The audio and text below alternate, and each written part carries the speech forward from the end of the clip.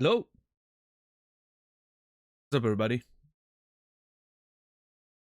Gold, Warren, Reki, Nasrallah, Sokoman, In Sorrow, Potent Brew, Saladino, JC, Infamous, Redacted, and Mark.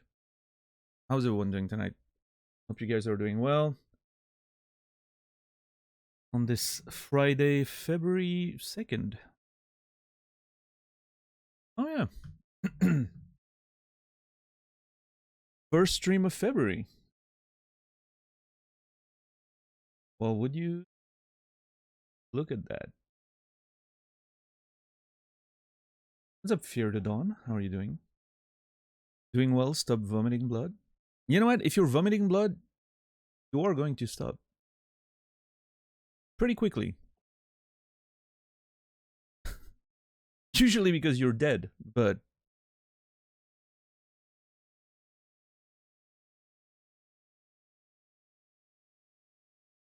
in your case, I guess you got away with it, so congrats.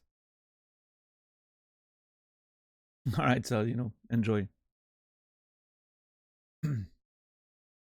Have fun with your friend.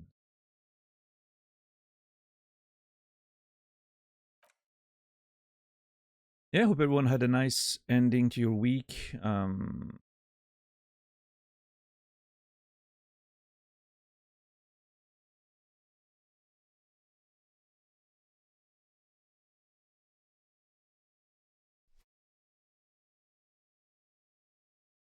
Looking at that little corner thing again. Yesterday, for some reason, it was very visible again. Maybe more than ever. And now today it's a bit more discreet. It's so weird. I don't know what's going on.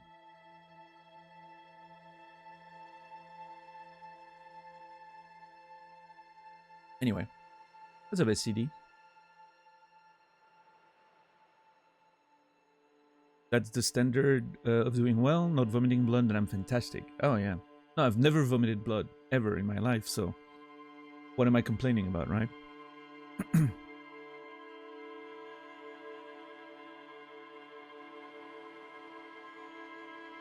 Hope to keep that string... exactly, yeah. I'm hoping to keep that string going, yeah. However many days of not vomiting blood... okay, hold on, we can calculate that, right? Days since...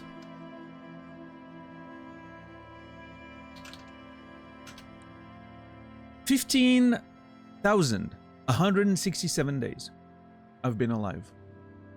Roughly, right? Yeah, I was born around 9 something in the evening, so getting there. Right? Hell of a streak. Not once have I vomited blood. Yeah.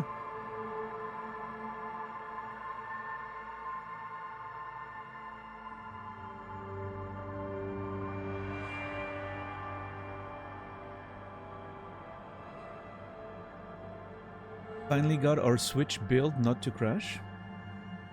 I'm sorry, what? I'm not sure what you're talking about, Sokoman, but I'm glad you've succeeded in something. No, that came out wrong. Whatever it is you're doing, I'm glad it succeeded. What's up, Kimi?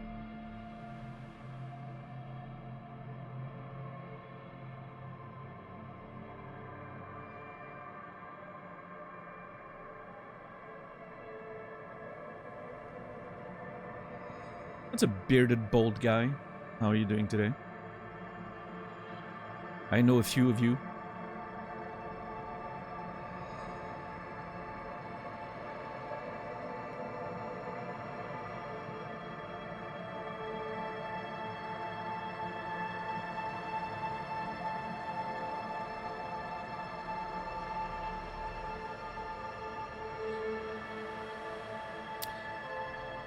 Yeah, so love me some bearded bald guys. Yeah, no, likewise. They represent a non-insignificant part of my entertainment somehow. I don't know. There's something about them, I guess, right? The streamers I watch, a lot of them are bearded bald guys. The music I listen to, a lot of them are bearded bald guys. YouTubers. Yeah, it's pretty wild when I just like I'm putting things together and I'm like, holy shit, we live in a world of bearded bald guys, apparently.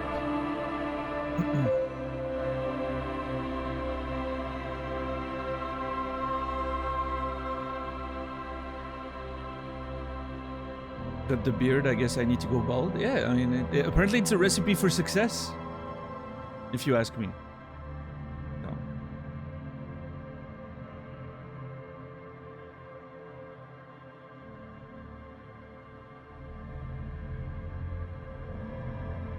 Apparently I'm blood vomit free since 1.216 billion seconds.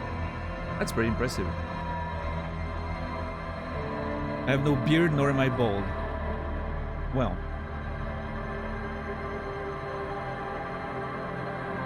Consider all of us surprised, Kimmy.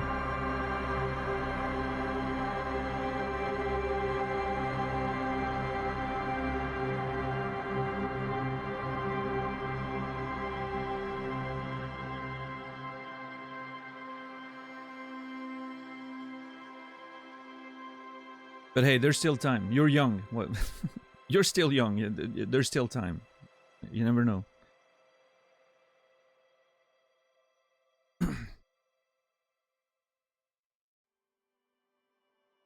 Made a sandwich using some leftover garlicky oil to toast the bread.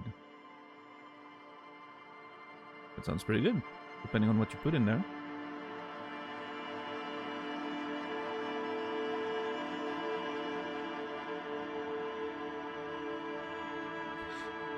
But yeah, so, yeah, no stream yesterday. I don't know. I woke up not really wanting to do anything, so I just went back to bed. One of those days, you know.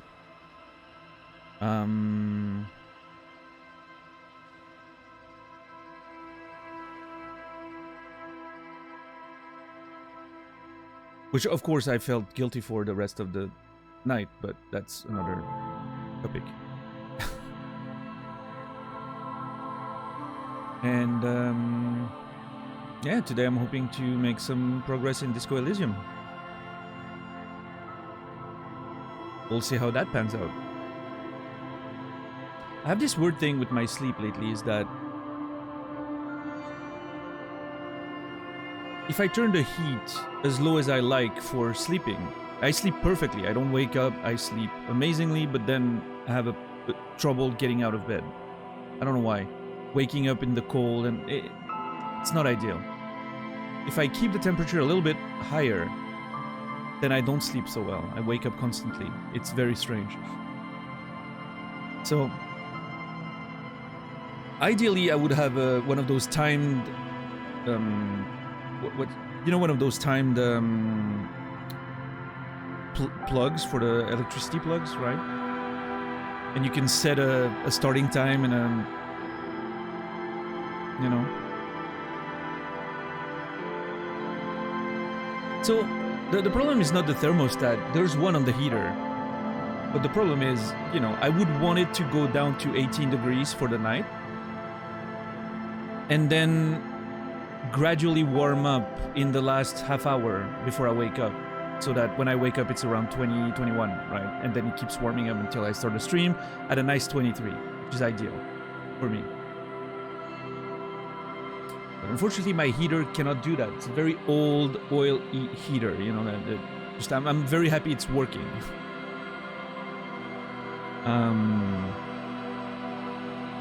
I don't know how I can fix that. Maybe like again, I'm sure there are some timer, like time. Oh.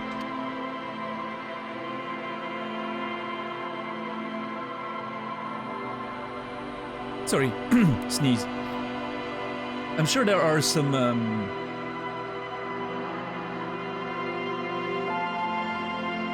like electrical plugs or whatever. I'm sure it exists, and you can say, oh, at that time you can start. But I'm not sure if that would help. Because that means I would have to turn it off completely during the night, right? Which I don't really want. I don't want to go down to like 13 degrees or something. But yeah, I don't know. I'm not sure. I need to look into it. Because the other solution would be to have to set my own alarm like an hour before and turn up the heater and then go back to bed. But that's not realistic. That's just gonna ruin my sleep, and it's stupid. So I don't know. Anyway, Rico, thank you for the resub. 19 months. That's a lot of months. Thank you so much, Rico. Appreciate that very much. Rico's or you will be remembered.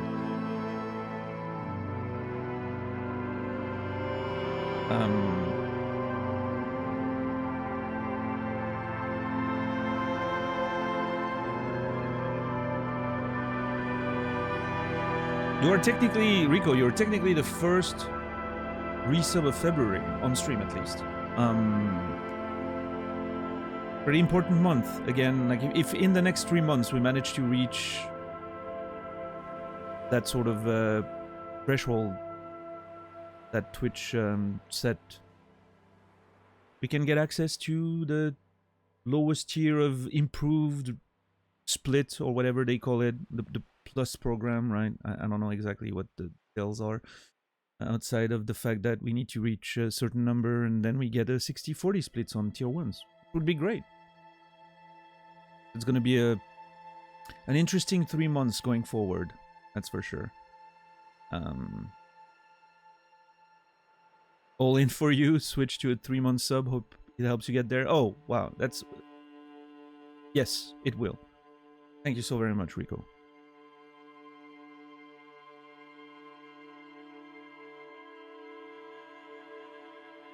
Yeah, if you've ever wanted to know how to support, to best support the channel, it is now very clear. The best way to support the channel now is to get one of those 3-month subs that you can get for a...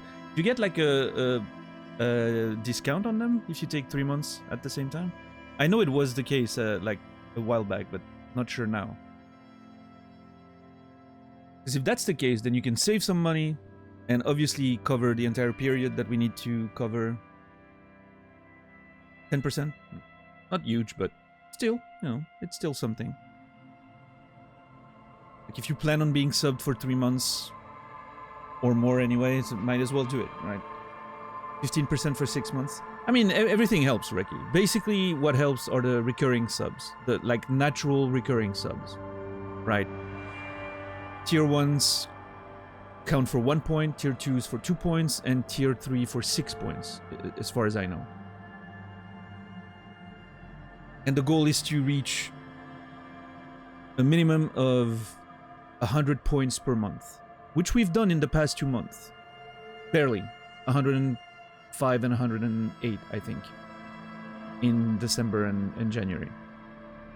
It doesn't include the gift subs, which are obviously, you know, still amazing, generous support for the channel. I'm very lucky that I have those, but those are not counted for the requirements, the qualifications for the Plus program. Anything like any multi-months that you can get for cheap if you plan on being there anyway. Now is a good time to take advantage of that, I would say. But yeah, we'll see. I mean, we'll see.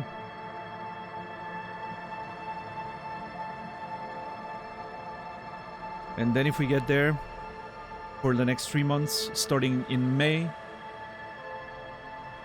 everything Tier 1 gets a better split. I already have 60% on Tier 2s and 70% on Tier 3s, because I have an old partner contract.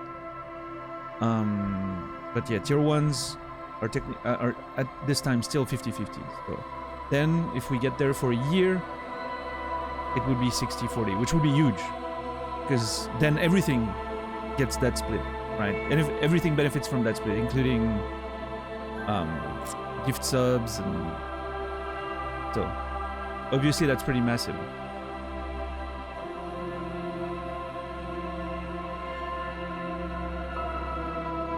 basically a 20% revenue increase at no extra cost of the community, so that's pretty amazing.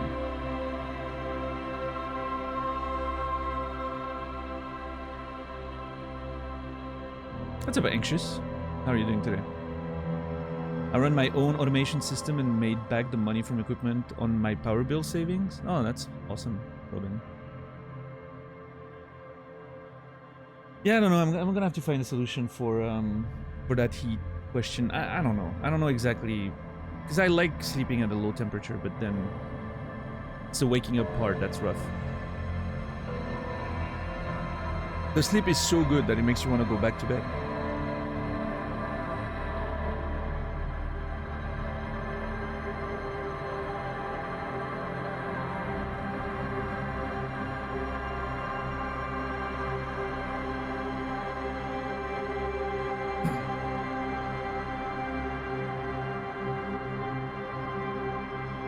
I need to blow my nose, 1 second.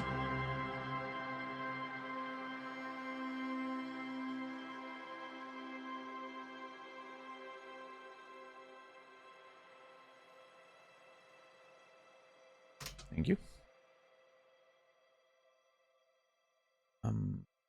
Yeah, been playing a lot of StarCraft 2 campaign these days.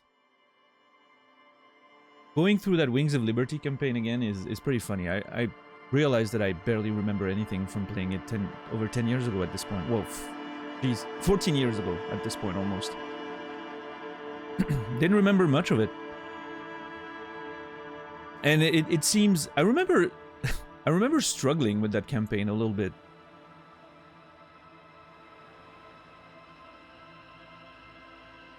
And now it's like I'm like literally rolling over it. Like it's not even close. Obviously, you know, months and months of multiplayer practice back in the day obviously helped, but I haven't played the game for a long time. But I guess a lot of it sort of stuck. Still fun, yeah. I mean, it's pretty amazing. I like it quite a bit. The story is nothing too special, right? But it's serviceable.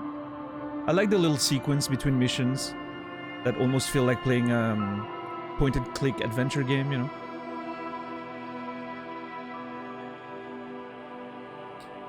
Little bits of upgrades here and there. I don't know, it's fun. I like it. I'm excited to get to to go back into the multiplayer part of it. But I decided that I was gonna play the campaign because I've never played Heart of the Swarm or Legacy of the Void. I want to make sure I play those, and I know if I get into the multiplayer, I'll never get back to the campaign. So, and it's good. It's good practice. Making me used to the keybinds again and general, you know, controls and moving the camera and controlling everything. So I'm sort of using that as a baseline mechanical practice, and at the same time, I'm watching videos of. You probably know Soro, since you've been interested in the thing. You probably know Pig, right? The streamer and YouTuber. I'm watching his like Bronze to GM sort of series on different races. He has two of them, an old one and a newer one that he's doing. The old one's from like 2 years ago, so it's not that outdated, but he's still doing a new one right now for all 3 races. And it's pretty interesting. Like, I'm watching the old one right now. I'll watch the more recent ones in the future, but yeah, I really love his method of teaching and doing all that. It's pretty great. All right, Rico, thank you.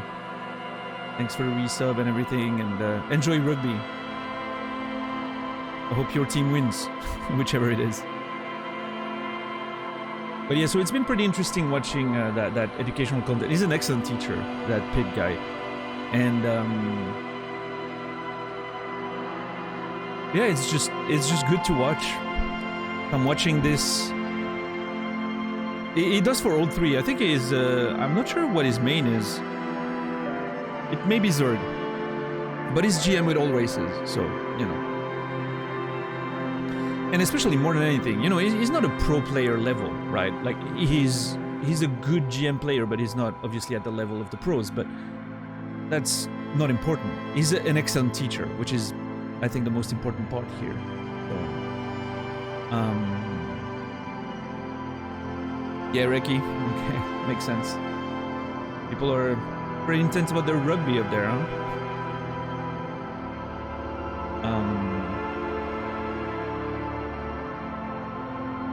So yeah, an excellent teacher has a very nice way of putting things and explaining things, and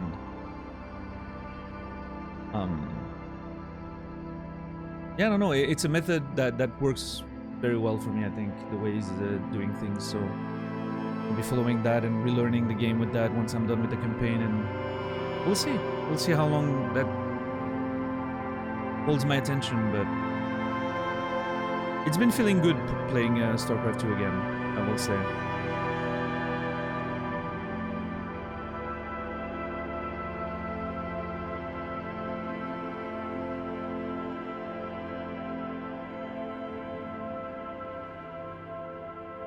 Yeah, we'll see.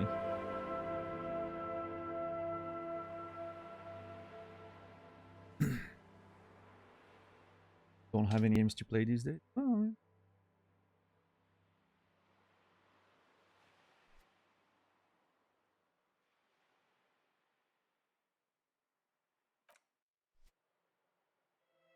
I would, even if, I don't know. There's something interesting and very thrilling about watching him do his thing, like teaching and going through the like repetition, macro cycles and all that. So I would recommend watching him even if you're not interested in playing again. I don't know.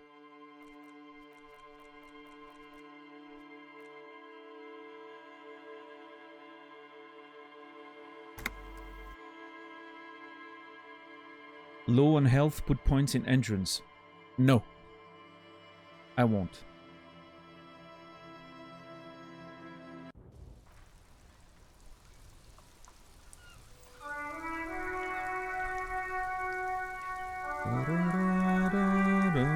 I can tell that I've been playing a lot of StarCraft 2 because I was almost about to box my characters to move them there. I'm like, oh, we need to move. Let me box them. Nope.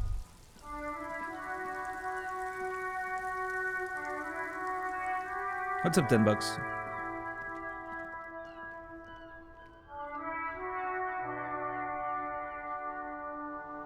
Wow, this build. Yeah. Where's my spawning pool? Please. Or do you actually mean the build in the game? That would be different.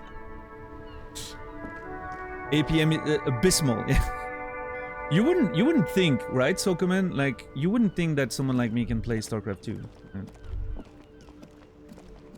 And I mean, for the most part, I can't. But, you know, I'm very bad, but I can definitely be fast in StarCraft 2, which, well, faster.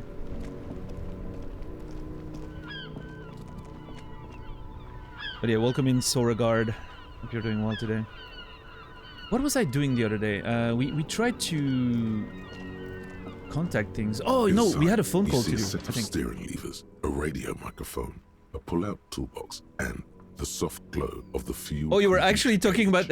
we were just making a StarCraft 2 joke, so that's why the wow this build I thought was a joke about that. Now if you're talking about the in-game build, I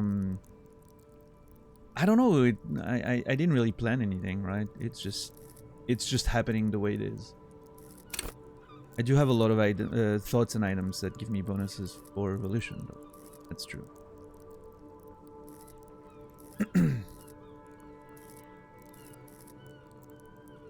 And thank God, because we're... Holy shit, the moral damage we've been taking so far.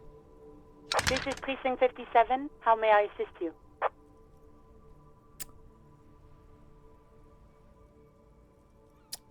So we have the public library to find out more about the library card. Should we report the dead body, though? I wonder. I haven't been able to talk to the wife about it yet. Maybe I should maybe I should wait.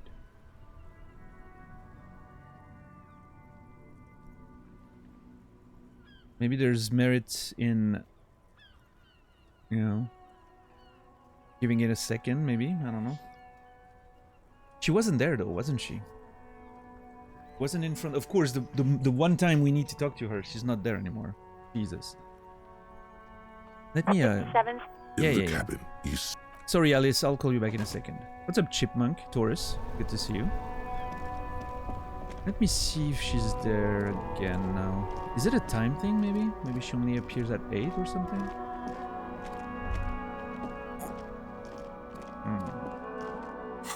Doesn't look like it.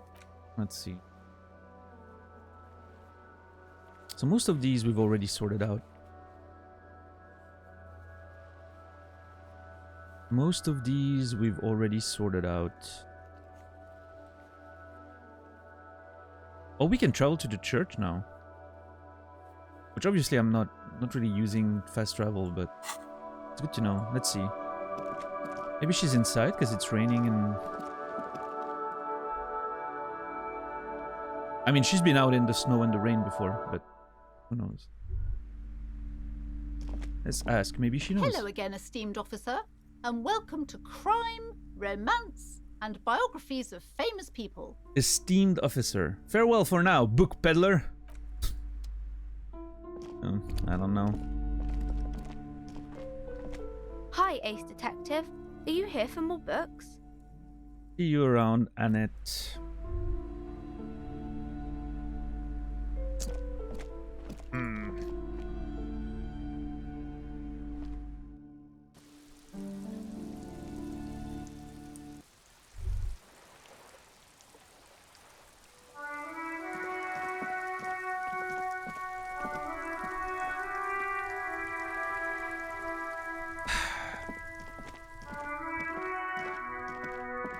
I don't know where she may be. I haven't used that in a while. There's nothing to do with this, I don't think. old call box with a matrix. East Delta Commerce Center. This must be the name of the doomed commercial area. Empty card. That's the dice maker, isn't it? This button looks new, but someone has removed the name card. Nothing happens when you try to ring it. This button looks new. Yeah. I wouldn't be surprised if it hasn't been connected yet. Is it the dice makers? Yeah.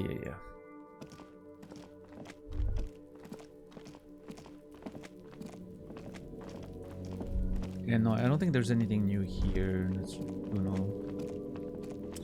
Ah, damn it. Okay. Let's, I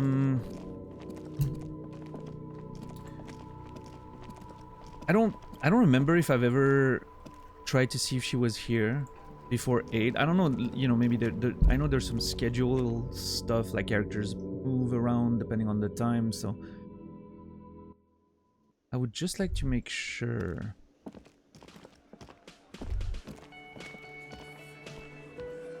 Oh, she's gone. I don't remember where she went.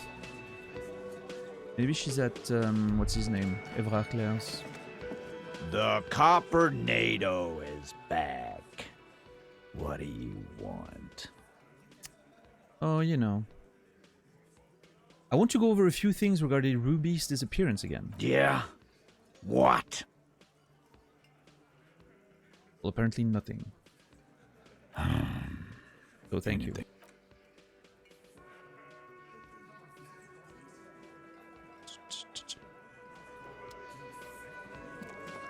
Good talking. Hi again, gendarme.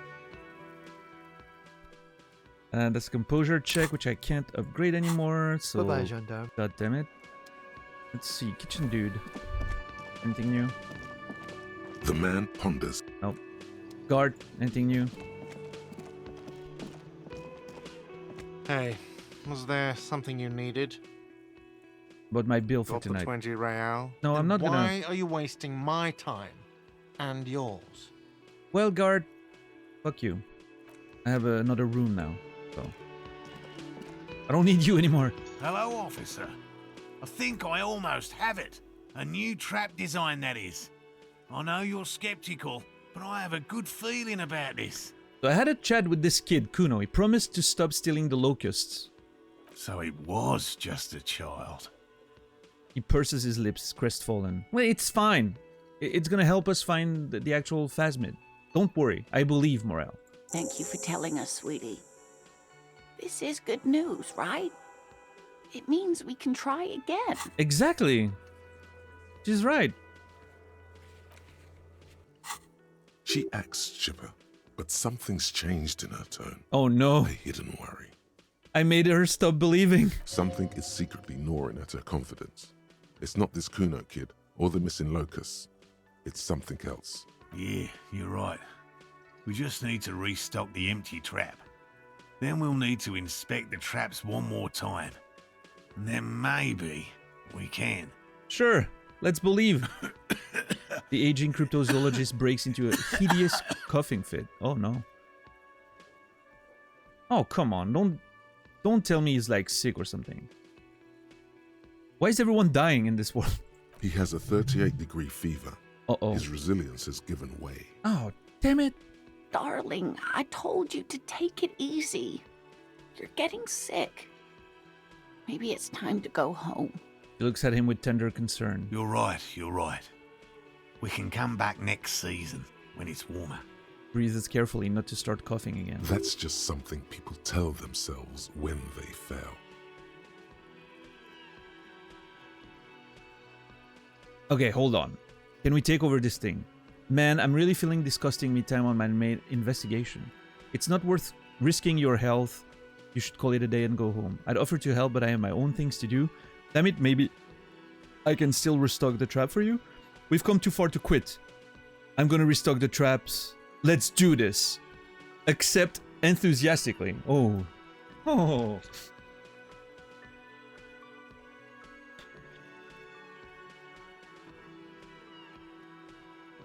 I am dead set on solving this thing. I believe.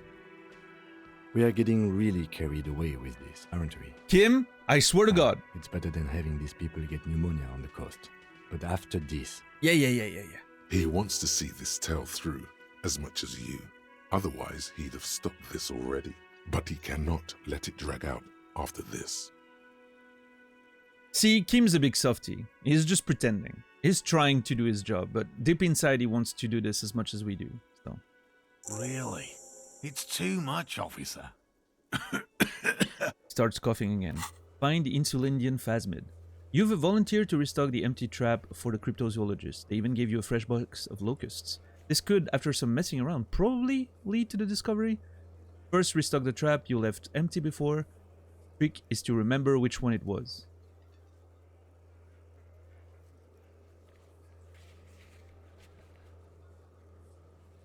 I do, actually. What Morel means is we're grateful for your help. She nods to her husband. Here's a fresh batch of locusts. They should slide right down the funnel. And thank you again. We will definitely mention you, should this lead to a discovery. I'm not talking co-discovery, of course, but... Wow. Co-discovery. You'd be famous. You'd show them all. This does tingle the pleasure center. Thank you, electrochemistry. I'm going to leave.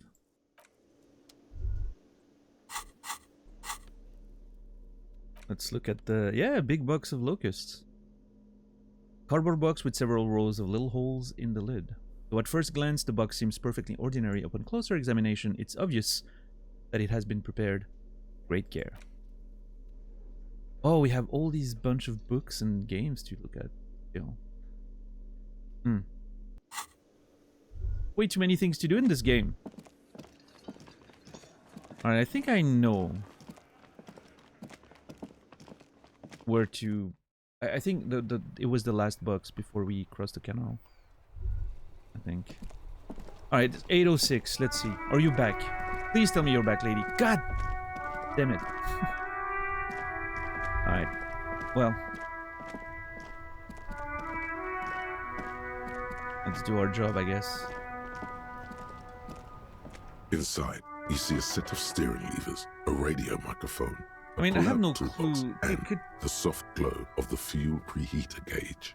Could she be in one of the apartments?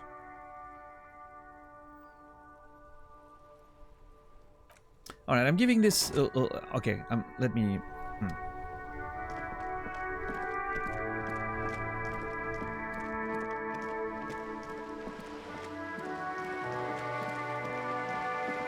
I want to make sure I give this a proper chance to find her before we call the police about it. I don't know. For some reason, I feel like if I tell the police that there's a body there, they're maybe gonna come to collect it. And maybe there's something to do with warning her before. Hey, you, do you know anything? Give me a moment. Ask away. She mumbles. Oh, nothing new here. Okay. One's empty. One's empty. The other one's Kuno's dad. Yeah, no. Nothing to see here. Alright, let's go back.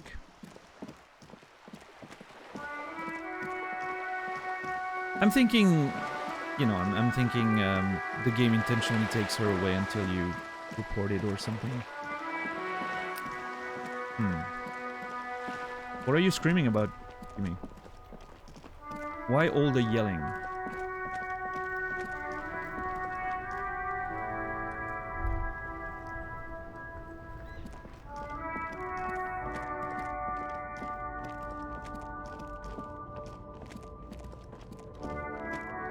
The game has great music. It does, yes. That is accurate.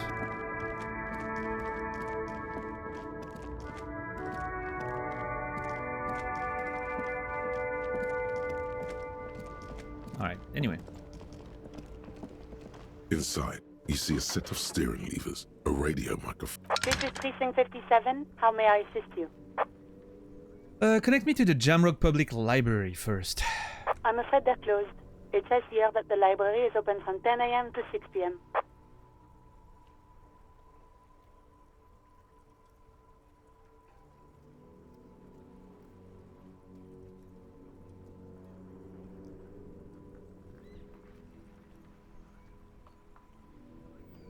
Okay. We should try again during business hours. Anything else, Detective?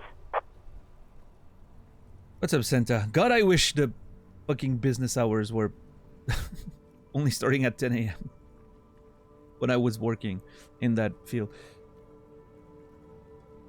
Being an early bird is not worth it, the game confirms it. Yep, yep. Although those are roughly my sleeping hours in real life, so I would not be able to call them anyway.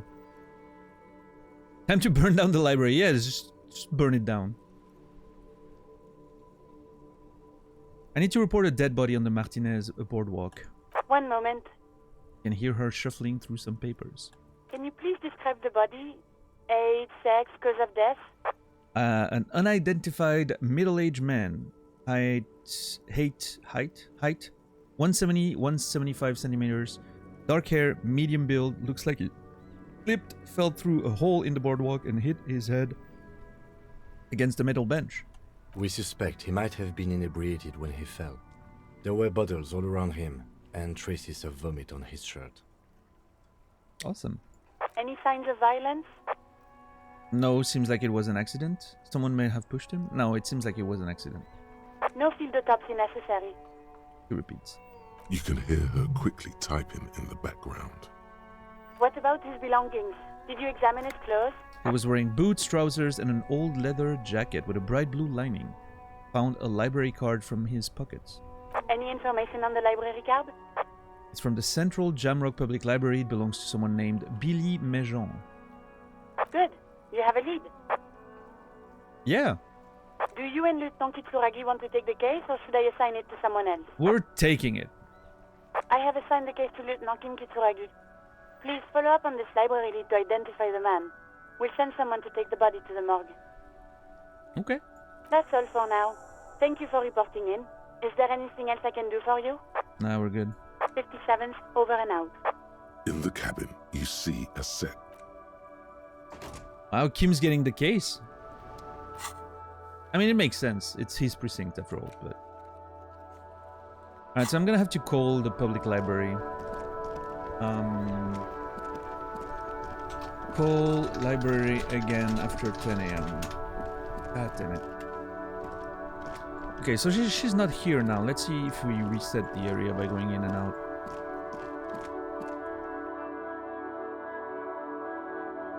What we'll do for 2 hours? I don't know. Probably keep investigating around. I don't want to waste too much time. I mean, I do have things to do. I have books to read and all that in the inventory, but... No, she's not here. Okay, let's go put the locusts in the box again. Let's do that.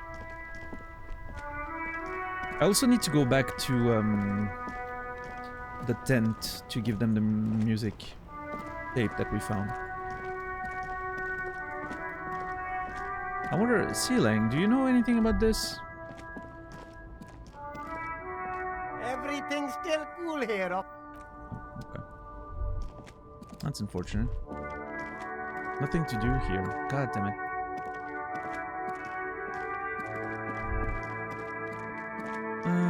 Okay, let's check in there.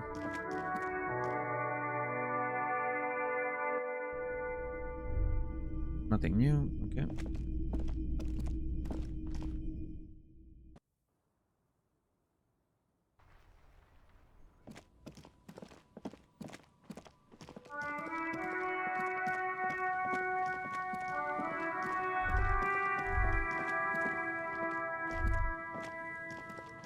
I know I talked about it already when we started playing the game, but this game sometimes reminds me so much of the Westwood Studios Blade Runner game.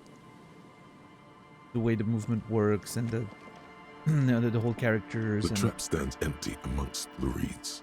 No insect sounds or movement around. Only the reeds' melancholy rustling. This was the one. Fantastic. The lieutenant looks at the familiar contraption and shrugs. Release the locusts into the empty trap. The locusts, dazed from being transported, slowly begin to acclimate to their new surroundings. They're not really going to get the chance to get comfortable here. Good. Now that's done. When do you think we will return to our impending apocalypse of a murder investigation? Soon enough, Kim. Don't answer that. It was a rhetorical question. He stops you. Well, fuck you, Kim, okay? Jeez. What an asshole. Do I need to return? Yeah, report to Lena. Okay. The game is making us go back and forth there. But you know what? Why not? Let's do it. I do need to return all the way to the church and the tent.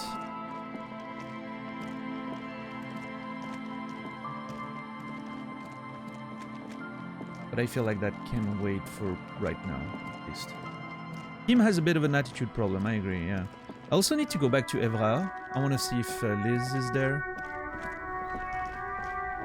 You know what, maybe I'll do that now, actually.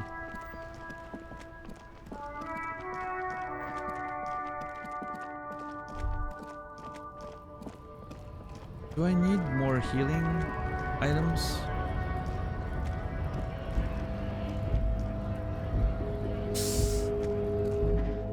Why not? I don't want to spend too much money because I kind of want to save for that streetlight thing, but... A small cabinet on the wall is filled with various medicine bottles, nasal sprays, and blister packs. They all bear the Saint Baptiste Pharmaceutics logo.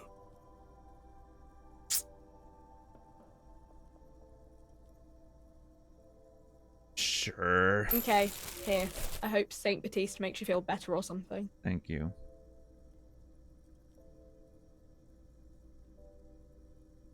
And I'll take one of these two. Okay, here. Yeah. Saint Baptiste will make me feel better. I don't want to spend too much money, but at the same time, we're making quite a bit with the tax evasion thing, so... At least we're set for a little bit now. I do need less healing now that I have the thing that I can't take damage from kicking and punching things anymore. But I still take damage from other sources, I guess, so...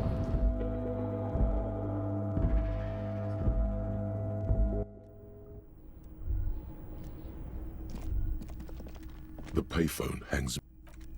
Is it really patience, Toro, if you're making the other person feel like you don't want to, you know, wait every time. I don't know. I love evading taxes so I can buy more nasal spray and maybe a street light. Yeah, it's...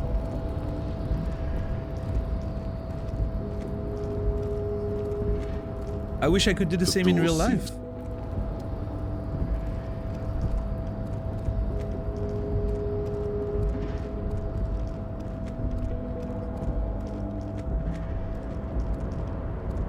All for a good cause, yeah. What's up, JR? The trick is to get your own street lamp. I actually have a street light in real life. Okay, there's a story there, Quasi, and I want to hear it.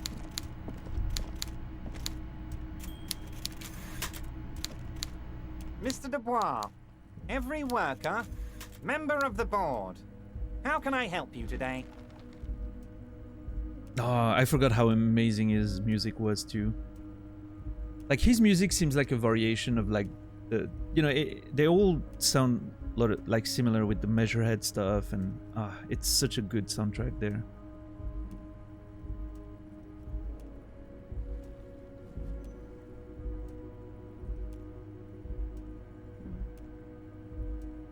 The story is sometimes in grade school. The classmate's parents had a streetlight in his truck and gave it to us. That's the whole story, or at least all I remember. So we would need to find that parent to ask them how they got it.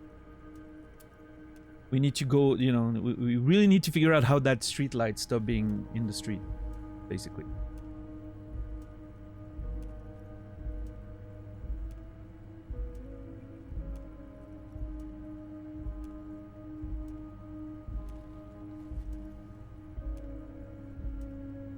I just finished investigating the local drug trade.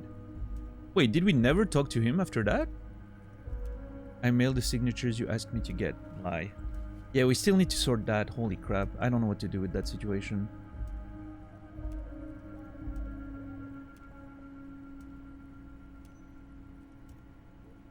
Maybe my notes say maybe forge the documents for the Everal construction project, which Kim seems to be on board with. So that's nice.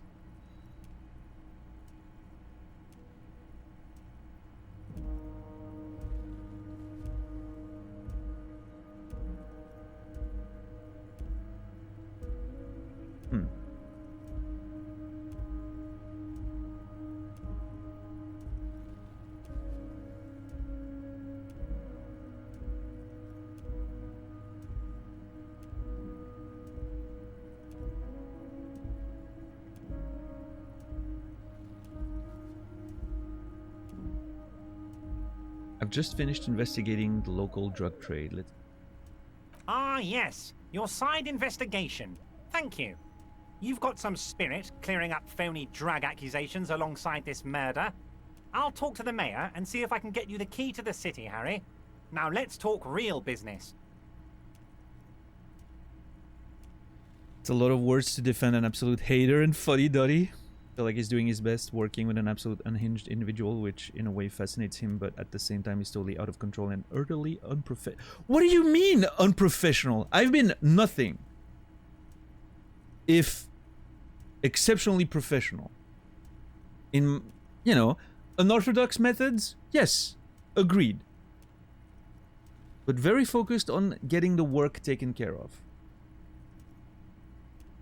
Doing exactly what is required of the situation.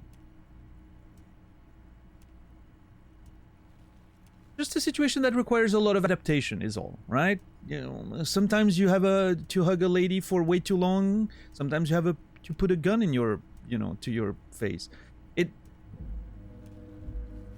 Sometimes you have to learn racism. It's all about getting the work taken care of, you know?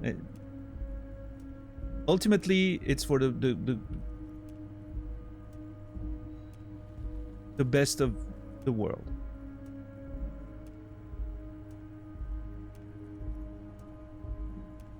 Exactly, JR. Although I cannot say those words technically, because that would infringe Nasralla's copyright, but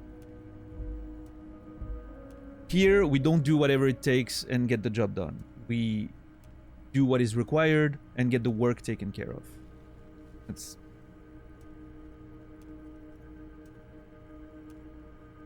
What's up, Zulu?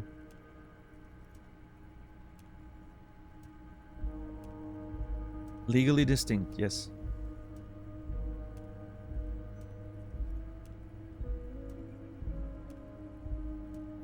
Can't think of a single thing you ever did wrong, especially in the last stream. Tactful all the way. Yeah. What happened in the last stream?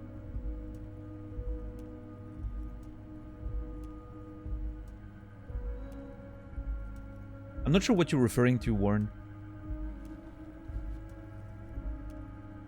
We did the date thing. That was perfectly fine, right? Wasn't it?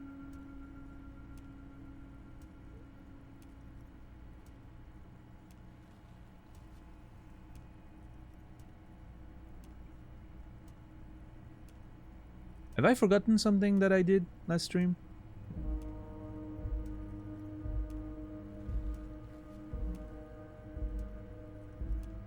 Oh, come on, Kimmy.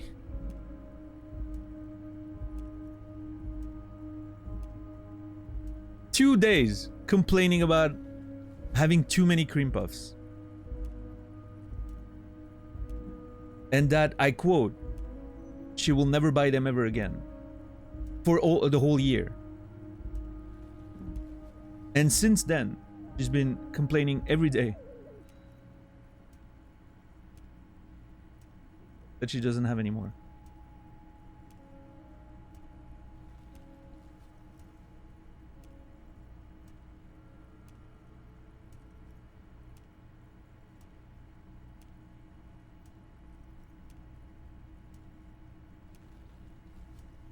You had a secret stream yesterday you yourself weren't aware of? Oh, that would be great, Sokoman. Am I making money during those streams? Because that would be awesome. If I can work without remembering working, sign me up.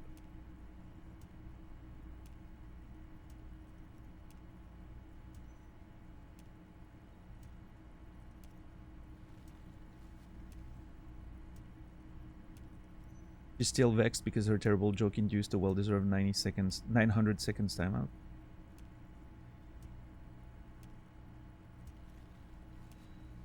Start sleep streaming? Man, that'd be good. I'm sure it'd be more entertaining too. In my sleep. No, but seriously, Warren, what are you referring to yesterday? I'm trying to remember.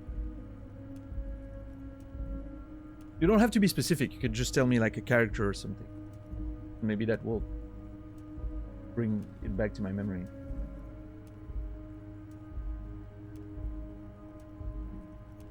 I never remember working, I clocking, and the ghost of customer service consumes me.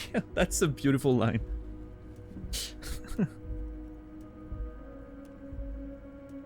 Yeah.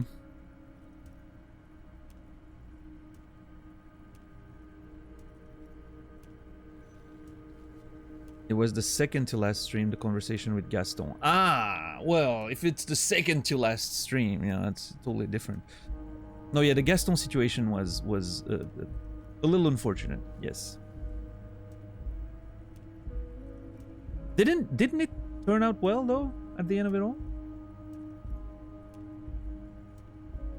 Like we were wearing his friend's clothes, but oh well, yeah, okay, that was a bit insensitive. God damn it. Anyway, let's talk real business now. Severance. Yeah, I haven't seen Severance yet. I should watch it.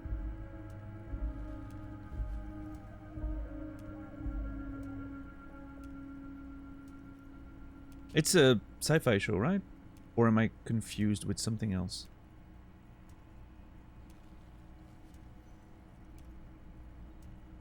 Actually, Rivershell doesn't have a mayor.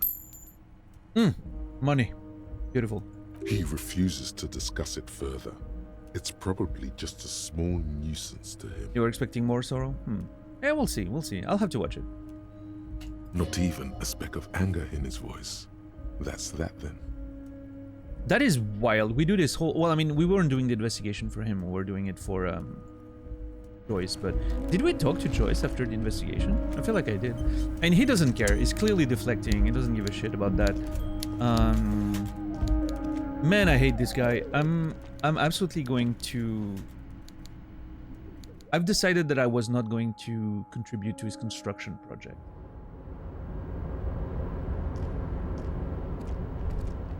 Because yes, there's a chance that it could be good for Martinez in general.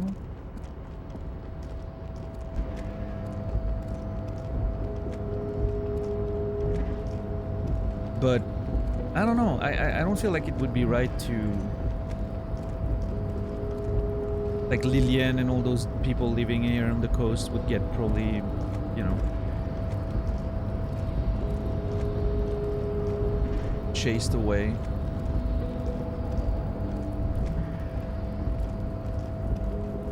I wonder if I should talk to Lillian about it. I never talked to Lillian about it. I'm sure I can start a conversation with her without it being like an automatic signature, right?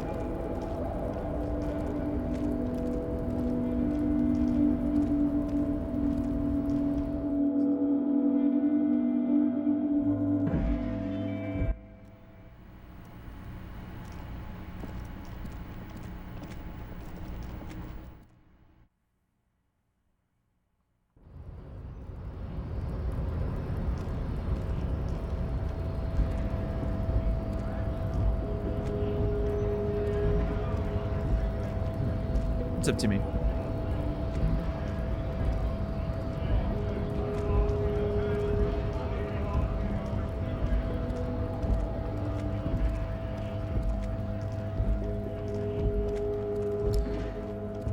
Trying to think.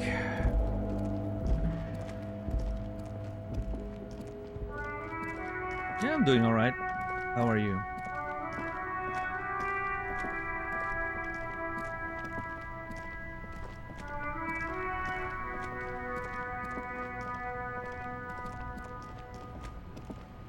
Hungry, debating the foods.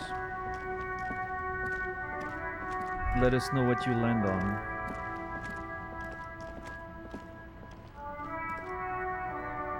Okay, let's go to Lillian, I guess.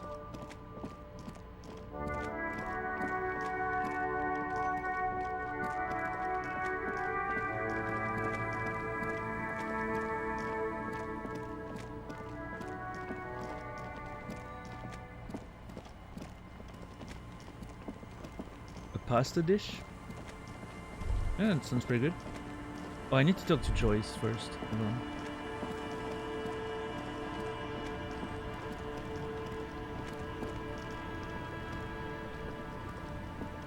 You're back. Good.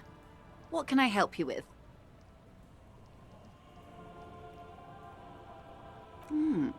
She's not even asking you anything. It's so easy to just say. He asked me to open a door. A referral, you mean? I take it this was for someone in the RCM. Don't answer that. No, I mean like a real door to someone's house. Oh my. A real door? Yes. The lieutenant does not say anything, but you hear the nylon of his jacket rustle as he looks at you. I scared this Gary for Mr. Clare. He got pretty scared. It had to be done. I got information. It was useful to the case. Yeah. That's good to hear, Detective. Police work is rarely pretty, but it sounds like you did what you had to do. Yep. Again. Getting the work taken care of. Her bartering mind cannot fathom that you didn't ask anything in return.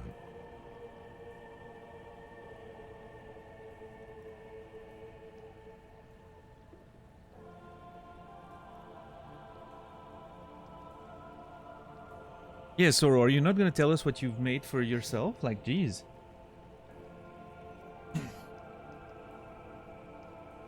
Homemade roasted potatoes with herb, marinated grilled strips of beef, fresh spinach with red onion and some salad. Oh my god. Yeah, that sounds pretty good.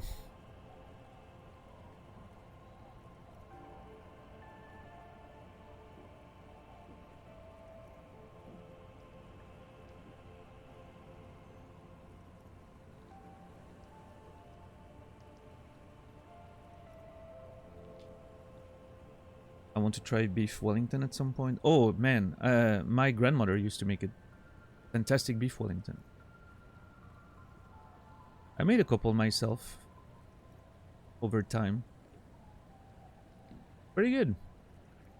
It's not that hard to do, Like it's a, you know, there's a lot of, it's a bit of a process, but it's actually pretty easy. Yeah, it's delicious.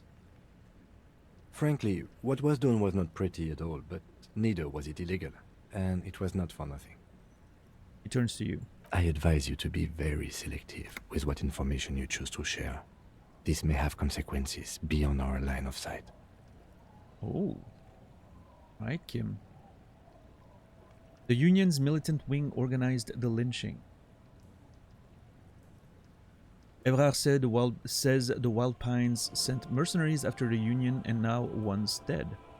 Evrard asked the Union's militant wing to fully cooperate with the investigation. He didn't seem all that worried about the whole conflict that's developing. That's all I've got to say.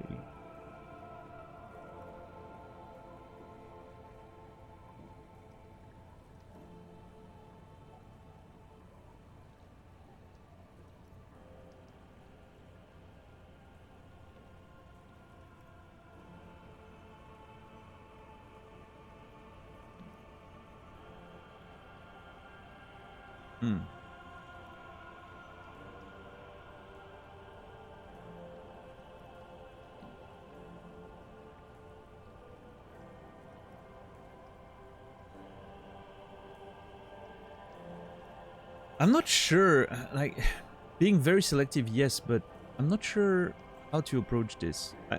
A big part of me wants to say this. Obviously, she's on Wild Pine's side, so it would be interesting to know what kind of reaction that triggers, right? Let's see. I'm gonna follow my heart there. Misinformation. This is all because we haven't shared information on the lynching yet. See? Already the adversary uses it to their advantage. Don't let him.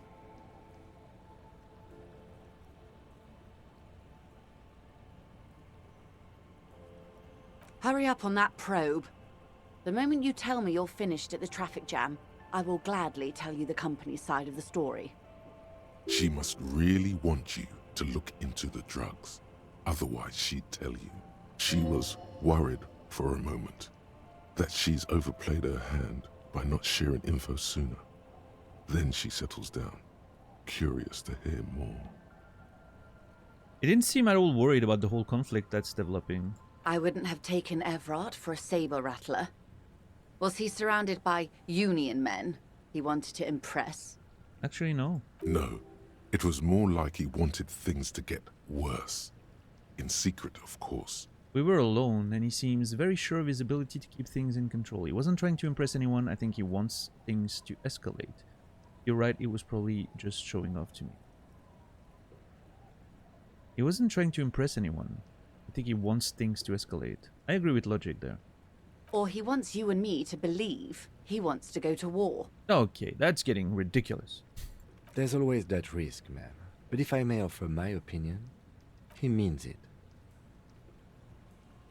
Seems right. I'm pretty sure he meant it. I'll think it over, Detective.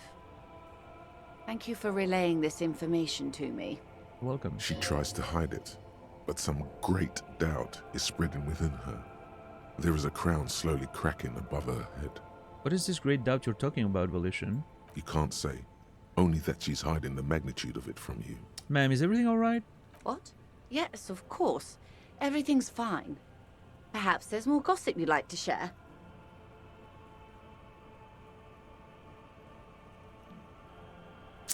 That's all I've got to say for now. What you've said is quite enough.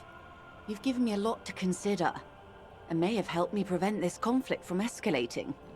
Hear that, hero? Feels good, doesn't it? You should relay confidential information more often. Thanks, suggestion.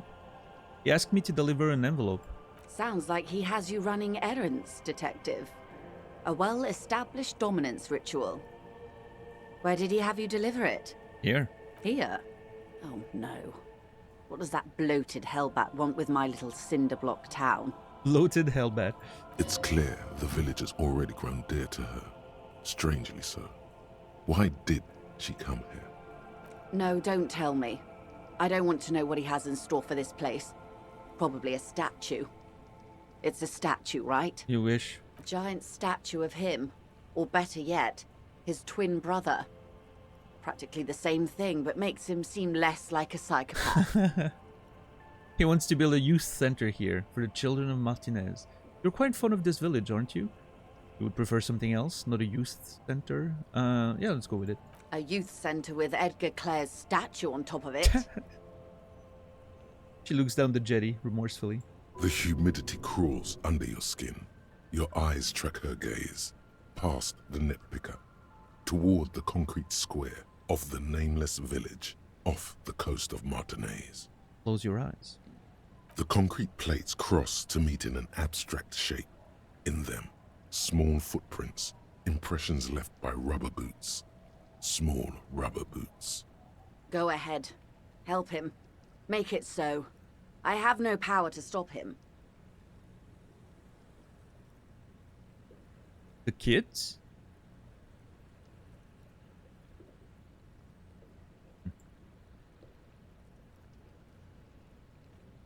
Oh, what size boots do you wear, madame? Okay, hold on. Oh, was she born here? No way. Do we know about her history?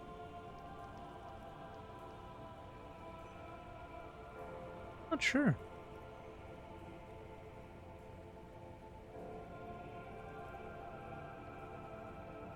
She told us a lot of things when we first met her, but that was a while ago. I can't remember everything. Did I take notes?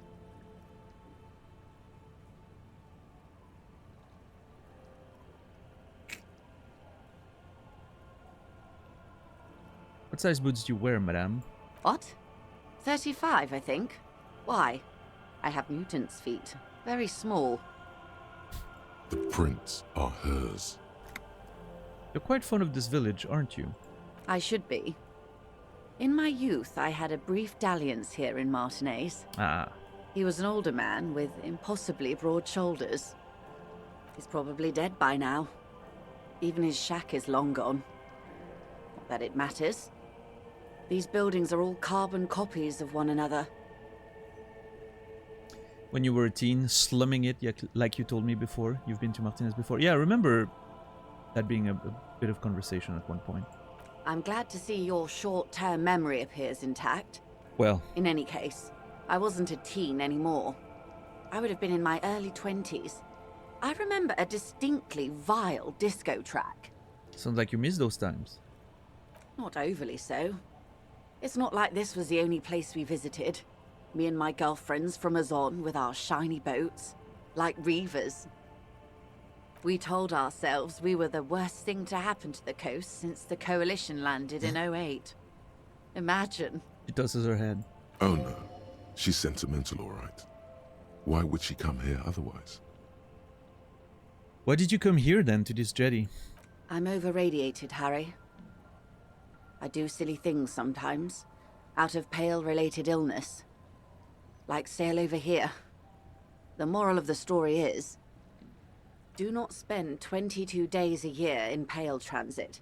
Don't waste your 20s slumming it with your stupid friends. And don't deliver Everard Clare's mail. Her bony finger is pointed like an arrow at your chest. Are you satisfied, detective? What else can you tell me about your mail delivery quest for Everard? Do you think it will improve the place? She's pointing it quite hard in there. Feels like a knife. Would you prefer something else, not a youth center? First, there won't be a youth center. Whatever he has told you or the residents, it'll be something horrific, perhaps even worse than a statue.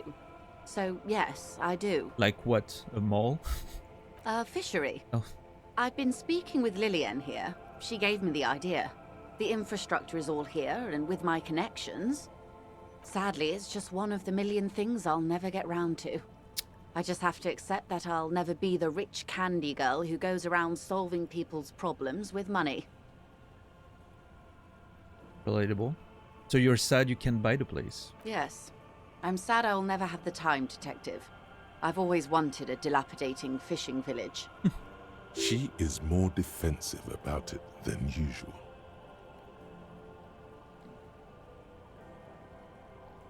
Full of ghosts and ancient memories. Has this errand yielded you any information? Of course, Detective. Hold on. You're back. Good. What can I help you with? More lessons in base. Glad to have been of Any assistance. Of course. leading I to am something sorry to. new? What we do. There was a touch of discomfort there. She nods. No. Oh. You're back. I fear I've told. No. Is there anything else?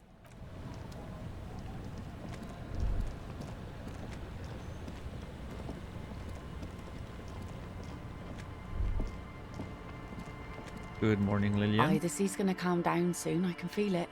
The wind is turning southeast. What's on your mind, officer? I was asked to get your signature and her Everard's envelope. Were you? This says by signing, I agree to living with construction noise. What exactly is the Union building? Everard's planning to turn some of the village into a youth center. What a nice idea. Wouldn't have thought that. She sounds incredulous about the niceness of the idea. But what exactly? That Everard and the Union have nice plans for anything. I thought they only cared about themselves. Well, I guess Union members have children too. She doesn't seem too mad about it. And those members have a vote when electing the head of the local chapter. On second thought, don't sign the papers. Aye, if you say so. Probably better that way. I mean, who likes construction noise? Be seeing you. Yeah, I don't know what to do with that one.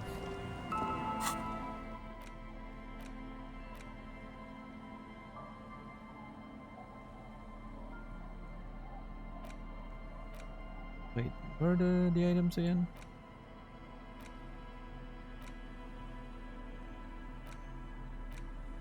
Ah, there. You take the legal documents out of the envelope, a 12 to 40 month construction period, and the zoning plan in the addendum.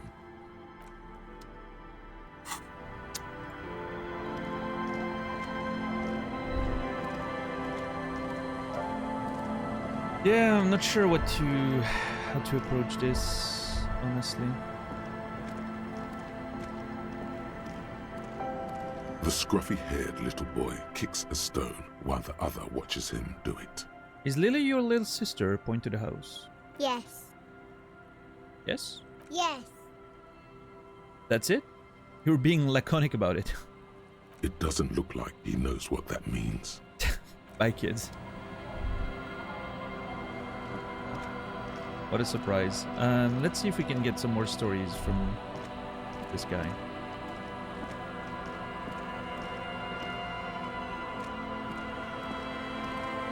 Tequila Sunset. I got more booze. Can you tell me the next story now? Of course. Drink first, story later.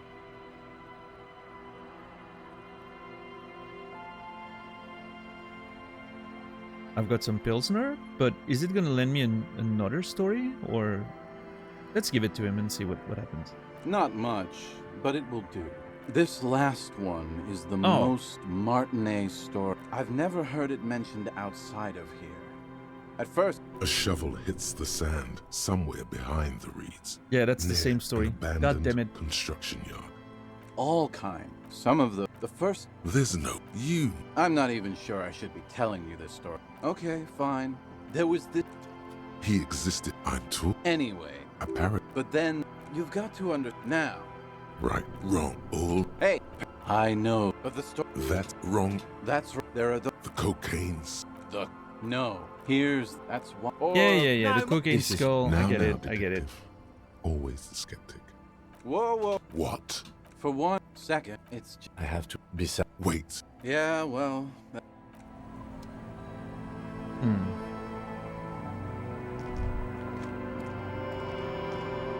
I should have known because the things were already grayed out, right? Instead of, but I don't know. I had to verify. I had to check. So, and it only cost us 1 bottle of Pilsner, which was like $3, right? So that's fine. But,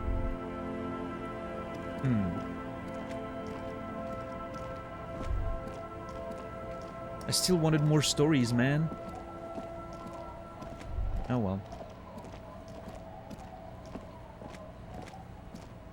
That's how most people play Disco Elysium.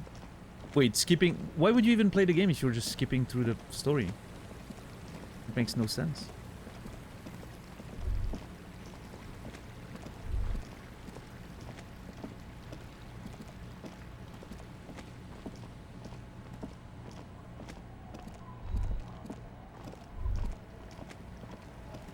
You have the option of just not playing the game.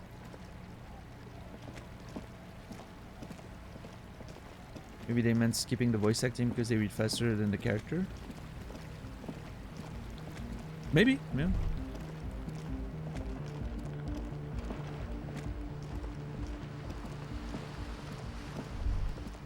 Hello again. I mean, I only skip stuff that I've already heard, right? That I will skip sometimes, but otherwise, I don't know, you gotta listen to it. Good.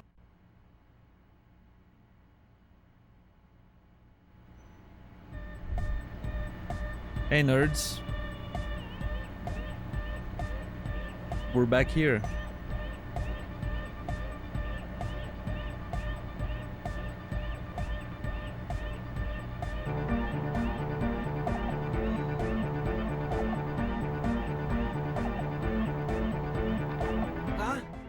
I see you're here again. Who do we need to give the tape to? Good morning! Good morning! Yeah! Pump it up! Pump it up! Pump it up! I found this reel of tape. Maybe you can use it to hard up Ake's jam. Give him the fixed Othrone. Othrone? Oh, I misread that every time. Or is it mistyped here? Hold on.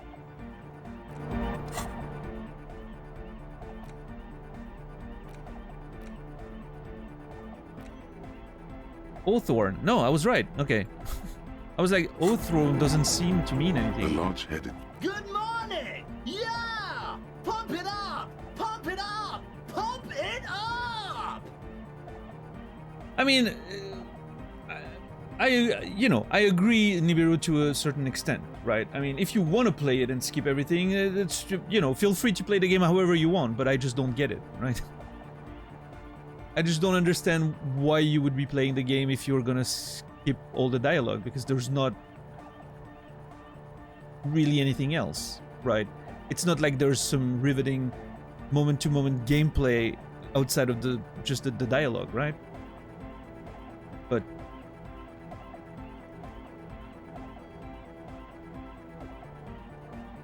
But hey, I'm not here to tell people what to do, right?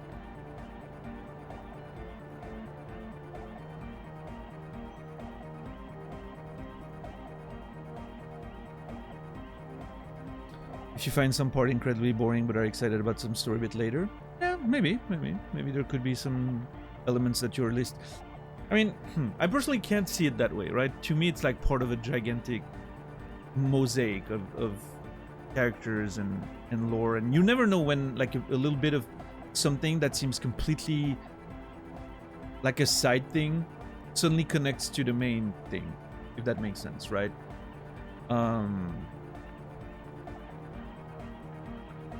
So I still think it wouldn't be a very optimal way to play anyway, but hey, I mean, again, I'm not here to tell people what they're supposed to do, so.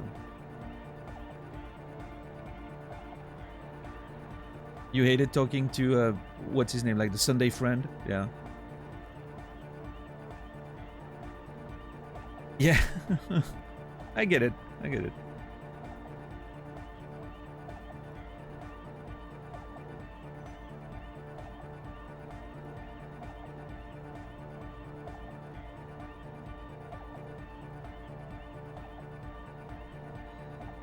I mean, I think in this case we're talking more about like, actually skipping most things, right? But yeah, I mean, to each their own. Again, not here to tell people what to do, so. Anyway, let's give him the Othorn tape and see what he can do with it. Yeah! Remix time! Mm-hmm. Tape goes here! Into deck B! He clicks a switch, the tape starts spinning. a hand on his ear. He listens to the audio through his headphones and shouts. Wow! Did you get this from Arno himself? I don't think so. A great excitement is bubbling to the surface within him. This is big. No, actually I found it tangled up in a hawthorn tree. Listen, I'm just going to show it to you. Ready? Ready.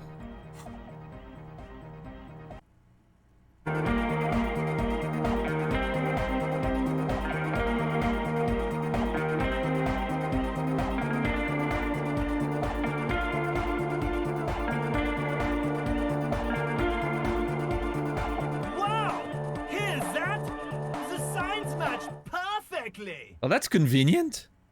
Oh, why did the music stop? Now, if only we had the beat for the full assault, it would be unbelievably hyper. What's up, Sting? Intriguing. The way I see it, Van Eyck based his remix on some famous original piece, like a folk song, something local. Seems you found an initial part with the main melody. I think it's just happenstance. Chaos in action. Contingencies of our limited existence. That and Egghead's fantastic talent. He nods to his friend behind the turntable. No, this is definitely part of the same song. Something cut from it. It fits too well. Sure does. Something mysterious is going on here. Maybe Arno Van Eyck lives around here and just threw part of his song away because he thought it was shit. Andre's Got It sounds like a local song remixed. I agree with Noid, Just Luck, and Egghead. Incredible mixings. Maybe he lives around here, yeah. Be how it may, if it fits, it fits. Bring up the volume. That was a weird transition. What about the bass? Do you have any ideas for that? Andre looks back at you. Yeah, I remember. You said it needs more bass. Nothing springs to mind right now, but I will see if I can come up with a solution down the lane. I think it's good enough the way it is. I think that melody already been a massive improvement. It's pretty hardcore now. Oh no, we're gonna continue. Yo, the warrior! The warrior of dance music! That is literally the task that I'm the most interested about in the video game right now. It out. I think the jam's already pretty ultra. But it could be hyper hardcore! It could, yeah. Goodbye. Did I get a new one? Oh yeah. Holy shit. The question won't leave you. Why did the melody line from a broken and discarded tape fit perfectly into a song played by some speed freaks in a frozen tent? Can it be a coincidence? Maybe it's the hand of the man-machine himself in his attempt to craft a perfect song. Maybe Egghead is actually Arno Van Eyck in disguise. Egg.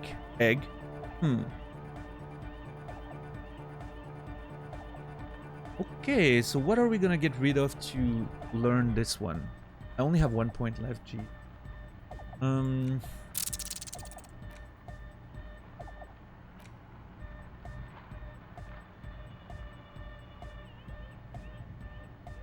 think pain threshold, we are on 5.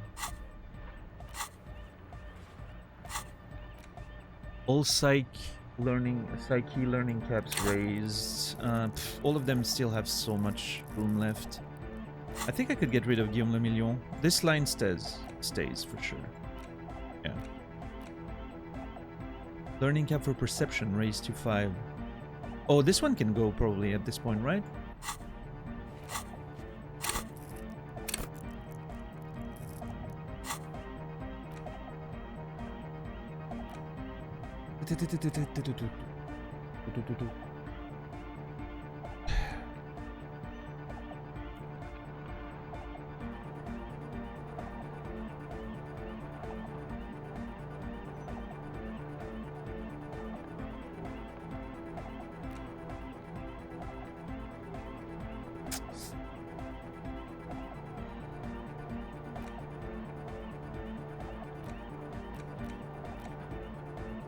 Waterway South could go probably as well.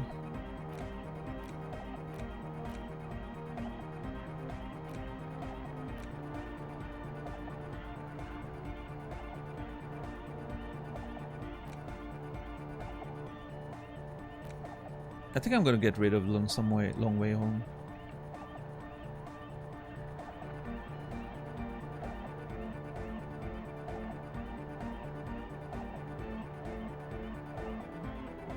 Oh man, this is so hard.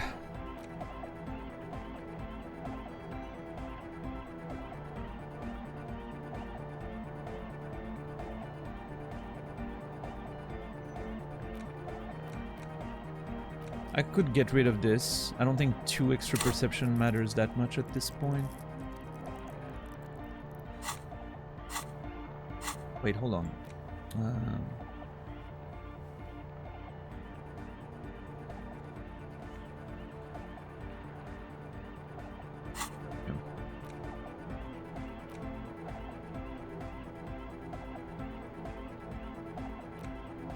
+1 Inland Empire.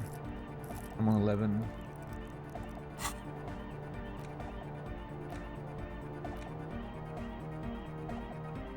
I'm gonna forget this one, I think.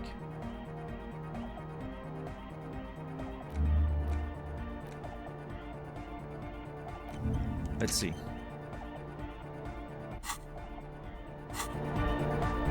Bye, nerds.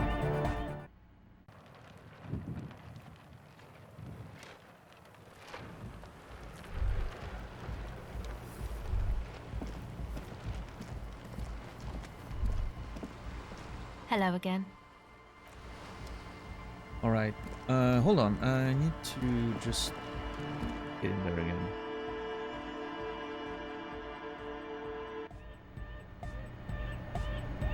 Hi again. So, as always... I need to sort out the church thing as well. Good morning! Morning.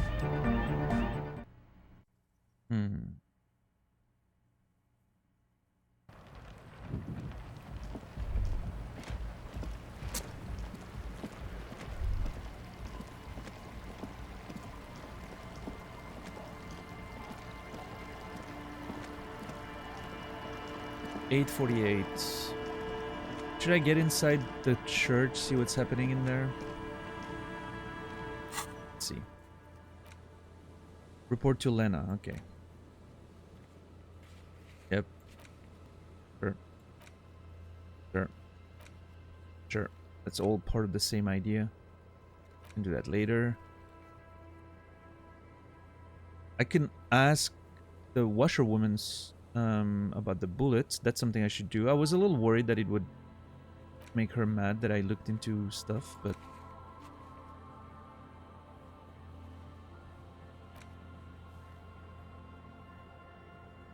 check the boardwalk for bullet traces. Wasn't I there?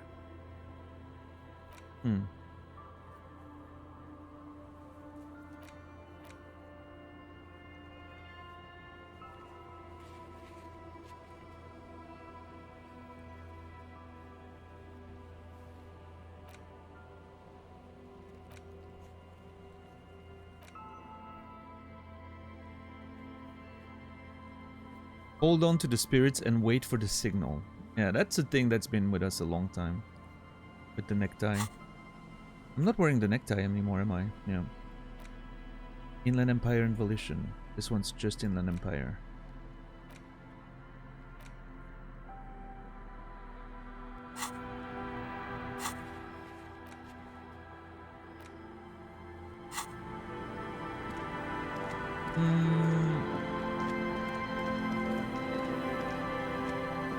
Let me check the boardwalk again.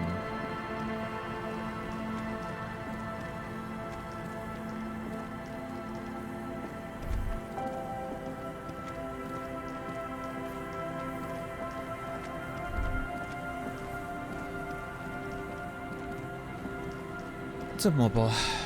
How are you doing today?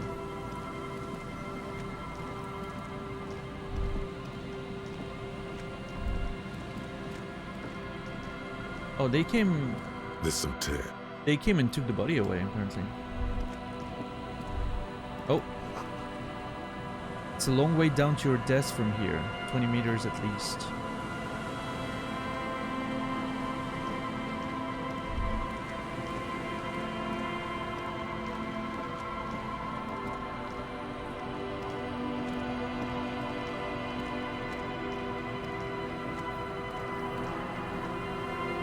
So this is something I'm a little...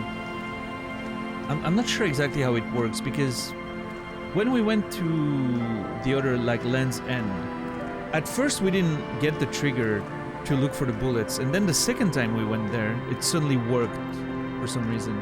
So I'm not sure exactly how it works, if it's like a check that happens passively and I just need to walk around the place again, or...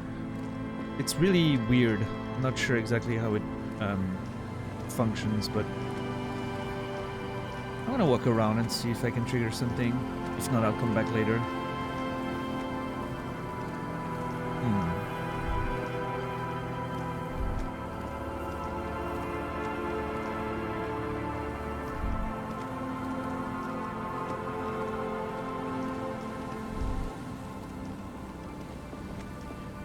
Yeah, nothing special.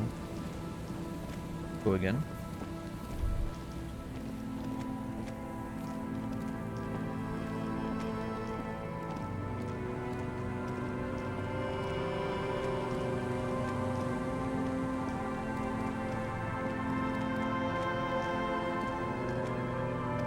Wrapped up Prince of Persia. Nice, nice. Good shit. Glad you enjoyed it.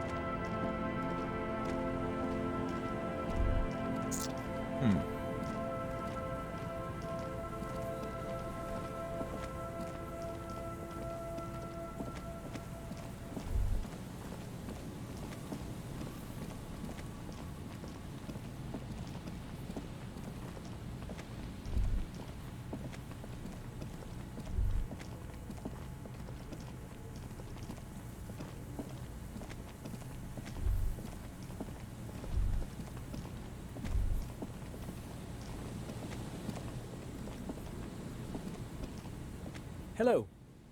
Hello. Nope, doesn't seem like there's any...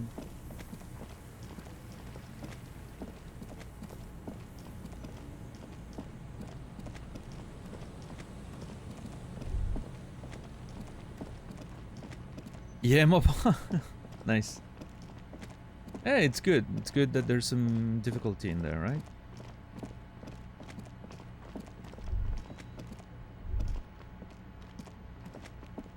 Hey, nerd.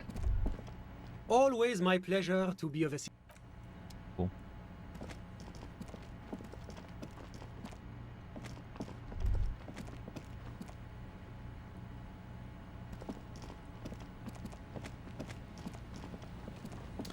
So, yeah, I'm confused. I don't know why I can't get those things.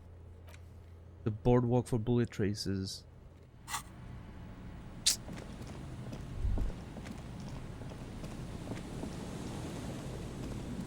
Not sure what I'm supposed to have seen, or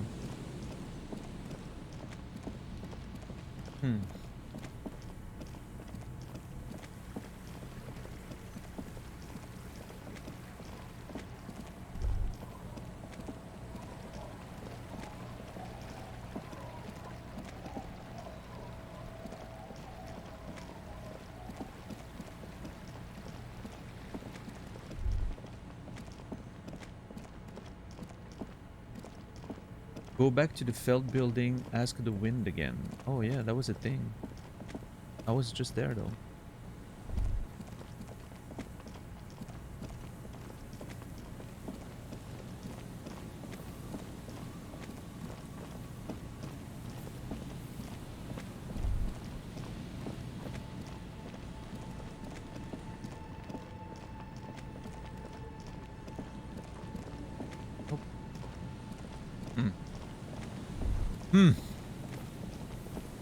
Let's get inside the church, I think.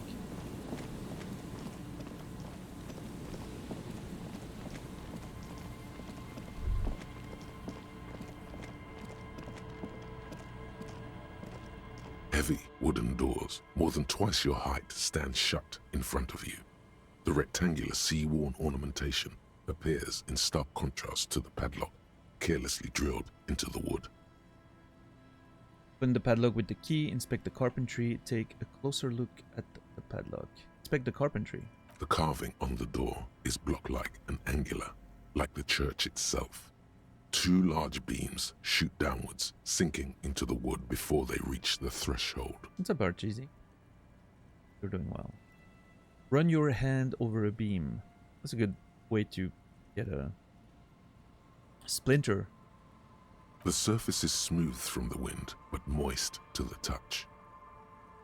Take a closer look at the padlock. This cheap-looking padlock is sturdily built. It shackles together a hasp and a staple screwed into the wooden door. The lock is adorned with a yellow sticker. It'll be easier to break the staple than the lock.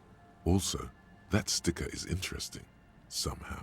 Look at the sticker. You see a yellow circle with 2 X's and a big curve below them that looks like a mouth.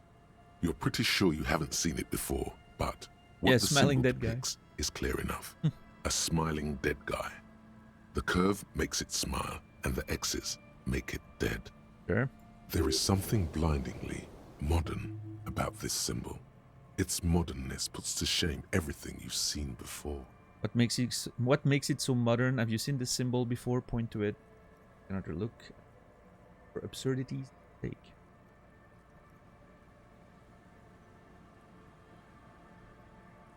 I always hear RT when you join in. RT. I freak out for half a second. Who's RTZ? I'm pretty sure I've heard the name before, but I can't remember.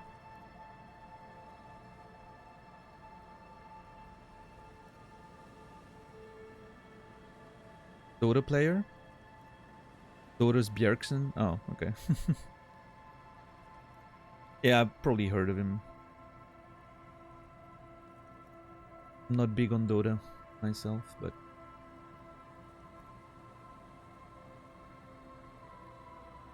too easy for RTZ. That's a name. What makes it so modern? It's the contrast between the cheery, chemical yellow and the rigor mortis. As if the cheery guy didn't know he was dead, or the dead guy didn't care that he was. Either way, you get the sense the forces of future are at work here. Who is Bjergsen? A pretty good League of Legends player. Probably one of the best European players in history.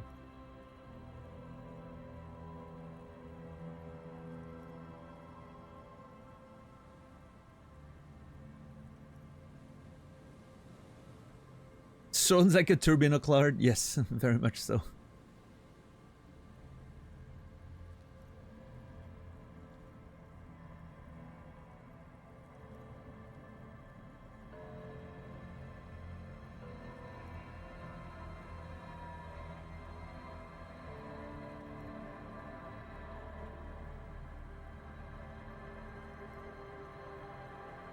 I actually played against him once. I told that story before, but back in the day when I was playing League all the time, and we were playing fives, team fives, when I was streaming League of Legends on own TV. We had some pretty high level people, like 2 pretty high level people on our team, and we were playing like teams of 5s, and we actually played against the Copenhagen Wolves at the time, which, I don't know, I guess they were just practicing on the fucking ladder. Or just, you know, basically fooling around, and yeah. I ended up being mid against Bjergsen at the time, I'm pretty sure.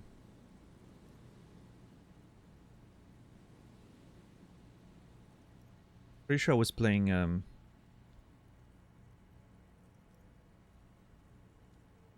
pretty sure I was playing LeBlanc at the time. I was like practicing a lot of LeBlanc.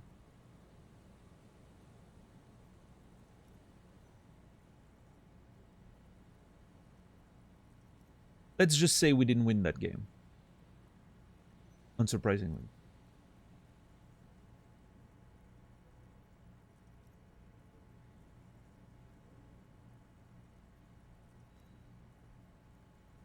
And I personally didn't really know who they were at the time because they were not a famous team or anything, but one of our teams used to practice with them before they were the Copenhagen Wolves. Not Bjergsen particularly, but one of the other guy, I don't remember his name.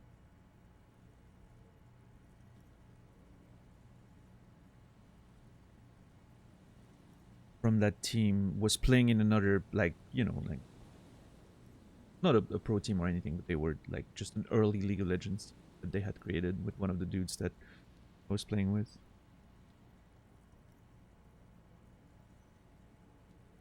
Who was the best player on our team. But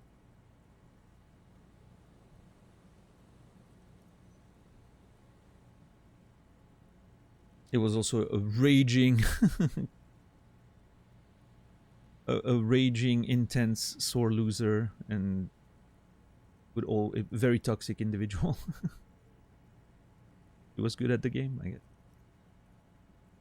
But yeah, eventually it was just so annoying and unmanageable that I remember just having to block and ban him from like the stream and everywhere. Just unmanageable. No, worse than average. Worse than average.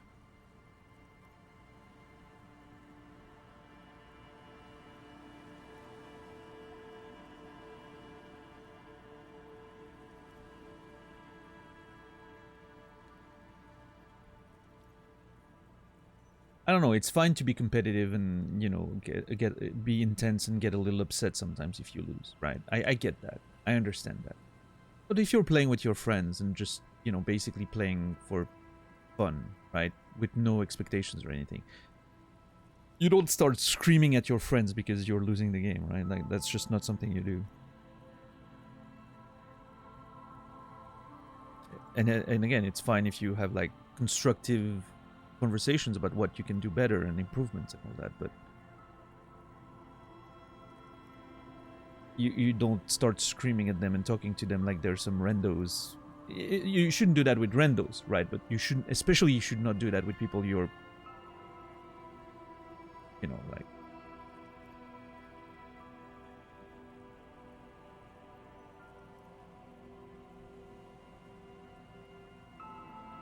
winning games can be so intimately linked to self-esteem for some. Yeah, I guess so.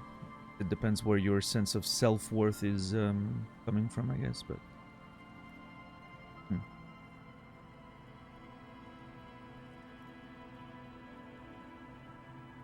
These forces of future have chosen to pick something that reminds you of you.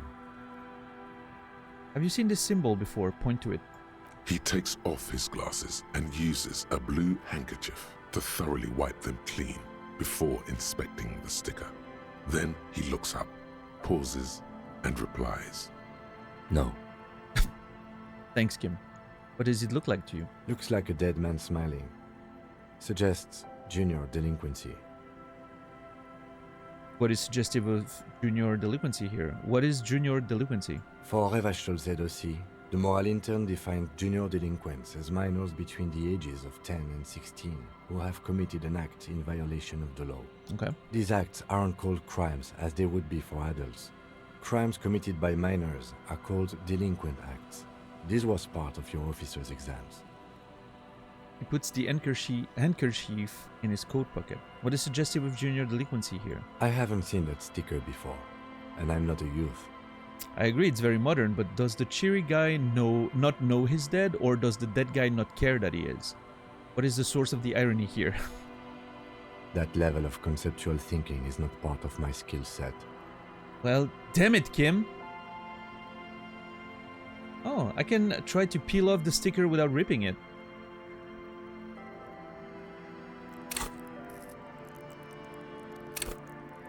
+2 from items, +1 from thoughts. Can I have more items? I don't know. Hold on. Interfacing. I think that's the best I can do, but I'm gonna verify.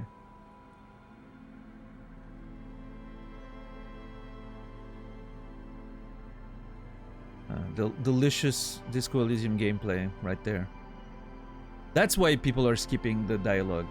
They want to go straight to the hovering over every item in your inventory, right? That's the exciting part. I get it.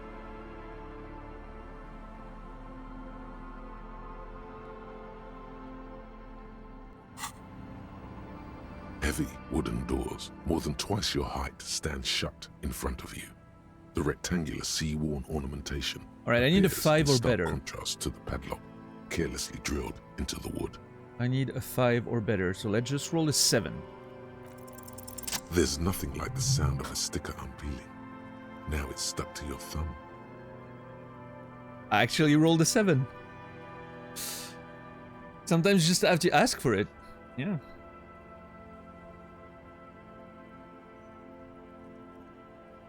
So people call Disco Elysium a visual novel, but in reality it's a dress-up game. Yeah, exactly. It's basically Barbie, you know, whatever that game, that Barbie game when you have to dress up your Barbie. Probably all of them, right? But it's Barbie for drunk dudes. The beep boop. I'm manifesting like a pro. Yeah, I don't know. If only that worked better in real life, not just in video games.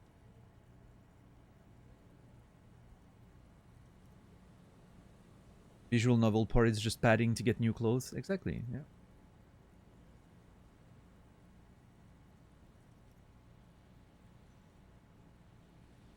Yes, Barbie.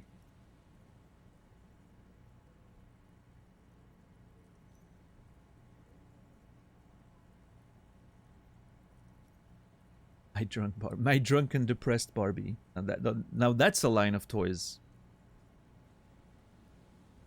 that one should invest in.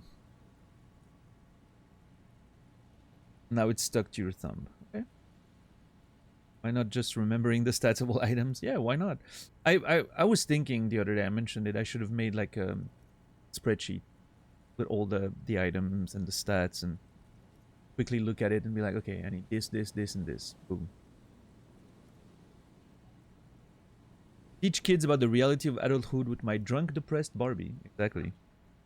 See, we already have a slogan and everything. Let's get to work. Maybe that's the investment of our lifetime. And then we go on the Dragon's Den, we pitch the idea and ask for an investment of 100,000 pounds for 1% of our company because we love crazy valuations, right? But I'm already my own drunk, depressed Barbie. Well, then you can project on your boy, Kimmy, instead of, you know.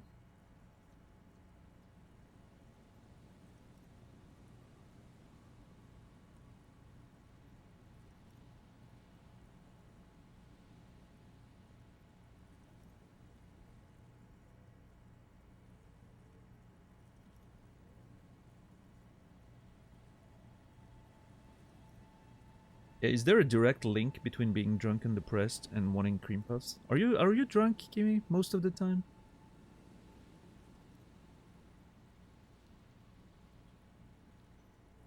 Put the sticker in your ledger after the last entry where it belongs. Put the sticker on your ledger, right on the cover. Shake it off your thumb and throw it in the wind.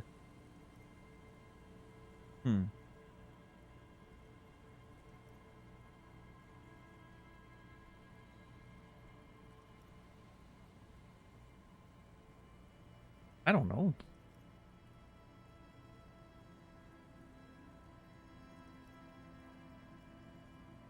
You don't know what you got till it's gone? Are you talking about the cream puffs there, or...?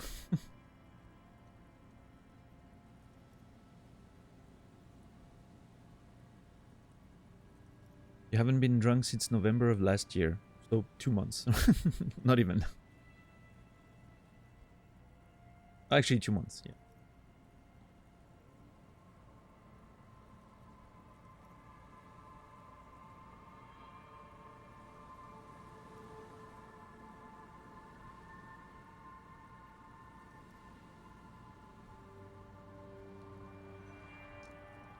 You remember your name? I mean, of course, it's written right there. Her name's Kimothy. Kimmy is just a short for Timothy.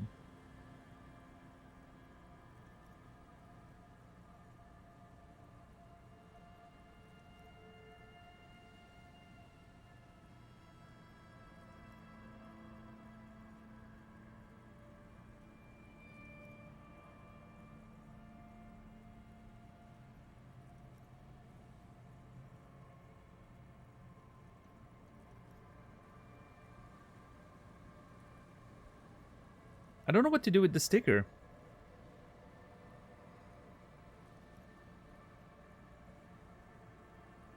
in the ledger or on the ledger, right on the cover.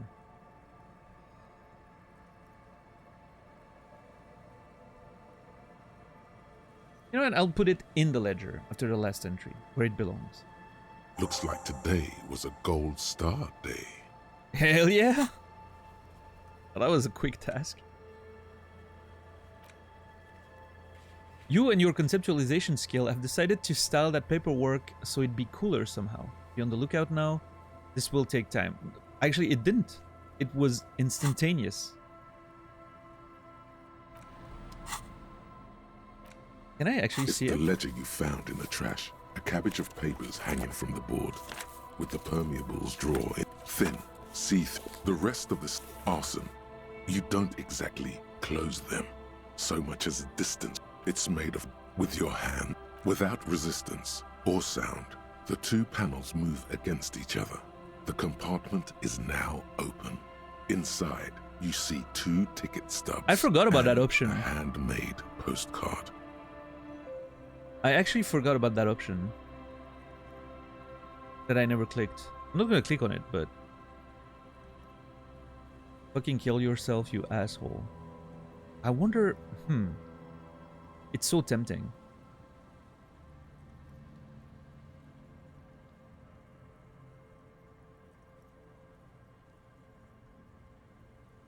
What's up, Jesus?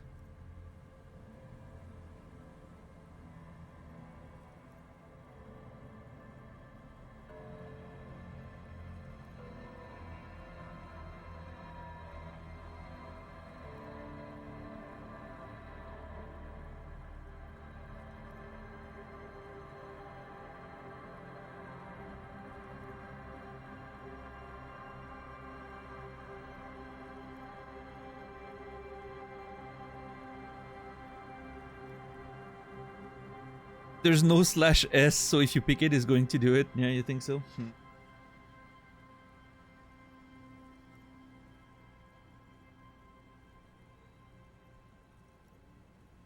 What an interesting option. What's up, Chris Link? I forgot about those. It's slightly. An a bunch of sodden papers sag from the clipboard in your hand. It's a sorry sight. Without resistance or sound, the 2 panels move against each other. The compartment is now open. Inside, you see 2 ticket stubs and a handmade postcard. Yep, the card again. You stare at the card, willing your hand to move. It refuses. It's too much. Not again. Interesting.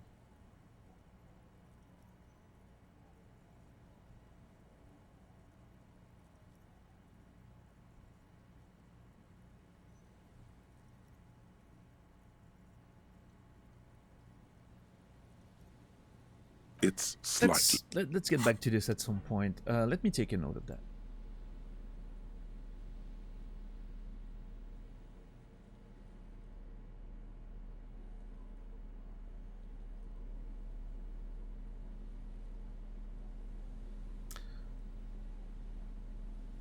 Pick the kill yourself option in the ledger compartment? Question mark. See what it does, maybe one day.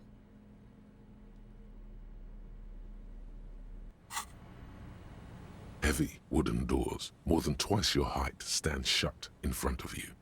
The rectangular sea-worn ornamentation appears in stark contrast to the padlock, carelessly drilled into the wood.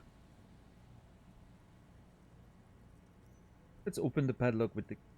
The lock turns easily. You hear a click as the shackle pops open. Feels like electricity and a very small piece of nothingness. Okay. Let's go. The lieutenant nods at you. Pull on the doors. As you do, you hear the echo of the doomed commercial area. Its black holes and dusty machines. Then the feeling passes. A great whoosh of air rushes into the dark innards of the church, as though rushing to fill a great vacuum. In the heart of the city,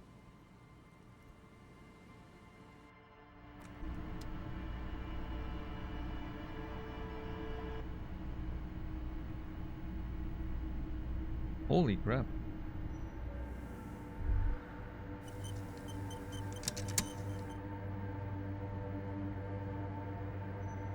Well, damn. That's a whole lot of things to do.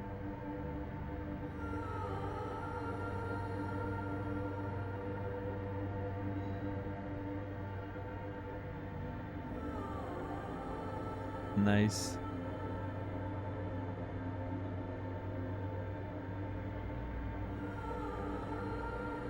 This almost looks like it was used as a classroom of some kind, you know, with the little tables and the board.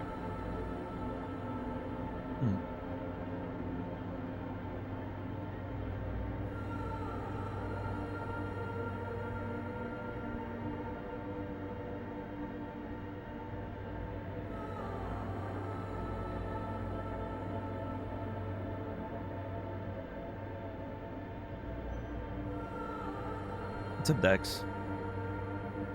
Very Outer Wilds.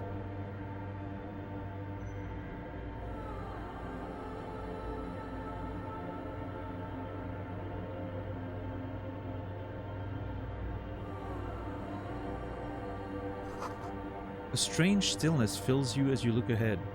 Walk here, not run.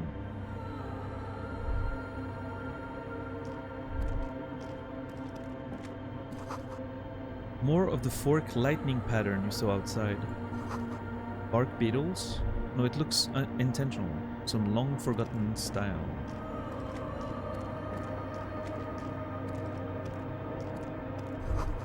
This grotesque wooden figure looks half finished. Feels like it's trying to become one with the church. What figure?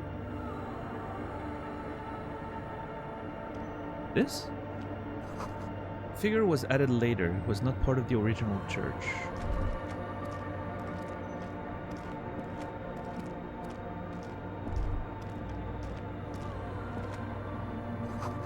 The blackboard is filled with complex equations. They look recent. Okay, so there's some sciencey stuff happening here. Oh. Feels like there's someone above you, watching you from the dark.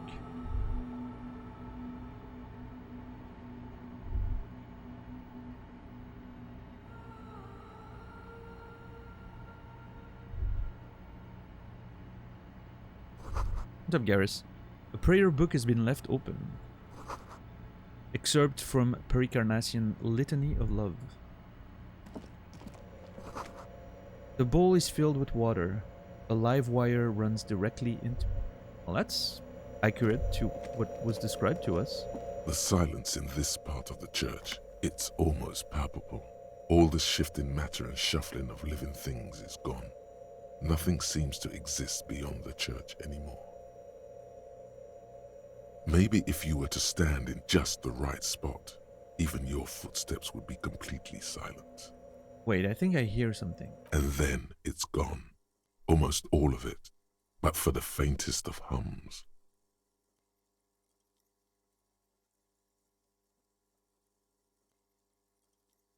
This is actually very well done. The silence is deafening right now.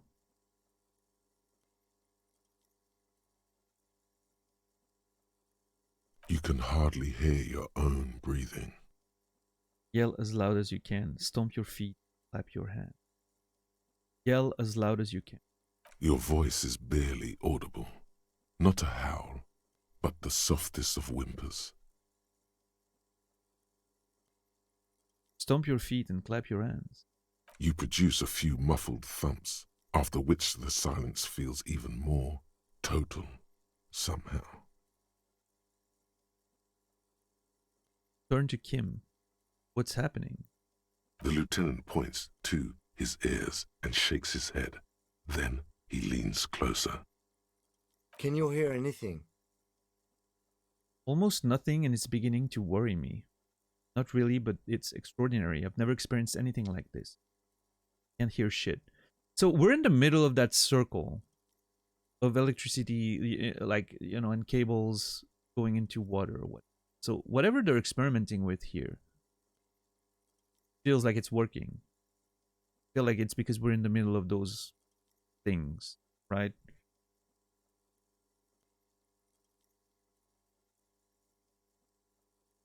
Not really, but it's extraordinary. I've never experienced anything like this. I wonder why the church was built with such strange acoustics. His detached tone conceals how uncomfortable he is. Maybe it's not due to that, but the church itself. It would be an interesting coincidence. Maybe the church was designed this way to prevent boisterous activity, singing and dancing on its premises. Great place to open a club then, huh?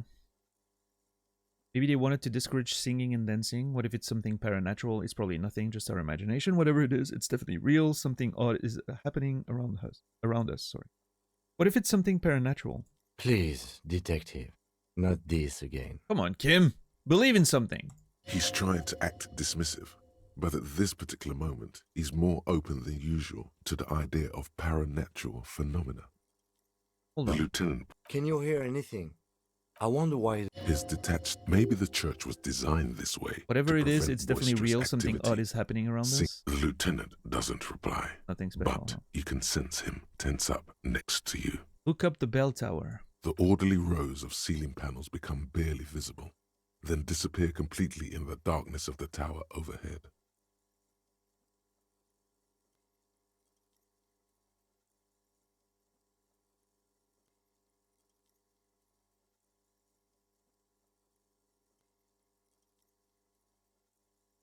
And they're up in the yard. Anti-spasmodic. Sorry to hear. Hope it gets better soon.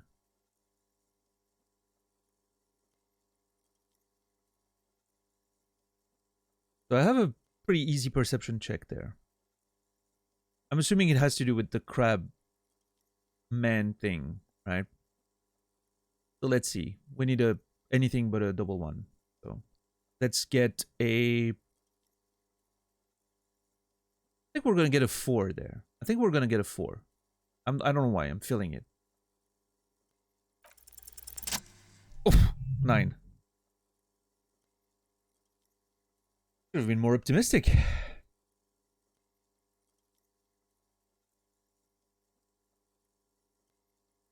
It's like there's something moving up there. A shadow has emerged from the tower and it's making its way toward you through all the other shadows. On the ceiling? Question mark? Yes. The darkness makes the ceiling feel infinitely far away. Follow the shadow's movement. It's not a shadow anymore, becoming more substantial as it gets closer. The shape of an animal descends. Officer, is there something up there? The lieutenant follows your gaze, attempting to see whatever it is that you are seeing. Oh no, you've lost sight of it. Where did it go? Oh no. Blink. Oh. You see something hanging from the rafters, looking straight at you with dark eyes.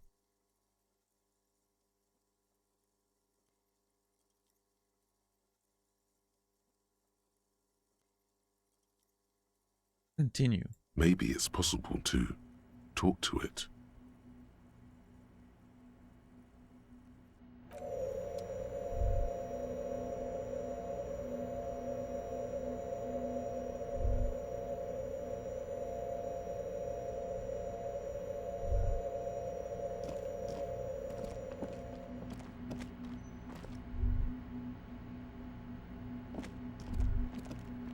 I'm gonna talk to it in a second.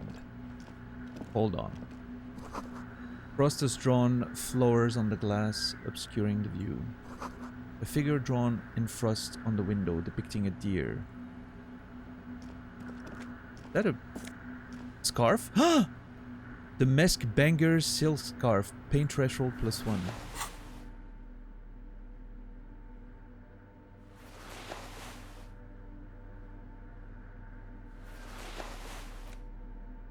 This huge red scarf is still dusty from lying in the church. A subtle red-on-red embroidery embellishes it with cocky roosters and Mesk floral motif. Hangers don't cry, +1 pain threshold. Alright. What if I equip it? Does it say anything? No, okay.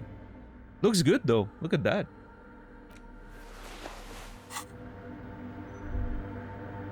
Yeah, Resident Evil 2, the lickers, or whatever they were called. Those were terrifying.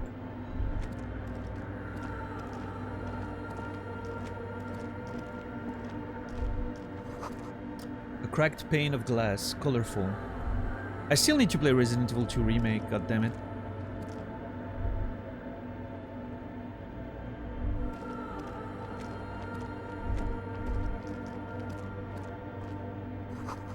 A spider spun its web around this wood-carved pillar.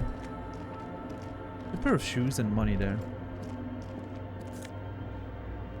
Mesk bangers, red brogues, +1 empathy. I'm sorry, what? In someone else's shoes? Oh, clever. These dapper snakeskin shoes have an almost invisible white-on-white flower motif sewn in the tongue. On the tongue. The toe caps are still dusty from lying in the church. Okay.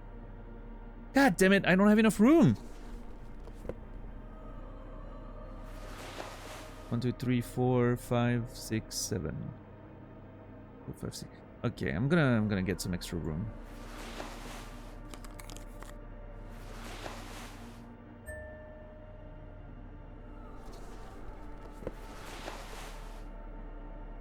There you go.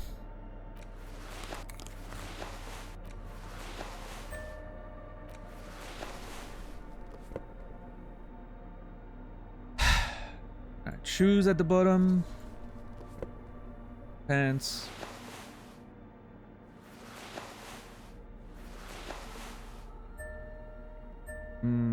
Gloves.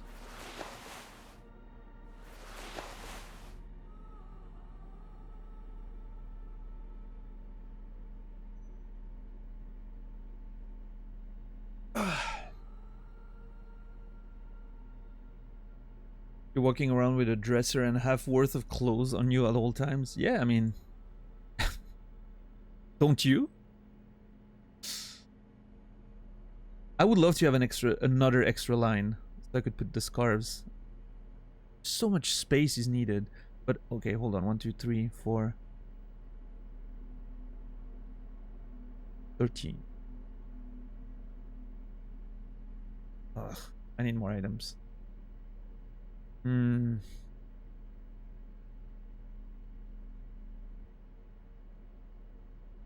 I guess I could combine these 3 into 2, and then I'd have a... Yeah, let's do that, I guess. I hate it. How do I do this?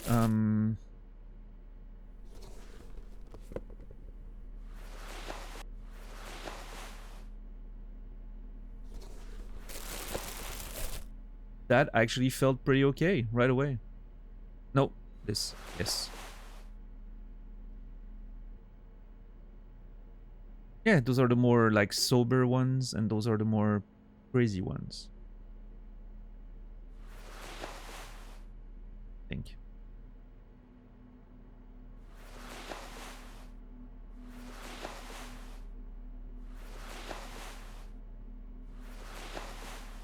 Yeah.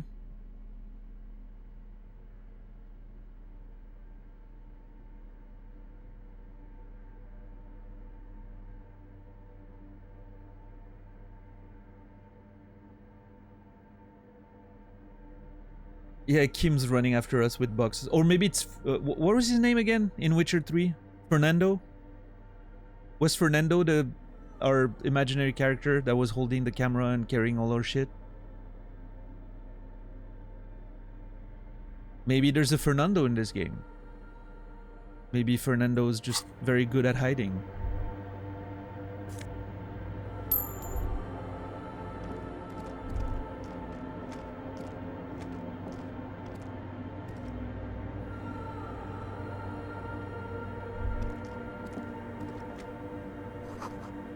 Cold wind blows from the broken gallery, makes your skin crawl.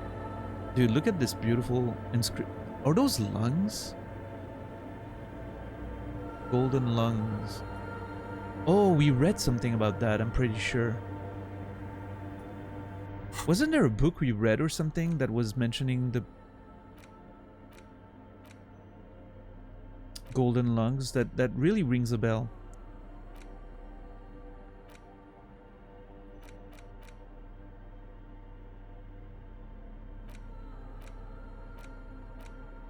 I'm not sure.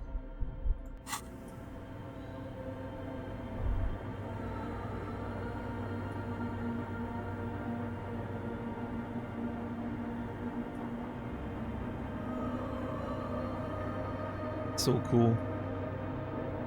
This looks really cool too. Man, there's something really interesting about this whole design there. I'm very interested. Someone's siphoning electrical current from outside into this antenna. The antenna, Reem Esker AR1, is buzzing with energy. The portable Harman Waushi tape recorder. Is it possible it's recording something? Well, I mean...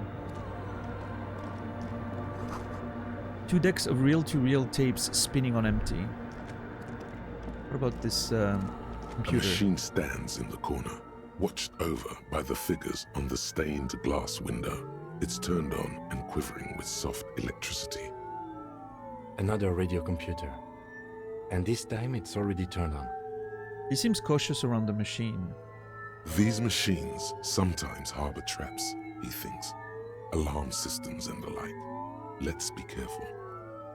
We should leave. I doubt this place bears any connection to the case. But this machine looks like the one in the doomed commercial area. Let me just investigate it. Step behind the computer. You're right, let's get out of here. Yes, but this machine looks like the one in the doomed commercial area. It's also quite similar to the one we have down at the station. Must be the same model. He inspects the machine's framework, careful not to touch anything. The one you saw earlier was the Reem Civic. This is the Reem Prefect, a model number RC7024, equipped with a Feld mainframe and a Reem-compatible interim printer. The Reem Prefect is the governmental version of the commonly used Reem Civic model. Although mostly based on the same technology, the Reem Prefect is equipped with better noise attenuation circuits.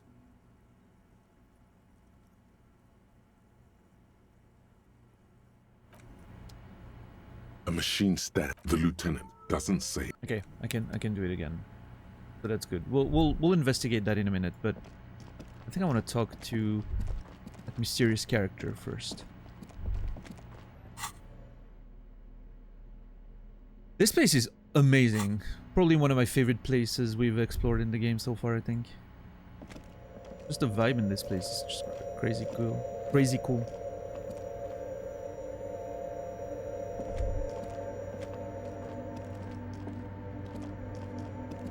The shadow is a man made of the same stuff as the carpentry of the building.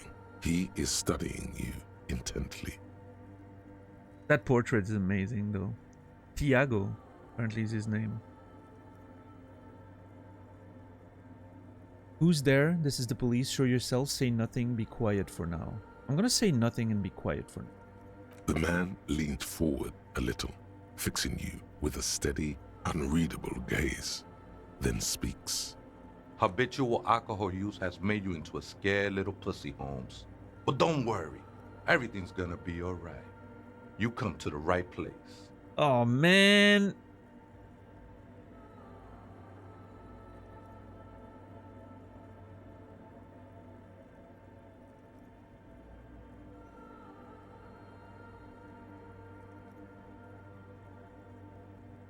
Why is it like someone else?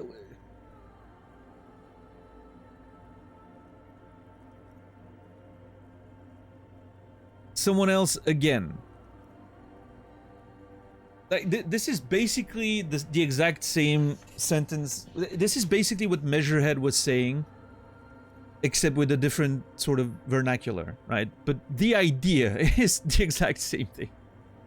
Yeah, exactly. It's the Al Ghul is so bad that you can smell it. My body betrays my degeneracy or something, right? It's again the same rhetoric, but with different vocabulary. I haven't been drinking in over 6 days in the game, by the way. I just want to point that out. How bad? Must I have been drinking for it to still be possible to smell the alcohol in my body after 6 days? Jeez.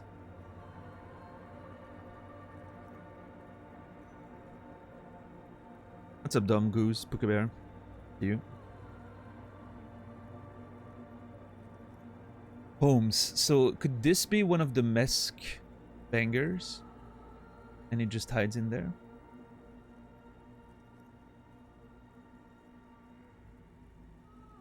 Let's see.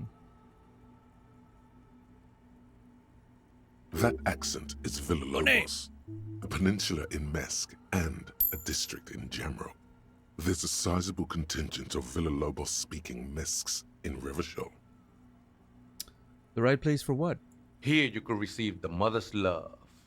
And when you're ready, she will take your hand and lift you out of the despair at the bottom of that bottle.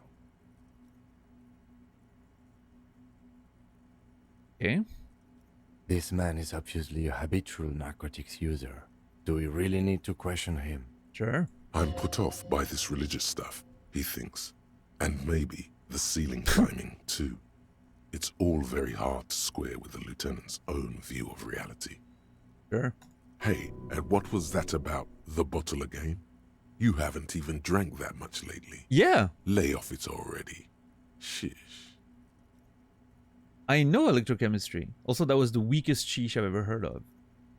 Put a bit of heart into it. I guess I have a bit of a problem, and it's been getting out of hand lately, but I'm a policeman. I need to talk to you about police things. I don't know anything about alcohol use. Oh, hell no. Run away.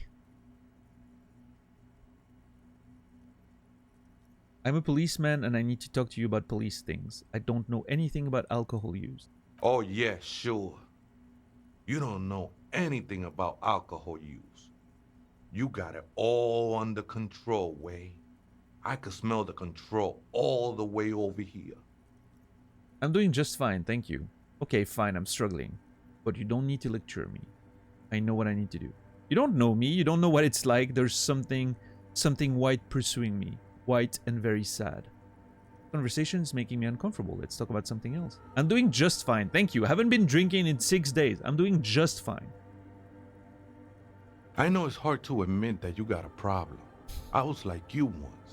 Couldn't take an honest look into my own heart and see I was in pain. Yeah, and now you're half naked climbing the beams of an abandoned church, so...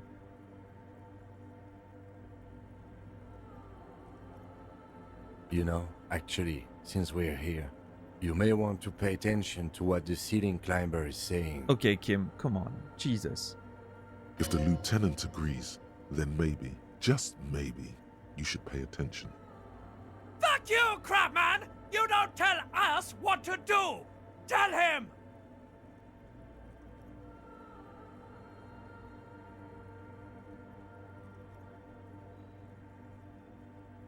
Okay, so it appears the necktie can talk to you even when you're not wearing it. That's something I did not expect. We're not even wearing you, I know. That's a real L, sorry.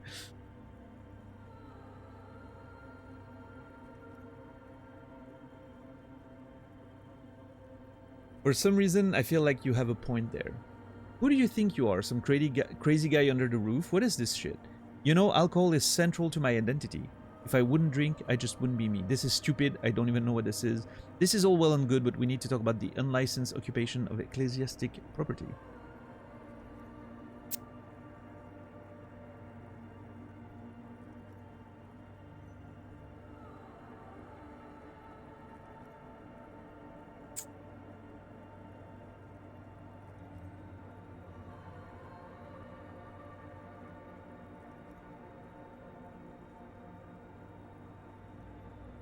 Alright, for some reason I feel like you have a point. Don't trust me. Trust the mother. I'm only the messenger, Holmes. His voice echoes in the cold air of the church, and we gained a new thought. The wasteland of reality. Research time 20 hours. Holy crap. -2 physical instrument. Insomnia.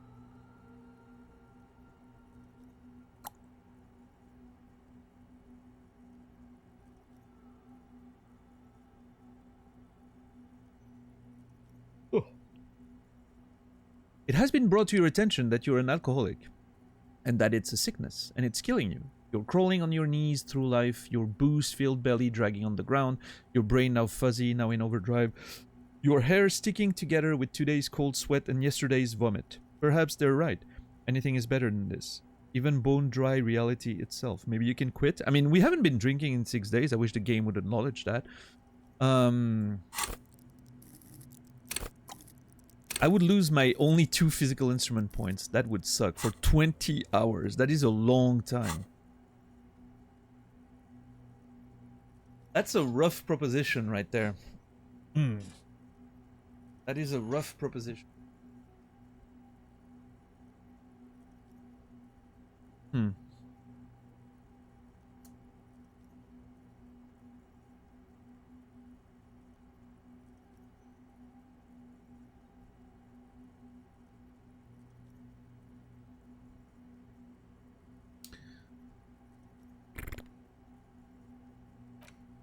Once an alcoholic, well, I mean, yeah, if, you know,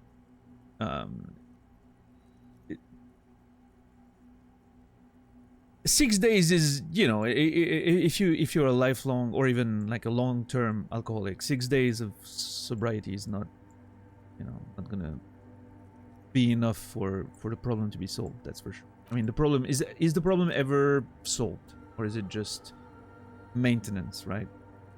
In recovery, and are you ever out of recovery is my question. I don't know. From my experience and working with addicts and all that, I feel like you're always sort of in recovery, right?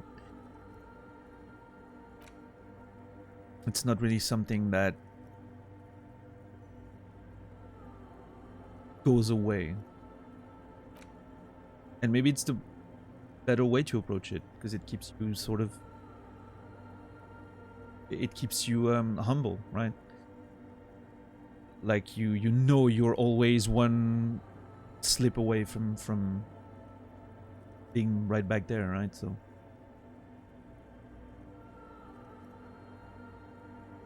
yeah, go.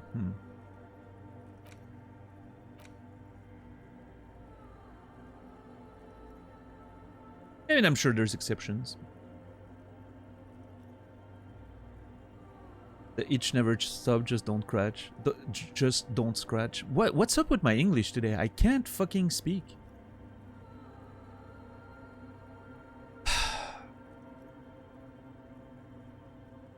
It's one of those days, man. My brain just refuses to work properly, I guess.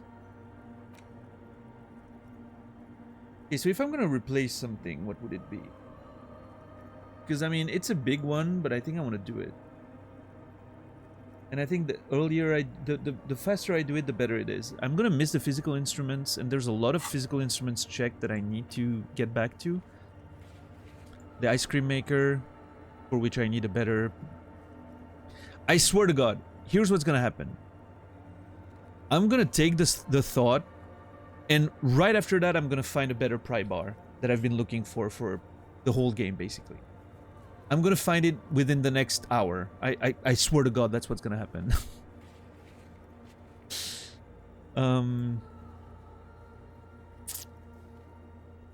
Yeah, I think I'm gonna do it now. And then the other checks, I'll eventually get to them, I guess. Hopefully it doesn't maintain that after its research, but I don't think so. Okay, I'm on 1 point at 0 experience, so it's gonna be a big investment if I do it now, but I think I will. Which one, though, is the big question. I guess Guillaume Le Million is an easy replace.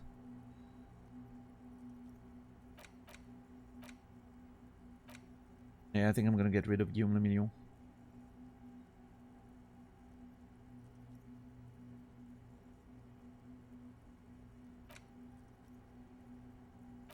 Yep, there we go. Wasteland of Reality, here we go.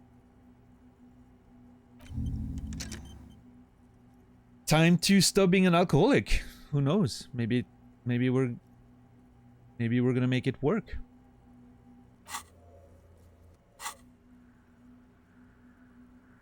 Voice echoes in the cold air.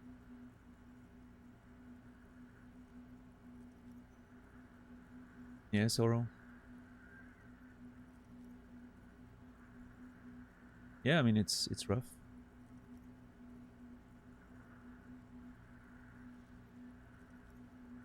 When I was working with, I was working as a social worker with addicts. I mentioned that in the past times, but I remember one of the guys that was in the system at that point. I remember him coming in one day. For me, it was new. Like I didn't know him, but one of the oldest members of the team, the staff, knew him because he had been through the system once. He hadn't been there in 12 years. He got out of the system. He was sober at the time. Found work. Started working. Apparently stayed sober. Obviously it's hard to know exactly what happened, right? There could have been hiding stuff and whatnot, but he kept a job for 10 years. Kept a job for over 10 years, and apparently, according to him himself, was sober the whole time. And then suddenly something went wrong with the job. He, like they laid off people where he was working, and he was part of the layoff for no extra, no other reason than they just had to part with people, right? And that, sent him in a bit of a loop, and he like used again, and took him a couple years to seek help again and come back to the system. Like for a decade, according again. He apparently was sober and working and having a normal life for about 10 years. And then just like that, just slipped and was right back there.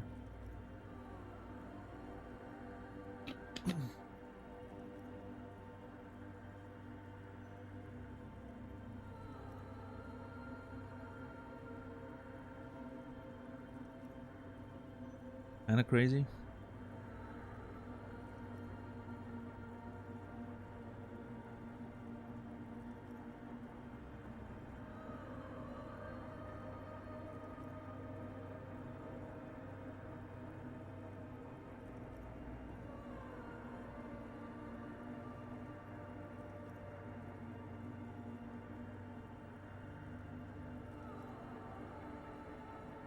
But yeah, there's some, there's some good stories too. I mean, as far as I know. I remember when I, hold on.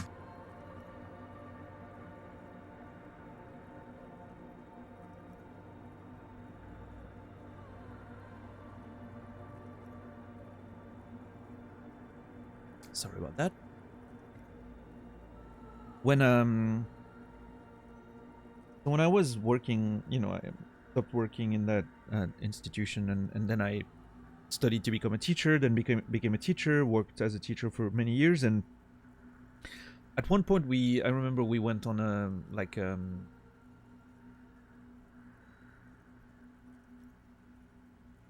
what'd you call that, like a school trip, right? We went on a field trip in the mountains with the kids, and there was a sort of there was a little place in the mountains where you can, there's a whole sort of weird, it's not really a,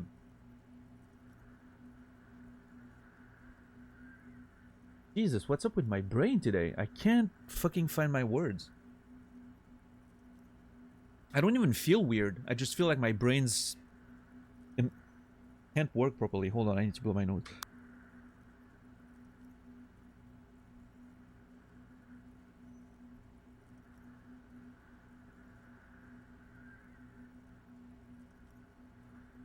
Anyway, there's a sort of place in the mountains here in Switzerland, which maybe Sorrow you know about, in Molaison, right? At the Molaison. There's a sort of weird roller coaster thing up there. That's not really a roller coaster, but it's sort of like a mechanical little thing. Like you step into a small like wagon that's on rails, and then it goes down the circuit, down the hill. It's a whole thing. Anyway, it's a thing kids love to do. I don't know exactly what it's called or how I would even describe it better than this, but it's a sort of weird roller coaster that doesn't really work like a roller coaster. Anyway. There's a mini golf right next to it, and there's a, you know, like a ice cream truck or whatever. It's a little summer sledge, I think it's called. Okay, well, there it is. Anyway, it's a whole nice little park, right? And a sort of little amusement park in the mountains. And we were there with the kids. And suddenly, I hear someone calling my name. Like, hey, Daniel. And I turn around. And here's a dude that used to be in that you know, system that I was working with addicts. Used to be a resident there. And I'm like, oh my God, what are you doing here? And he's like, oh, well, I've just, you know, I found that job, you know, got out of the system and all that, found that job here. It was basically working as a you know, maintenance guy. It was like a, you know, how would you even call that? Like a workman, right? He was doing all the stuff that needed to be done around the park. Taking care of landscaping, taking care of the mini golf, you know, landscaping and like cleaning and little maintenance here and there. Basically, you know, doing a nice little job up there.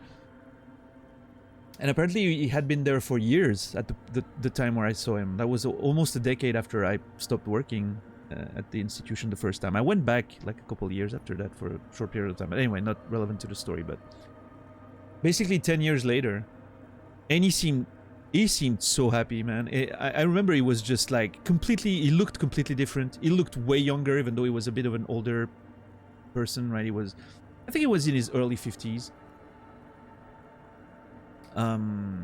But he looked so much younger than when I first met him, when he was still, you know, struggling with drugs and all that. And he just seemed so happy. He was there I remember him telling me that he was there for over 5 years now. He was working in that mountain station, and that was just his life. He was living in the mountains and just working there, and that was it. And he was very happy away from the city and all the you know, the people from his old life, and he was just focusing on just doing his job and enjoying it. And you know, he was super nice with the kids, with like the you know, the students that often would obviously see kids up there. But like, I remember him interacting with the kids of my class, and he was just such a nice dude. That was a nice experience, you know, seeing that. And I hope he's doing well. I don't know. It was almost 10 years ago at this point, so I hope he's doing well. Right. I hope he's still up there, doing his thing in the mountain. He had a rough life. I remember a bit of his life. He lost his... I don't think they were married, but he lost his long-term partner to an overdose, which is actually what sent him to, you know, enter the system and sort of try to live that life.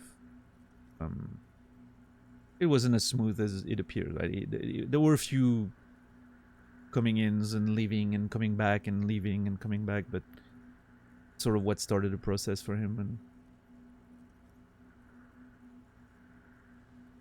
yeah, I mean, one of the few success stories that I remember being able to witness myself. I hope there were more that I just never knew of, right? But I know of a few stories that ended poorly, unfortunately, but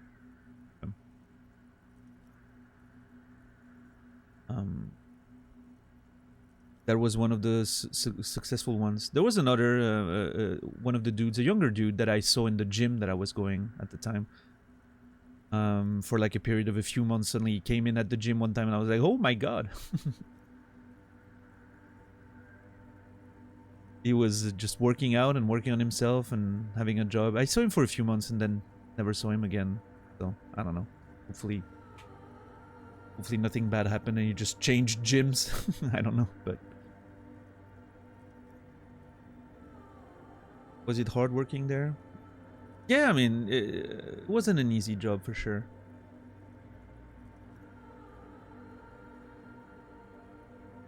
It's a world of, you know, manipulations, lies, because that's the survival systems that's their survival instincts, right? That's how they survived for so long, is manipulating and lying, and in many cases that's how they, you know, managed to survive the world they were in, right?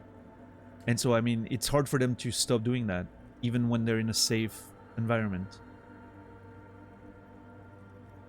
even for like stupid shit, you know, that have nothing to do with drugs. Like it's sort of just going back to that default state, I guess. But everyone was different, right? But that was something that was a permanent struggle, sort of.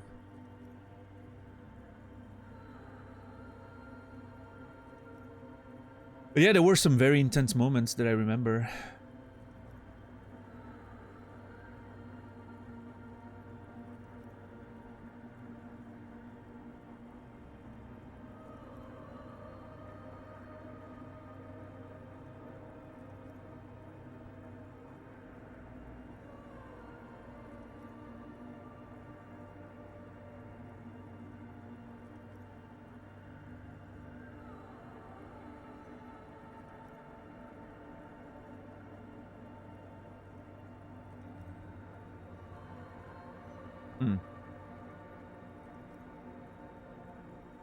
Haven't heard of it, so no.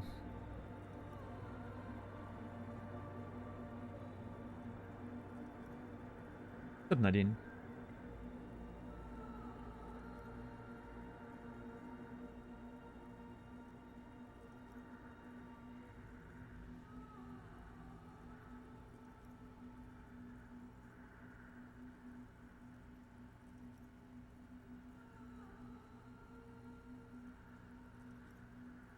But yeah, no, there definitely was some rough moments here. Yeah, I still remember one of the instances that I remember very strongly is there was one dude who was a metalhead. He was always listening to death metal in his room very loudly. The whole building could hear it. And then he would go in the gym downstairs, and there was a little gym in the thing, and he would just blast some death metal and just lift some iron. And that was his way of, you know, exteriorizing all that anger he had. He was a very, you know, angry person. And I remember one day, just like suddenly I hear like the doors slam in the building, and I go out of the office that I was standing in. There were two of us working there. You know, colleague that had more experience than I did. Often, who just like walks, like he just slams the door and just like starts walking towards the exit, and we're like, "Where are you going?" I was like, "I'm leaving, going away." Dressed, you know, ready to go, leather jacket and all that. And there's a train station right next to the building where we were, right? So clearly he was gonna go take the train and go to the city. It's the building, the house where we worked and the residence and all that was a little outside of the main city. It was in a nice little quiet town, right? But like a 5-minute train ride. And so he goes out, and I'm like, okay, I'll go talk to him, right? Because he was a scary dude, right? He was very angry, and he was a bit of a scary dude. And the person working with me that night was a very small lady. You know, that she didn't feel very strongly about trying to stop him. Let's put it this way. So I was like, I'll go try and take care of that. And so I was, you know, I followed him to the train station. He was like, stop follow. I remember him. He was walking and he was like turning around and like, stop following me. You know, if you don't stop following me, you know. And I'm like, no, I'm just, you know, I'm just going in the same way that you are. No worries.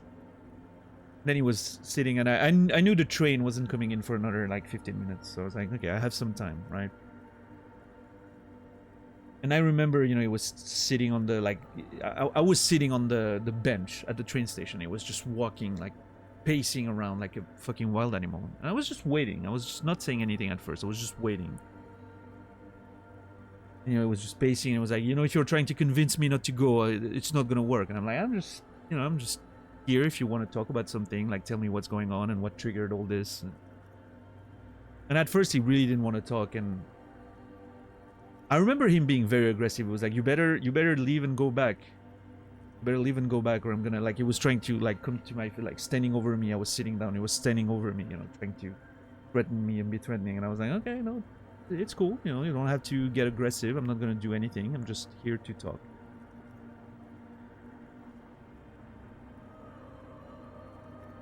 And I don't really remember how the conversation started, but I couldn't get anything out of him, like, as to what triggered his whole reaction. I remember at some point, I don't remember what happened exactly, but I think he sort of like came very close to me to the bench, and he sort of like pushed against my knees with his own, like I was sitting and he pushed, you know, against my knees with his own, and I just reflexively I stood up, you know, to stand like in front of him, almost like confrontational, you know. And I remember standing in front of him and looking at him in the eyes.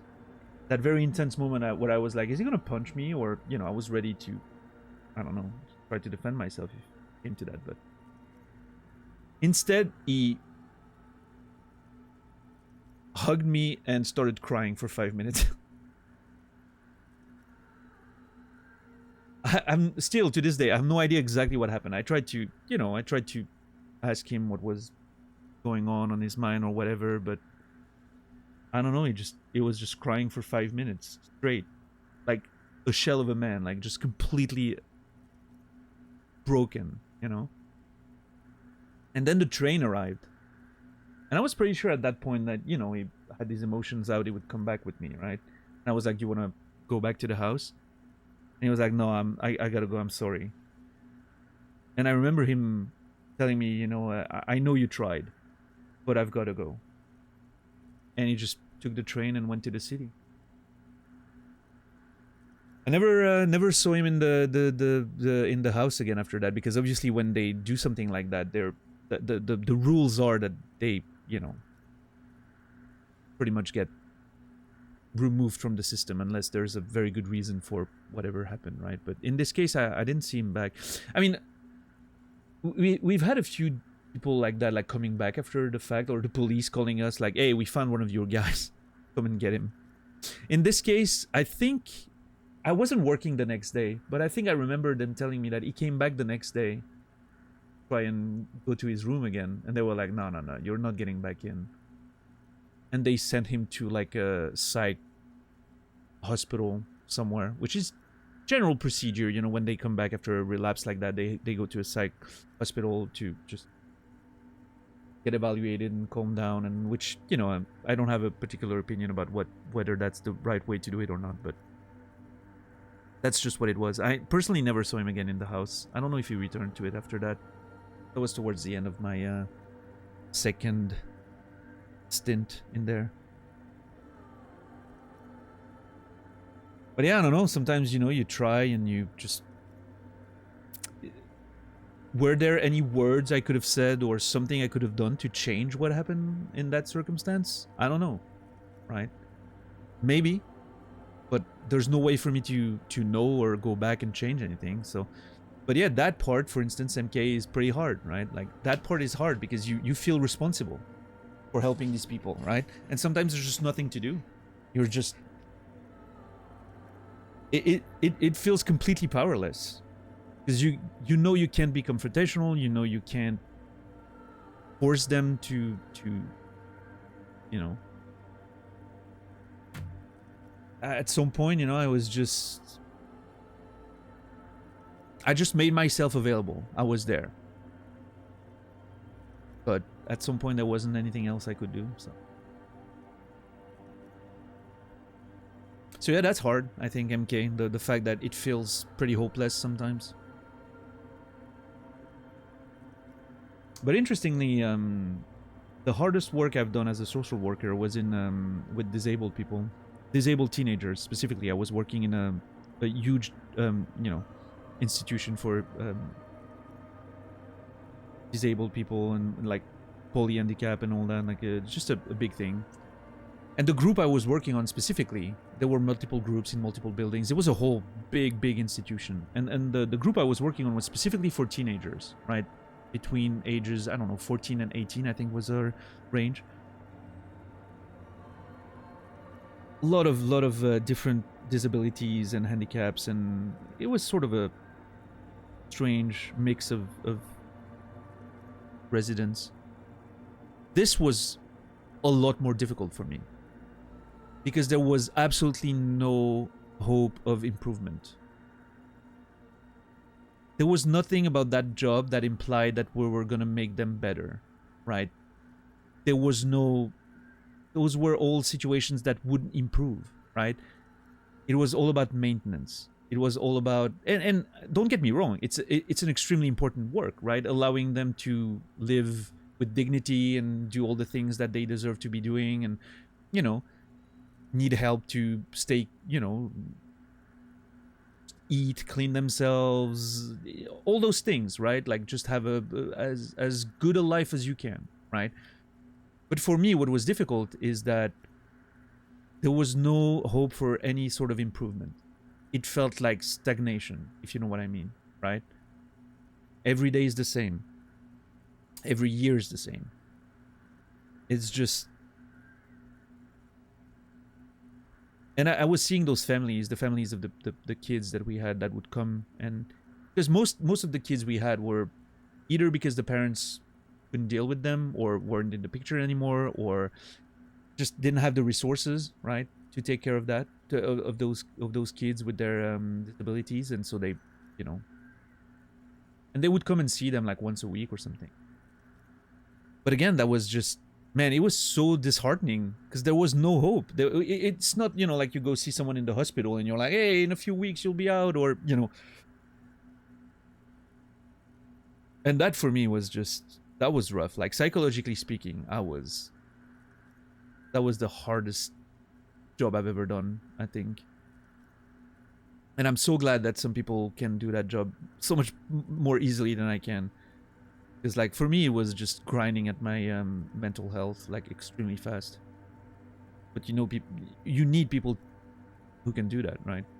So unfortunately, there are. Yeah, it wasn't for me, that's for sure.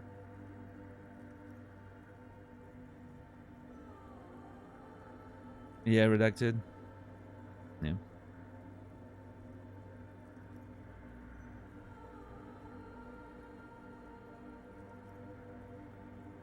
I think redacted, a lot of that comes from the fact that people still look at addicts as, you know, bad people making bad decisions, if that makes sense. That feels like the stereotype sometimes, instead of looking at them like people who have a disease that needs to be helped, you know, that need to be helped.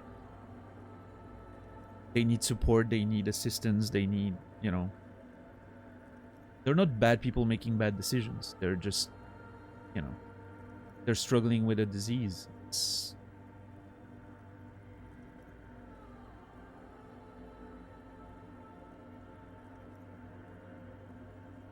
no different than any other disease, and it just manifests in ways that is very poorly stereotyped, I guess, in media. I think that doesn't help, but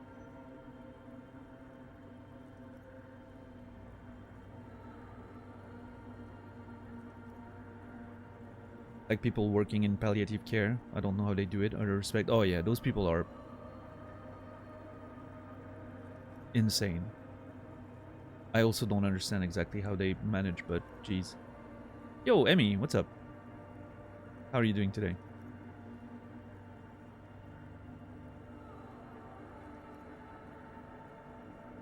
We were just talking about topics that are probably very near and dear to your heart.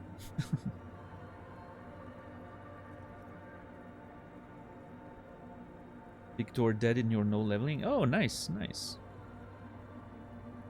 What's up, Dalgurak? Welcome in. Yeah, just conversations about recovery and sobriety and the perception of addicts in, you know, society and general media and all that.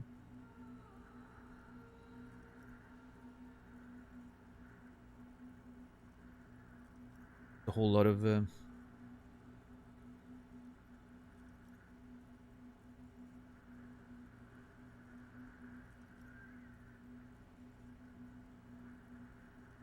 I mean, you didn't miss much. It's just a lot of me monologuing about my own experiences around work that I've done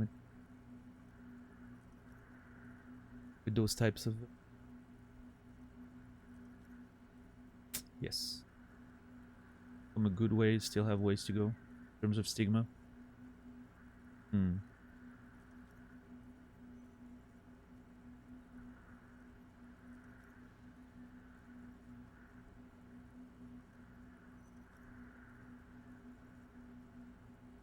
And all of this was triggered because we're in the game currently internalizing the wasteland of reality, which apparently is potentially getting us sober. We'll see.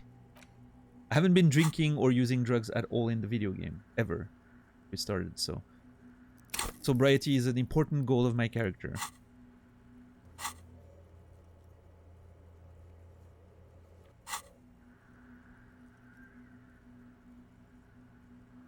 But yeah, thanks for the raid. I appreciate it.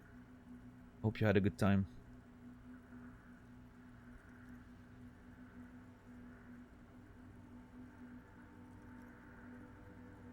Don't trust me, trust the mother.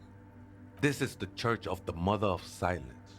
You are welcome here.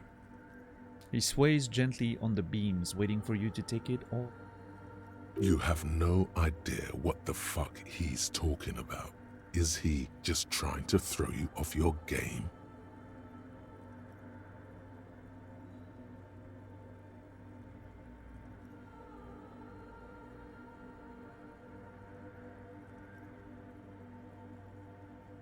You have no idea what the fuck he's talking about. Is he's just trying to throw you off your game? I don't know, Rhetoric. I wonder.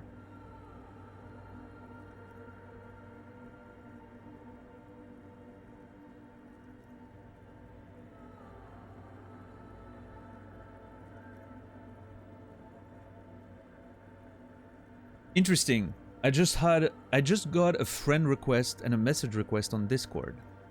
It says, "Hello, how are you?" question mark. And the logo absolutely looks like one of those logos of, you know, those people who are making graphic design for streamers. I've noticed a few things about these people. Do they share no. They share a server. None of the servers like that are close to the community. It's a big server that I'm on. Sorry, I meant to send that to someone. That's not you, Kimmy. No, I know, Amy. I would have told you if that was on your server. It's a huge server. Don't worry about it. But I've noticed a few things about those. Their logos always almost look the same, and they always have girls' name. Have you noticed that? They always have girls' names.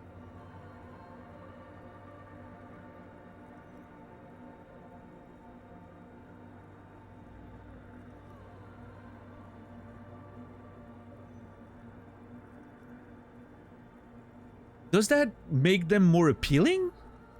Is that the idea?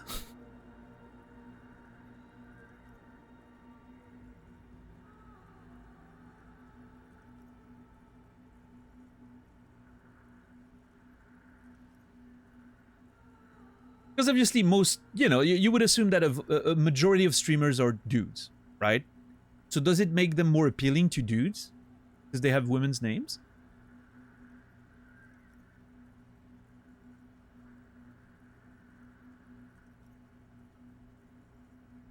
Maybe I should sell art? No, Kimmy, you're a real person. You can't do that. You have to be a fake person to do that.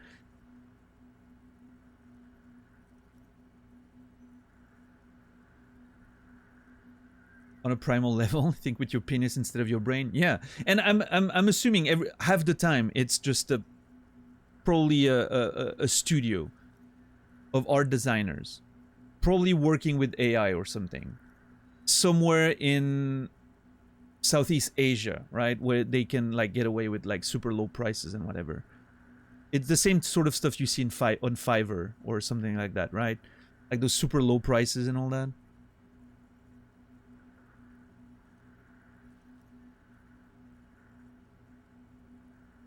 Should we interact and see what happens? So it says, "Hello, how are you?" Hello. I am doing fine. Thank you. Let me let's come up with let's see what we can do with this. I could go straight ahead and be like, I am assuming I assume you have a fantastic offer for me to get some graphic design for my channel.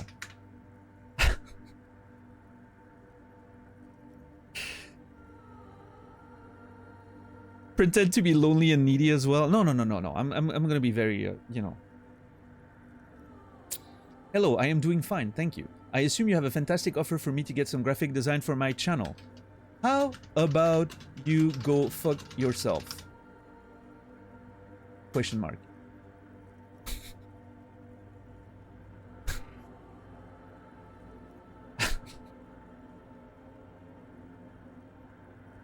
Ooh, yeah.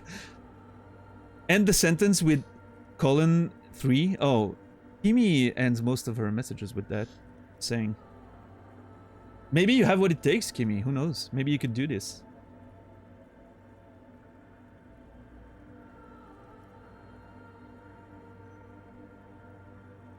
Might have been an African prince with an ungodly inheritance to give to you.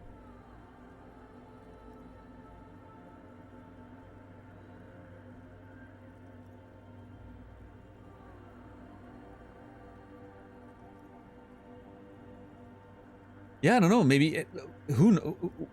What if it's, you know? What if it's the what if we're in a romantic comedy and this is just a person who happened to see my name or something, and you know.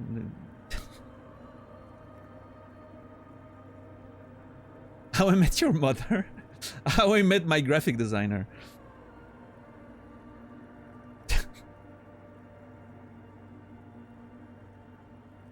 They have no riz, yeah. Yeah, Nibiru. You should tell them that their profile picture betrays the degeneracy. Oh, that's a good one. Yeah. You're missing out on the graphic designer Discord, EGF. So far, I'm doing fine, thank you. I assume you have a fantastic offer for me to get some graphic design for my channel. How about you go fuck yourself? Question mark. That's what I have so far. It's still in editing process, right? I haven't sent it yet.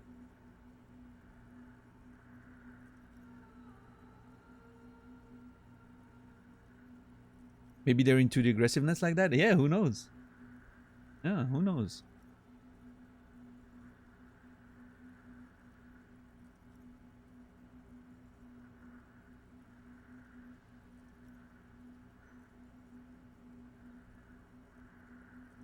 I mean, I could be a little more polite, right? After all, who knows? Maybe it's just someone doing their job, right? They're just trying to provide for their family. They just have to do those things this way because that's how probably the business they're working for is asking them to do so, right? So maybe I should be a little more, please go fuck your... How about you go fuck yourself respectfully? Question mark. Kind regards.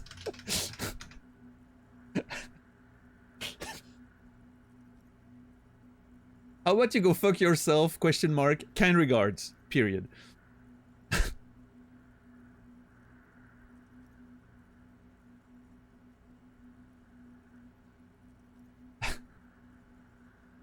Proceed to auto-fornicate.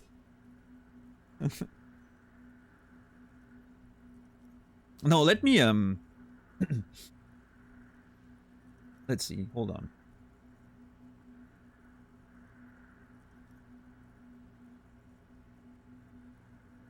I mean, that's the thing, Gold. Sometimes they can't, because, you know,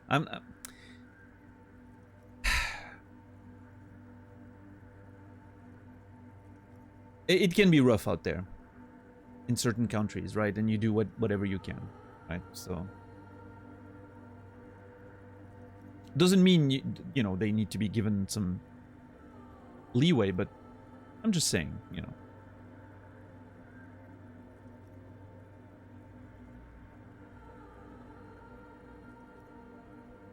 It's the problem. It's a systemic problem, not an individual problem, is what I mean. Like, I'm gonna be polite. I'm gonna be too polite, probably, but I'm gonna be polite. Hello, I am doing fine, thank you. I assume you have a fantastic offer for me to get some graphic design for my channel. I am not interested. Have a good day.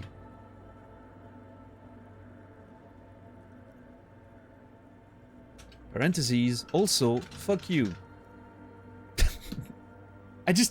I can't help myself. What's up, Brendan? How are you doing today?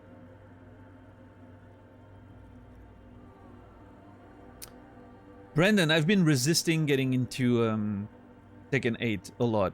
It's on my mind every fucking day. I'm resisting getting it.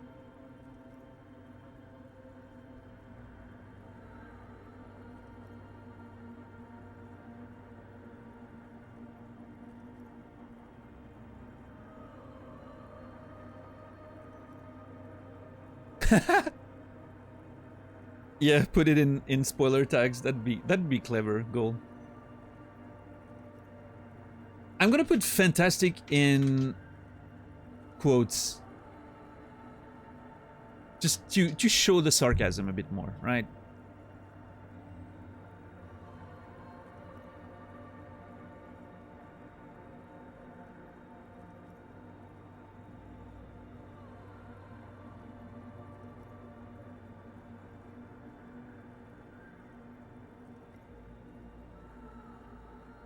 Hold on.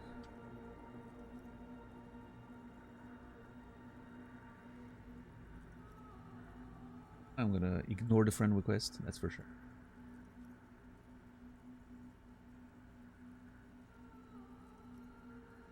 Yeah, I'm wondering, Sokaman, if we're gonna get a AI response, right?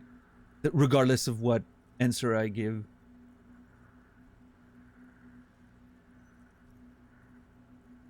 Alright, I'm gonna send the polite version. I'm sorry, I'm just a nice guy, I guess. Should I not? Should I send the more aggressive version we initially written? What do you think, Credo? Tell me. I trust Credo for stuff like that, for some reason. I don't know why.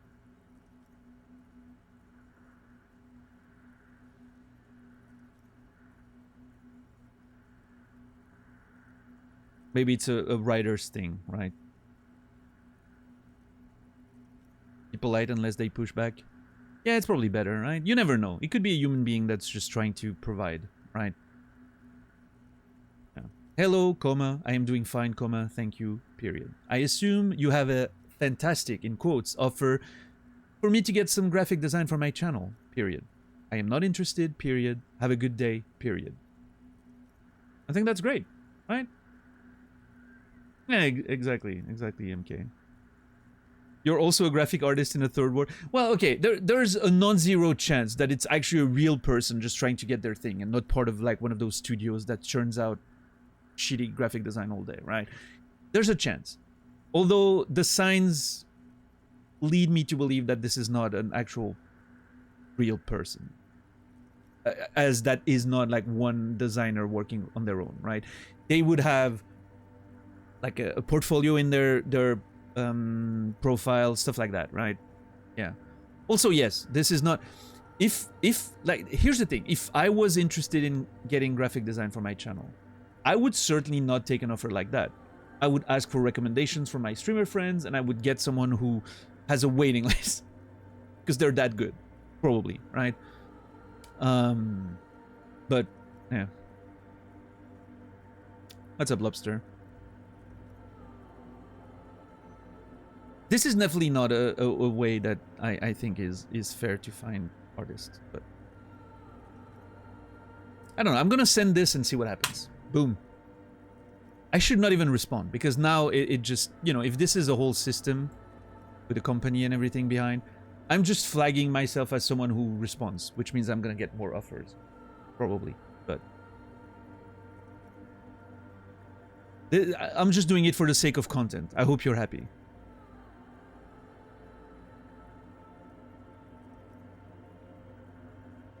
Yeah, maybe Archeesy. I doubt it. Again, based on the signs. But... And the server. Like, if it was a server that I... You know... If it came from, let's say, NASA's server. Or someone's server that I'm hanging out on quite a bit, right? Depending on the server, I would have been like, maybe it's someone that saw me in those communities and wanted to just say hi and ask a question about something, right? You never know, right?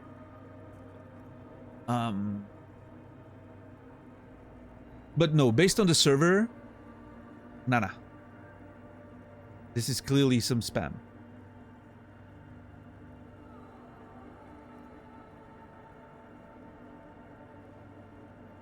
Honestly, MK, I think... It costs very little, right, to just send a whole bunch of messages to entire servers. It's probably automated, right, MK?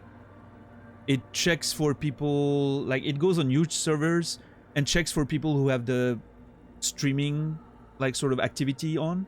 Maybe something like that, and it sends an automatic message. It's no wonder I'm getting that message while I'm streaming. It's because it searched for those flags, right? And so I'm assuming it doesn't cost them very much to run, and I'm assuming they just need a few people to respond positively. You never know, right? There's so many streamers out there who have no idea what they're doing. And they think that getting a professional graphic, panels and whatnot is gonna make their stream more popular.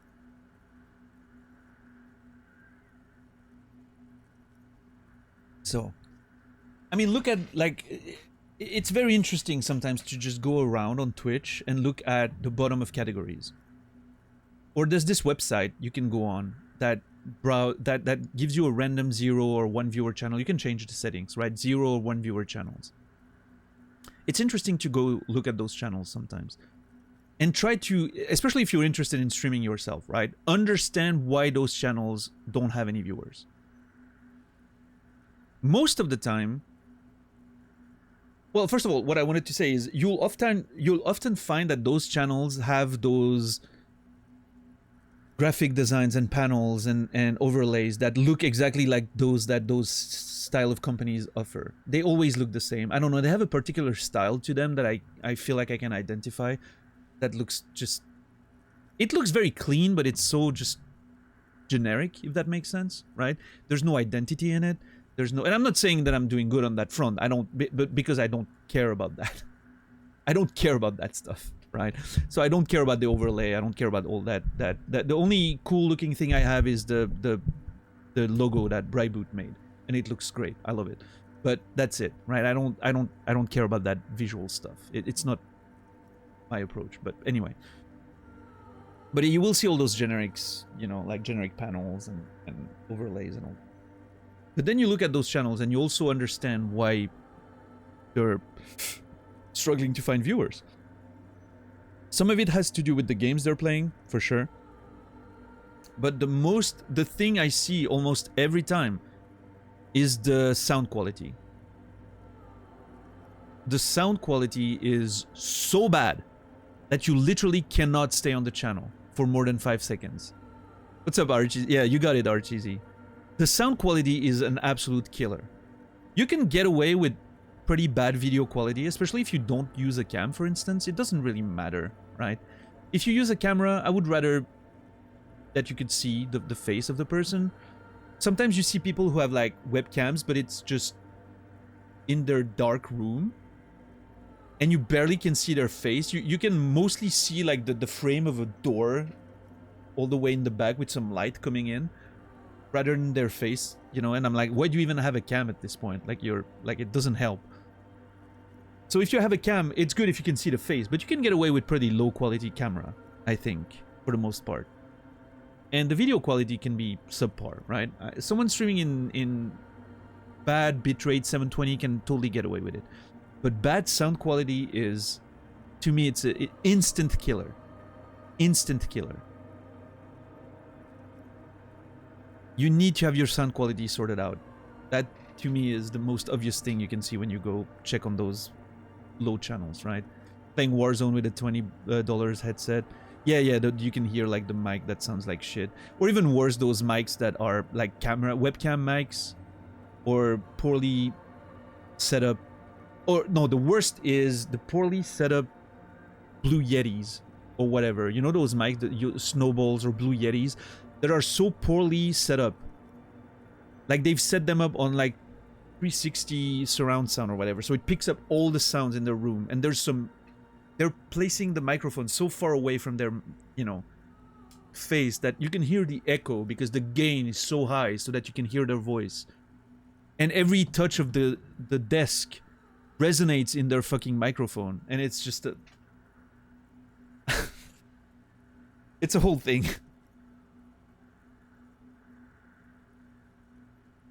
And yeah, obviously the lack of interaction, which I understand, you know, it's hard to keep talking for hours when no one is listening. I get it, it's hard. Well, I guess so, Sting. Like you know, I always say there's as many ways to be successful as there are successful streamers, right? But I think, you know, Tyler also had the advantage of playing a very popular game and was one of the first people who did it on that, you know, with that type of stream interactions and you know. I think it's the exception, not the rule, right? And I would personally not be able to watch his content, but that's another conversation also.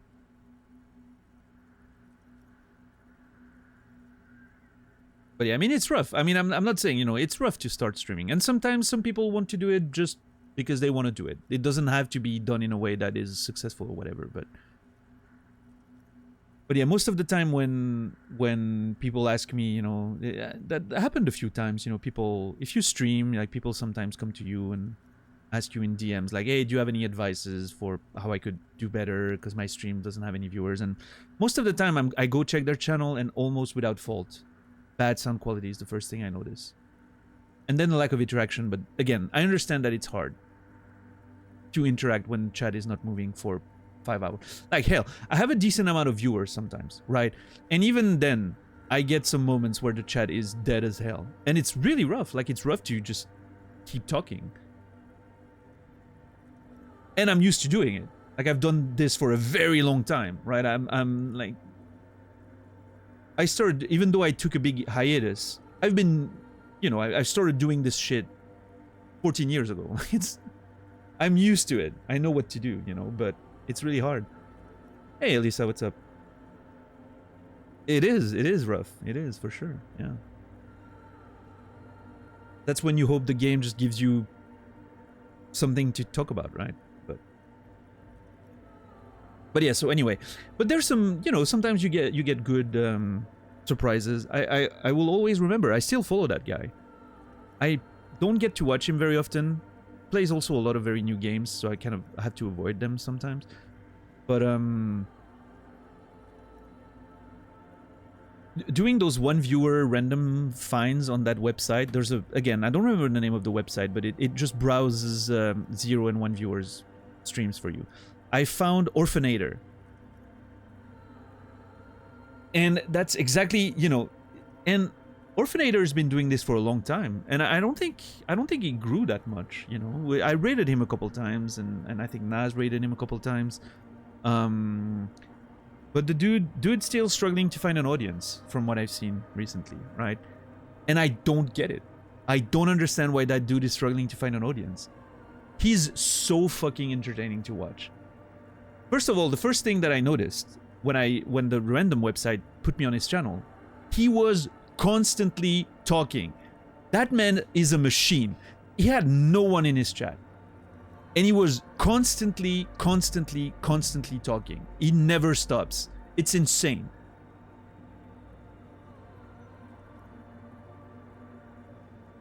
And as soon as I engage with him, because I remember stopping because I was like, oh, someone who's talking a lot, who has decent sound quality, who has a nice webcam quality, and he's playing an interesting game. I don't remember what he was playing at the time when I found him. I think he was playing Crisis Core. Yeah, I think that's how I found him. Because on the settings of the website, I went for 0 to 1 viewers, people playing Crisis Core, because the game just came out. And I was like, let's see, you know, it's a popular game that just came out. Probably a lot of people are gonna be playing it with 0 to 1 viewers. And the man was just talking all the time. It was amazing to watch. And then I engaged with chat, right? Because I noticed he had a all elite. Thank you, $10. I had an all elite the elite bandana he has right now. He also had that when I was looking, and it's a wrestling thing, right? And so I was like, oh, wrestling fan. I'm going to engage with him. And I started talking to him, and the dude is so fucking, like, what a great dude. Super engaging, constantly talks, super friendly. Like, honestly, this dude is one of the best examples I've seen of you can do everything right and you can still struggle to find an audience. And I'm not saying everything is perfect, right? Could his sound quality be a bit better? Sure. Could a few things be a bit better? Sure. You know, could he have a bit more of a defined sort of approach to his stream and you know, the way he plays games? Sure, right? You need to have something like maybe sometimes, you know, a bit more specific. You've got your challenge runners, you've got your, you know, specific games players, gamers, or only RPGs, or, you know, I guess I'm a bit all over the place as well with my gameplay, but like people, you know, you usually know why you're coming to watch me. It's for the very slow, in-depth gameplay and the random conversations that take us away from the game for an hour, right? You know what you're gonna get, right? Maybe his content is a bit more just to, you know, it's just random variety, right? But I think it's a shame that this man doesn't have more viewers.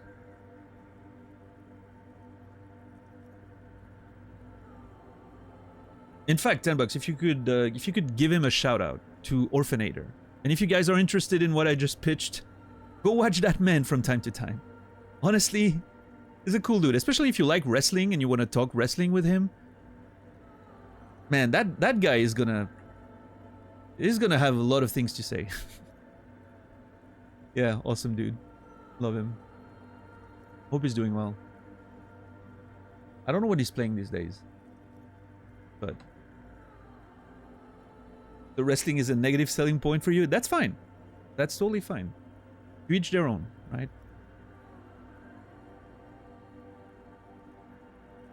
We rated him before, yeah, Kimmy, for sure. Oh, he's been playing Suicide Squad. Yep. Yeah, Jesus, you have? That's cool. Yeah, no, the guy is...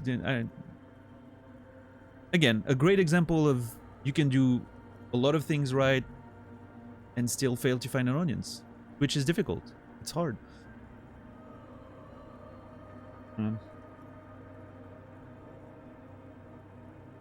And then there's the other side that Elisa mentioned. Yeah, you have people that have huge audiences and you're like, why? I don't get it. But, oh well, it is what it is, you know. Yeah, love Orphanator.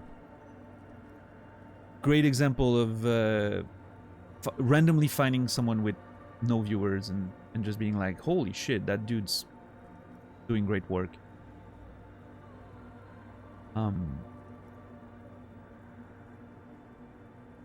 Actually, I want to do more of that website that shows you like low viewer channels randomly. It's fun to do. It's a lot of filtering, you know, a lot of not too interesting stuff, but sometimes you find a diamond in the rough. So, what was the website? I don't remember actually. If you Google random Twitch no viewer channel, nobody.live. There you go. That's the one. Yeah. And you can change the settings and all that. Found a link, but the website's not working anymore. Oh, is it that one? I don't know then. Oh, this one seems working. Okay. Yeah. Maybe I should do that more sometimes. I really enjoyed it. And it led me to find Orphanator, which was a great find.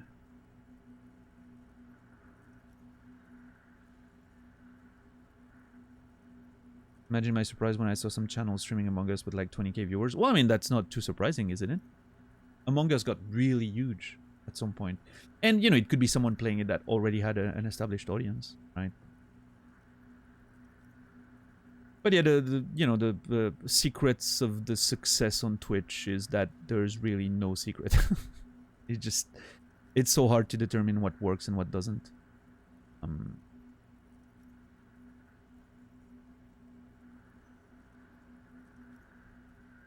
You never saw a stream with more than 1.5k viewers before that? Ah, yeah. No, there's a lot of huge channels out there, for sure.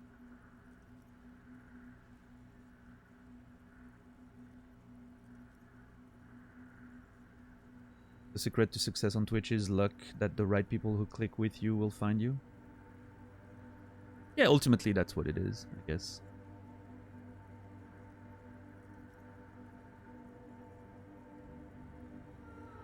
Yeah, I don't know. One dude who's hugely successful and I simply don't understand why he's called Carnage. Interesting. I understand why Ko is popular. As someone who's been following him and knew him since he had like 100 viewers, I totally get it. I saw the whole, you know, thing happening. So, I have a pretty good idea of how it happened. But I think a big thing with Ko is also that it started early and intensely. He was putting in the work, and he started very early.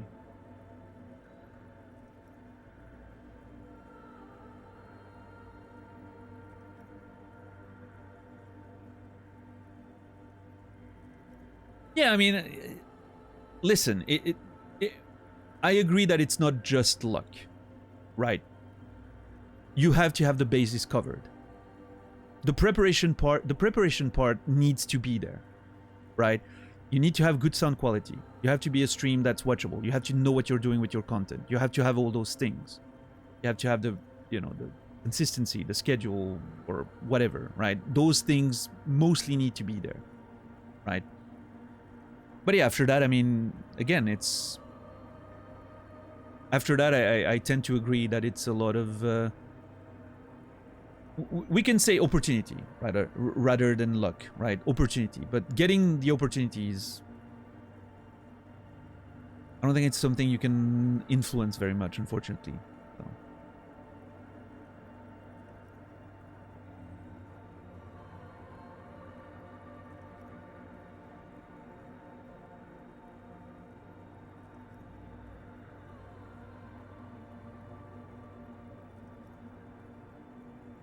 But yeah, I mean...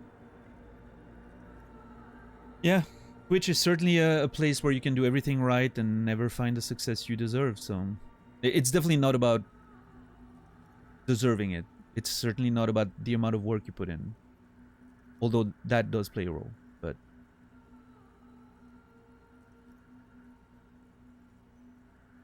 It is definitely about chance, encounters...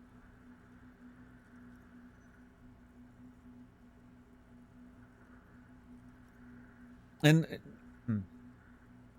I think a big factor is... I think game choice plays a huge factor. A much bigger factor than a lot of people give it credit for, I think. The problem is that there's a lot going into that. It doesn't just mean play the big popular game. Far from that. In fact, playing the big popular game, for a lot of people, is going to be a terrible choice. Because you're going to be drowned in the mass of the same, like so many people doing the same thing, right? But you're also never going to make any progress by playing a game that's been out for years and that not many people care to watch, right? Now, it doesn't mean that it can't work. You never know. You could suddenly find, you know, like one person that's watching that for... a random big streamer like suddenly wants to watch a small game that nobody else has seen, and then you meet someone that's gonna get you there. I don't know, you know, but yeah.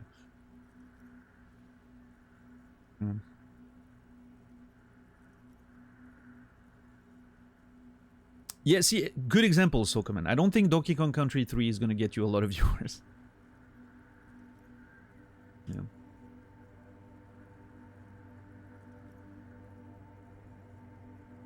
Excluding the random giant exception, the rule. And even then, I mean, you know, I always think... Like, if I ask myself the games that really work the best for my channel, right? And if someone asks me what should I play if I want to find some growth on Twitch, and I'll be like, oh, well, those games work super well for me, for instance. But I've seen some other people play those games, and some people who, you know, don't have like small channels or anything, that have channels of pretty much my size, right? But have played the same games and didn't find remotely anywhere close to the same amount of success with the game that I had. So it's so random. Like well, it's not random. It feels random. It just, some games are gonna work well for your specific style of streaming, and it's very hard to see or to know in advance what's gonna work or not.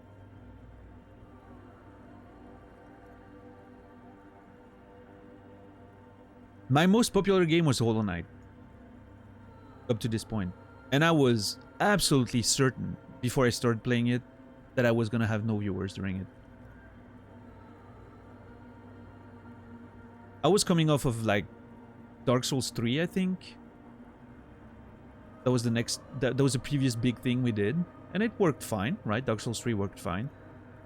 And I remember thinking and saying to a few people that I was very, you know, scared of transitioning into Hollow Knight, because that was a pretty, I felt like that was going to be a pretty long game, and that I would get, like, no one would watch. But turns out it was the most successful game I've ever had, so it's hard sometimes to predict those things, so.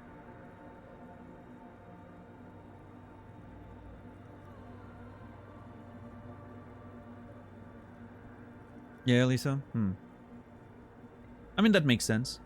They represent a large portion of the website, unfortunately. I don't have any stats, obviously, but I would wager that at any point, if you look at all the channels that are live at any point, I would argue that the 0 to 1 viewer streams, or 0 to 5, let's open it a little more, probably represent half of them. Again, completely pulling that number out of my ass, but I'm pretty sure it represents half of the live channels at any point. And obviously, most of them are not even, you know, affiliates. They don't bring any money. It has to cost a lot, yeah. But like, what do? You can't gate that, right? If you gate that, then nobody new can come to the platform, right? So how do you prevent that? Like, it's, I think the only way that I could see them counteract that would be reducing their bitrate, and maybe force their streams into lower resolutions and bitrate. But that would suck, obviously, because those would be things that prevent you from finding more viewers. Or disable any permanent saving of VODs, or disable like VODs altogether, right? So at least it doesn't have to save that on the platform for even like a few weeks. Or, well, even though I think most of these channels don't even have the VODs turned on, because it's a setting that's off by default, and I think most of them don't turn them on because they don't know. Yeah, Lisa, I think that's the case, but 720 is still probably pretty big. You would have to lower it to 480 or something. But, and especially, like, it's not just a question of resolution, it's a question of bitrate, right? Affiliates and anyone can already stream at like 6K bitrate, I think, right? And then if you're a partner, you can basically go to however high you want. I think the bitrate is more significant. But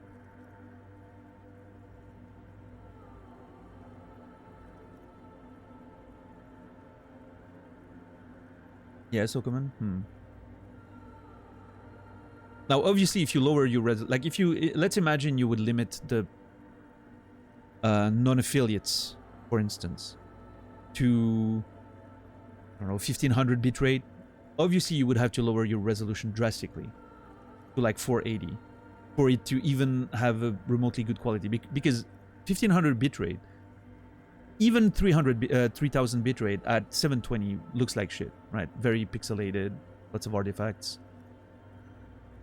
So yeah, I don't know. Oh yeah, I'm not saying that's what they should do, Sting. I'm just saying, like, if I would, if you were to find solution to make it more economical to have all those small channels, you would have to limit those things. But obviously, I wouldn't want to do that.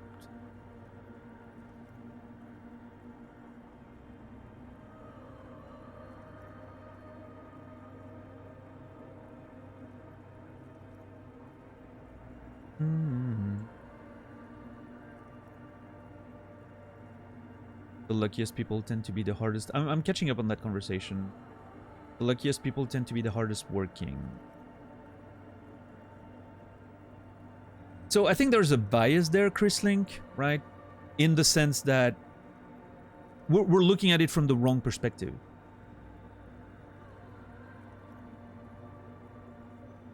We're seeing the hardworking people that made it, right? And so we're like, oh, those people made it, and as it turns out, yes, they were also hardworking people. Because that's the preparation part of the luck factor, right? Preparation plus opportunity. So they had the preparation down, right? And so when opportunity knocked on the door, they got it. But what about the millions and millions of people who had all the preparation perfectly in order, but they didn't get the opportunity? And so we don't see that, right? So I disagree with like your conclusion that the you know, they're the hardest working people. I just think that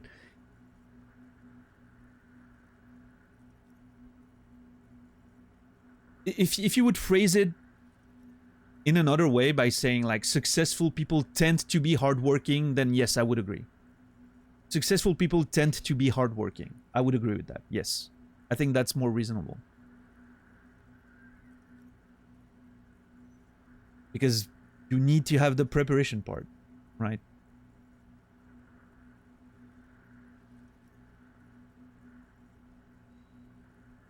And again, it depends how you define success also.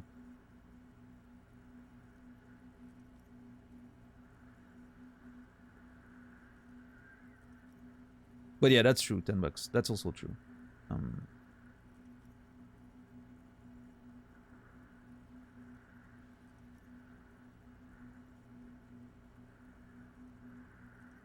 Which again, I mean, here's the thing. I don't think that disqualifies them from being hardworking people, right?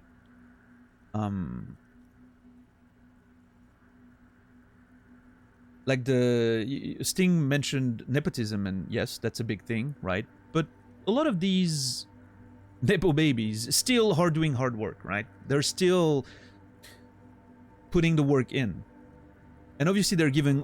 That's the thing, though. What they're doing is they're sort of hacking the opportunity part of it, right? The opportunity part of it is pretty much guaranteed because of who their parents were or the context they find themselves in by virtue of their heritage, right? But they still have to do the work, if that makes sense. There's many examples out there of rich people kids that never got anywhere because they, you know, squandered all opportunities that they had. So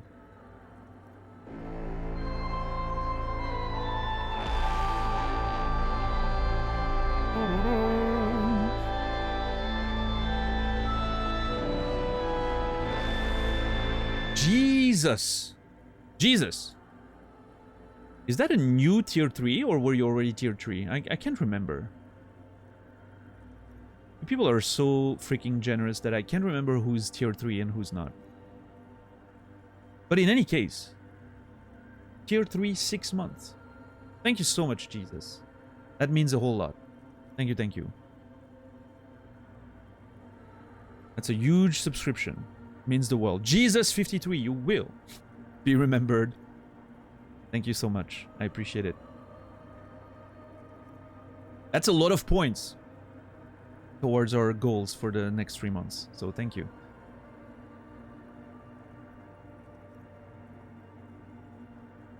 It's new? Beautiful. Appreciate it, man. Let's get you more of Jeff's money. Yeah, that's money for Jeff, for sure. Got a nice percentage off of that. And hell yeah, 6 points for the Partner Plus program, or the Plus program. Thank you. That's going to help a whole lot with getting there.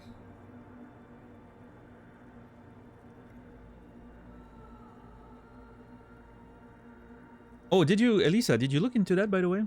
I'm assuming you're easily getting that lower tier partner program, right? Or plus program.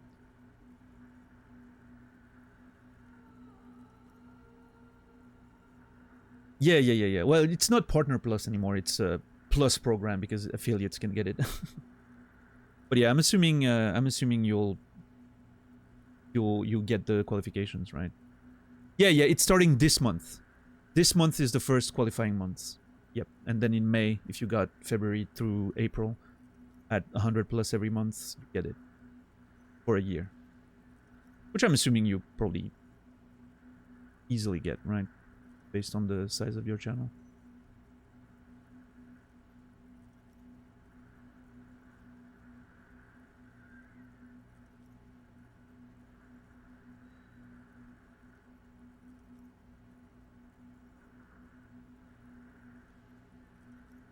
Barely making it? The gifteds don't count, yeah. Obviously, they have to, right? Otherwise, someone could cheat the system by gifting subs themselves. And making more money than they spend by doing it. It's unfortunate, but I understand why they have to put a limit there. It wouldn't make sense otherwise.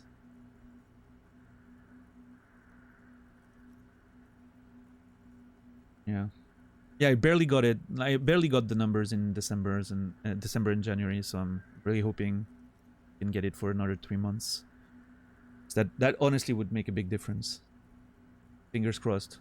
And thanks again, Jesus, for the help. What do you consider hard work? Well, I mean, I guess that depends, right?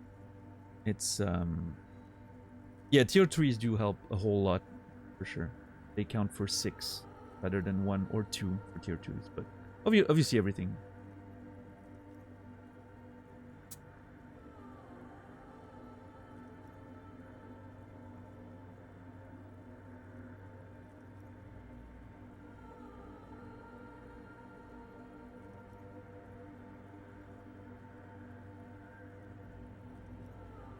Hard work equals doing everything necessary for your business venture to...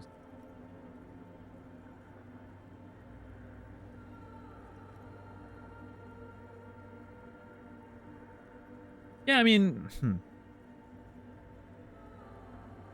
I wish it was easier to incentivize higher tier subs. There's not much benefit people get.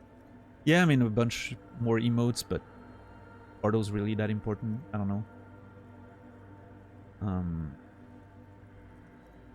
Yeah, I don't know. I mean, you can find creative ways of doing that, right? With extra content outside of streaming, but it's a lot of energy to invest.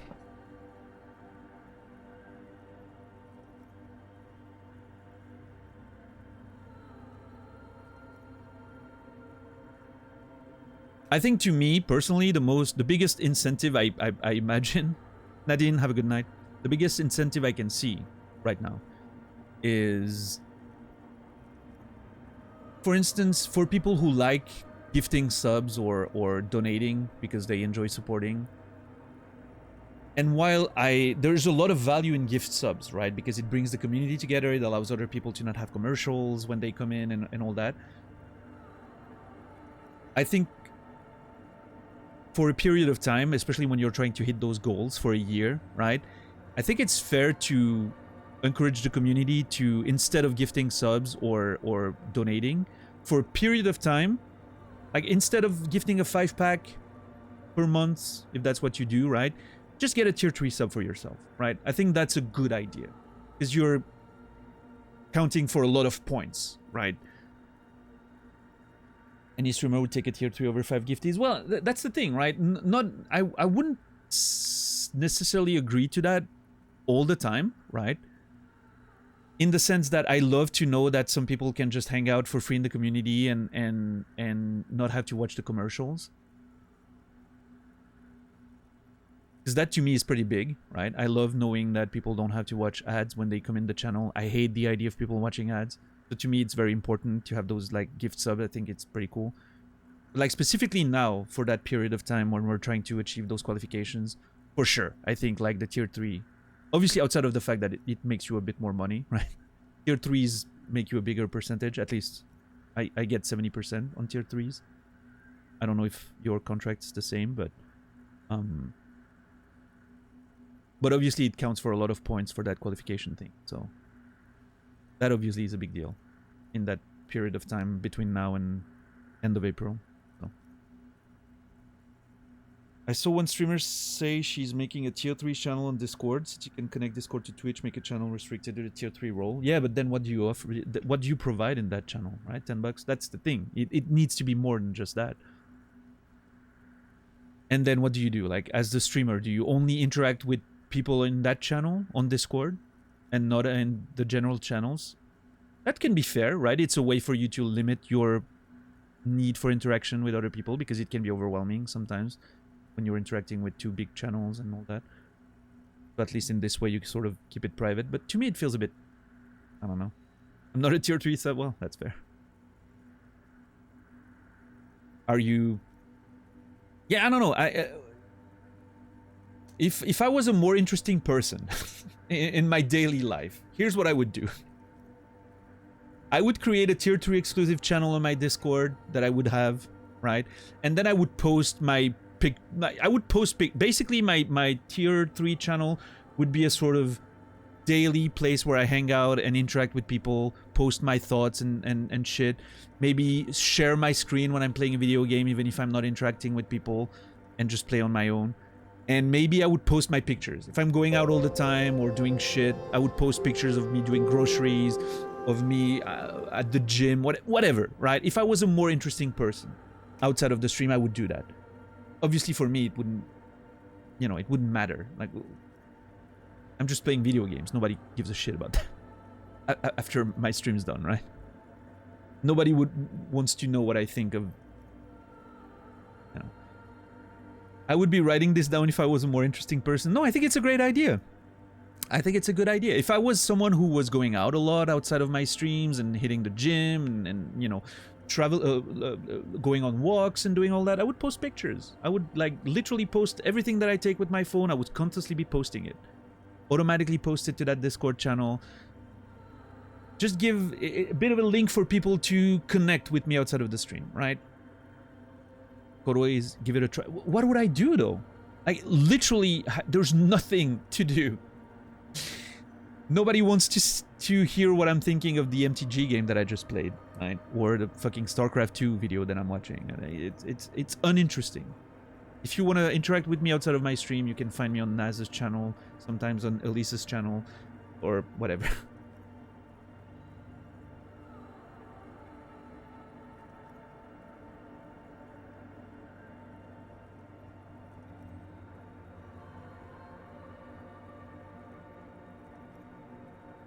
I'm on a Discord of a stream who does that with Ko-fi subs, providing some sneak peeks of things to come and other insights, combined with some voting for upcoming content, which version of new emotes are the best. Okay. Yeah, I can see that. I would definitely not do the voting for upcoming content, but... Mustache grooming tips. Exclusive music playlists. I don't know, there's a part of me that's like, huh, it could be interesting. And then there's another part of me that's like, it feels weird to restrict that to people with more money. If that makes sense. I understand. That's how it works. I understand. I get it. I just can't reconcile that. It annoys me.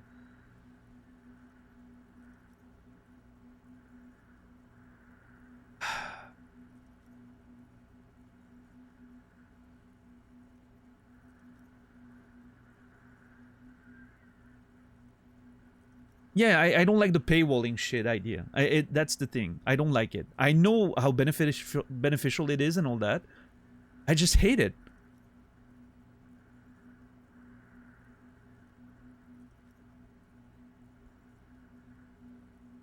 It almost feels like paywalling in a class divide. Yeah, exactly. Also, Elisa, thank you so much for a resub. Tier 1, 5 months. Appreciate it very much. Do you even deserve my appreciation if you're only a tier 1 sub? Elisa Prey, you will be remembered. Thank you so very much.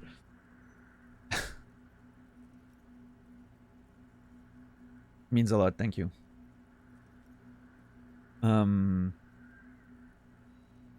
But yeah, no, I mean, it sucks that it works. Yeah, it does. But I just... There's a part of me that is aggressively against that. I don't know how to understand it, but... See, if Twitch paid me 70-30, I would be a tier 3. Yeah, there you go. It would be beneficial for everyone. See?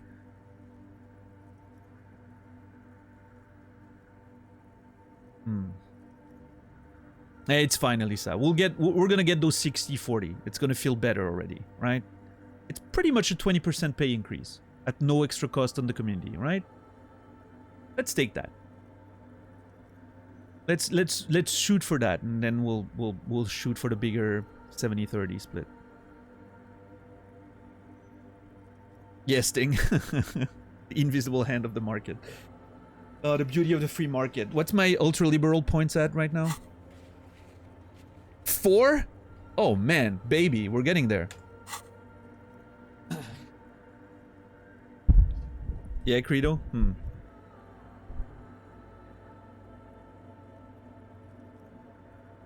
Another idea. Tier 3 subs are not banned for bad puns. Well, that would be just insufferable for me then. Insta sub for me? Okay, alright. Tier 3 subs are immune to getting timed out for puns. Agreed. This is a thing. I'm accepting those terms. Get wrecked, Nasrallah. You're opening a very dangerous door here? Sounds like a very profitable door to me. Just saying.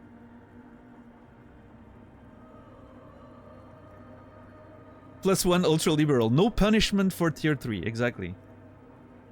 Tier 3 bourgeoisie versus tier 1 proletariat. Yeah. Tier 3, no punishment. Exactly. Doing good work out there. $10. Thank you.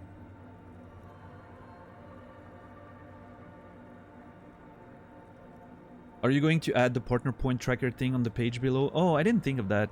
I should, probably, right? I don't know.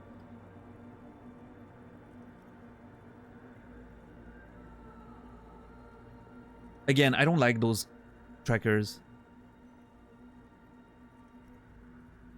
Twitch reinvents communism. Everyone is tier 2.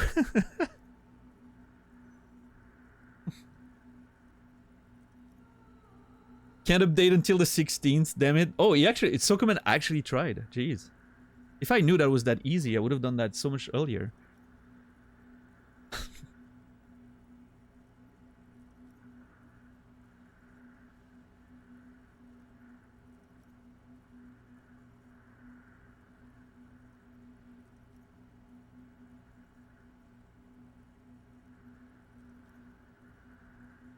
I'm an easily led consumer.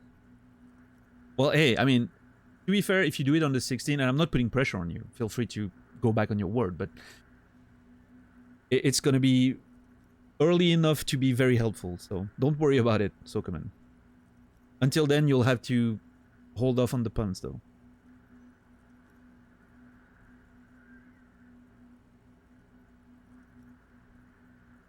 You can add it to the panels under the subscribe buttons. Oh my god, dude.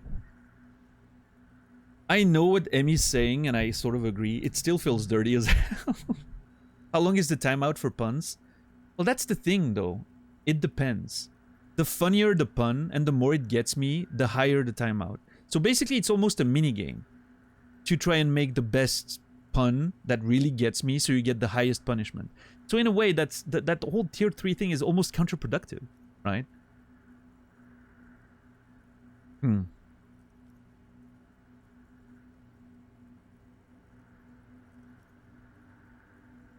Tier 3 subs aren't funny is what Daniel is getting at.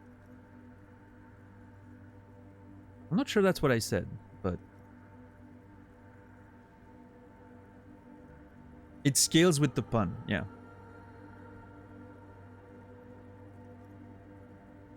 So they know how they ranked. Oh. Sure. Draconian. It's a good word, Captain Dax. Love it.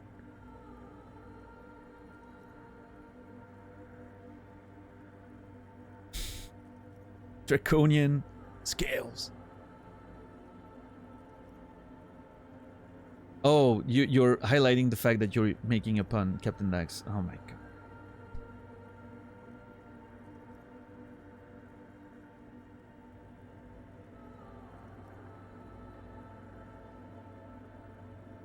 Can someone give 60 seconds to Captain Dax, please? I'm too embarrassed to give him more.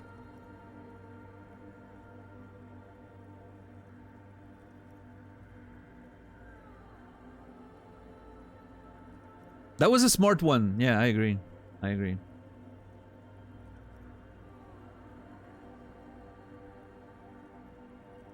Bruh. What are you bruh me about?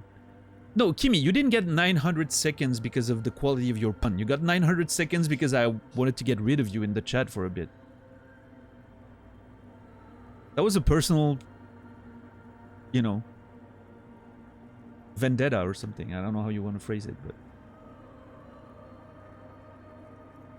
Incoming leave mode, blah, blah, blah. I know, I know.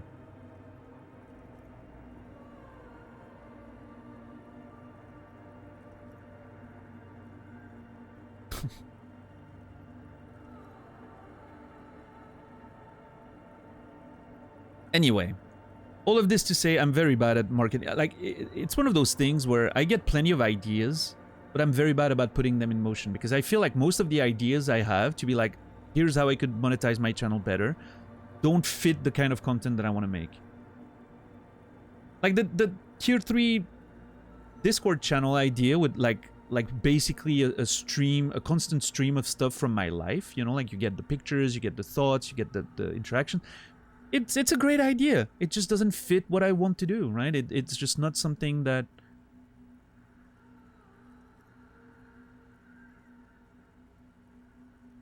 I don't know.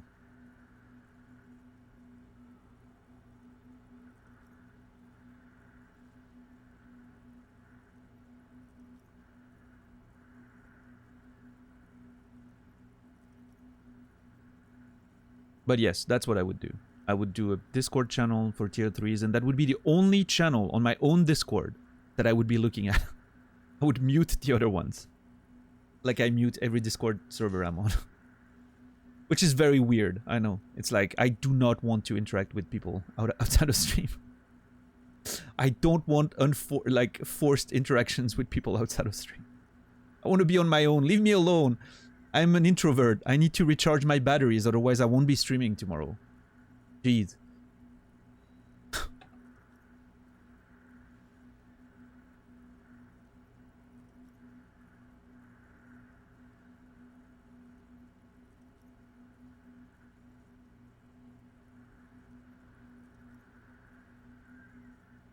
Yeah. I don't know. I'm gonna have to think about things. Maybe there's a way that I can reconcile all of those things and do something interesting. I don't know.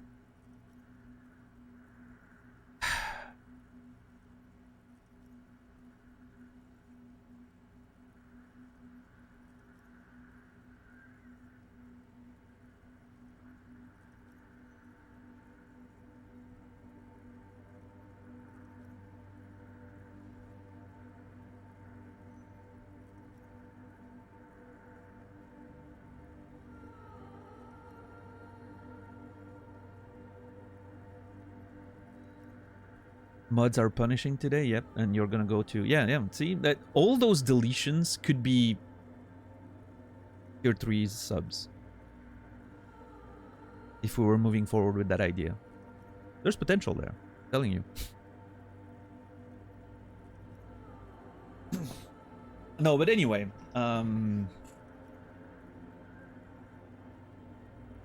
today almost no messages were deleted for spoiler. No, generally it's been pretty quiet. I think, well, I mean, it tends to be the case, Archeesy. From my experience, with previous games, when, you know, games that bring in a lot of new people. Usually how it goes is the first half of the game, like the first few weeks, there's a lot of deletions and stuff like that. And then there's two categories. The people who will never come back because they didn't, you know, they were deleted once and that made them so mad that they will never be back, or people who wanted to be able to backseat and so they don't want to watch, which is fair, you know, whatever. Floats your boat, right? And then the people who stay, who usually are like, oh, okay, I see how it works. Well, cool. And so people, you know, then avoid posting those things. So it tends to, like, the second half tends to be a lot better, right? As in compared to... No, I get what you mean, Archeesy, but still, like, it's an interesting thought about backseating and spoilers and all that. You should just make all your 6 tags different varieties of no spoilers. Surely it will help. Are you being sarcastic, Elisa? Yes. Okay. I saw somebody with a trending tag. Love it. That's pretty clever, actually.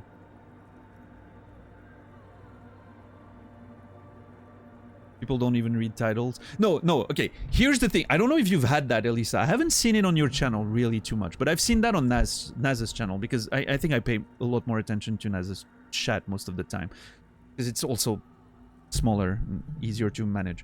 Right, okay. Similar thing, Elisa, but there's even worse than that. We've had people on Naz's channel that have been watching for years and that we see almost every day in chat that suddenly are like, wait, hold on. If you die, you start from the beginning again?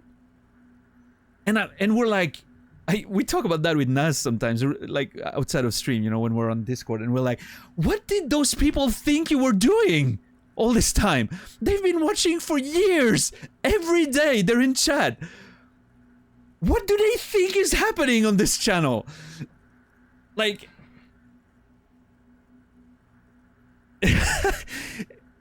It's so mind-blowing to me. It's like... You're here every day. They're the beer brush watchers? Yeah, maybe. They're probably stoned out of their minds. Yeah, there's a chance. Yes.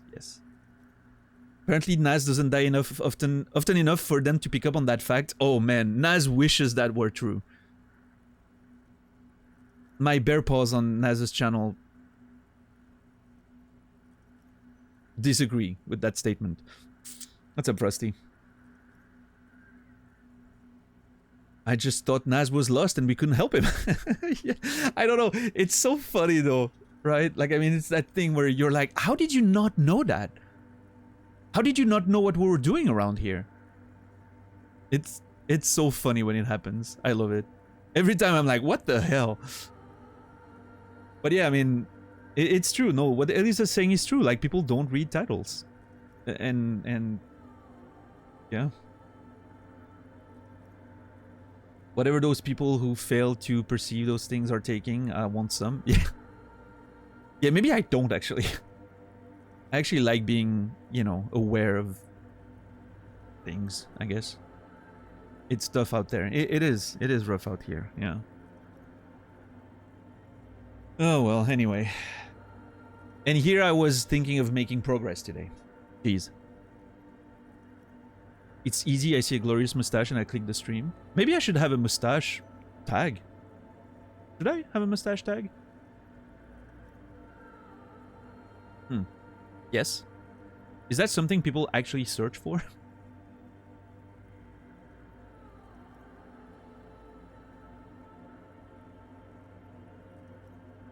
Curly? Can't hurt. Oh well. Mustache fetishists will be all over.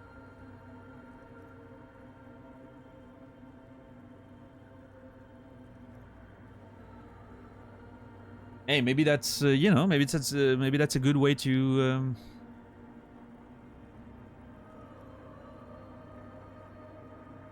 I'm betting you get more hits with Mustache than Ryder. Ryder is actually my most successful tag, believe it or not.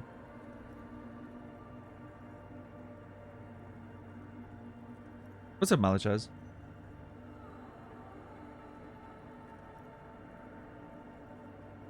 How many tags can you use at the same time? 25, I think.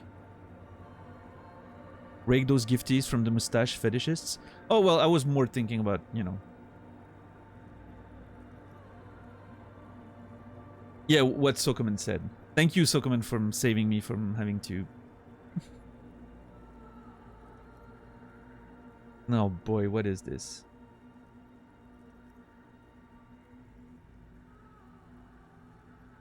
That's a decent amount of viewers, yeah. Should I... Well, I would need two, right? Mustache and mustache, right? Just to make sure. Because the people who know write it with OU, right? Shouldn't everybody have 25 tags then? Debatable. So for me, the thing is, my tags are sort of there to be useful for people to know what. So that's why I don't want too many of them, because I don't want the sort of noise, if that makes sense. But I think that doesn't help really. So yeah, maybe I should just add more.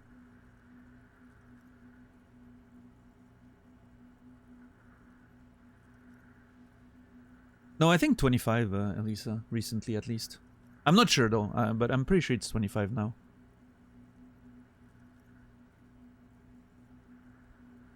At least last time I set my things, I think I saw the number.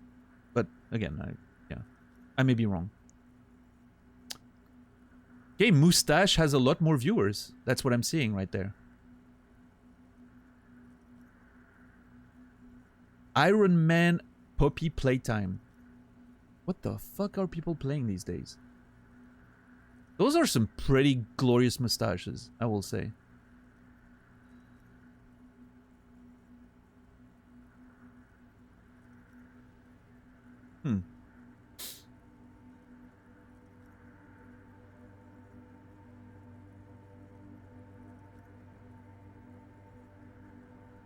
Oh man, I don't know. Is 2024 the year where I start playing the game by the rules? Creating incentives for higher tiers? Putting a sub tracker under the channel for those sub points for the Partner Plus program?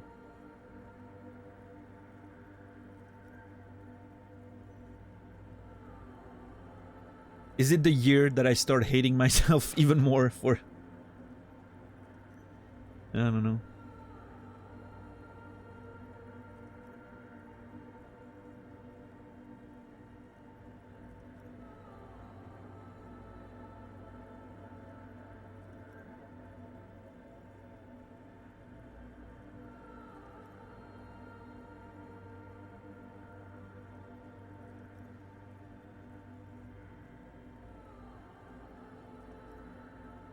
First channel point redeem for a mustache brush and then get sued.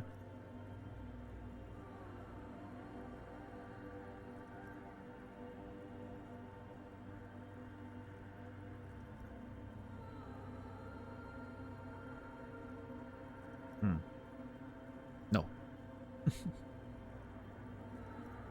Anyway. All of this to say that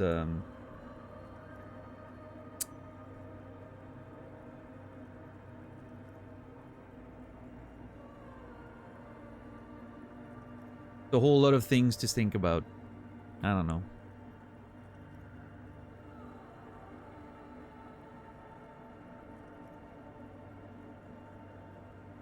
I will say that tier 3 Discord channel thing has sort of it's sticking in my mind a little more than I thought it would. I think there's potential there.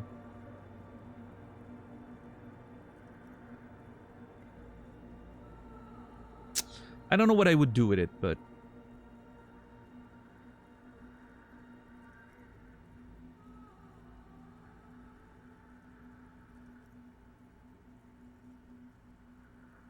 Anyway.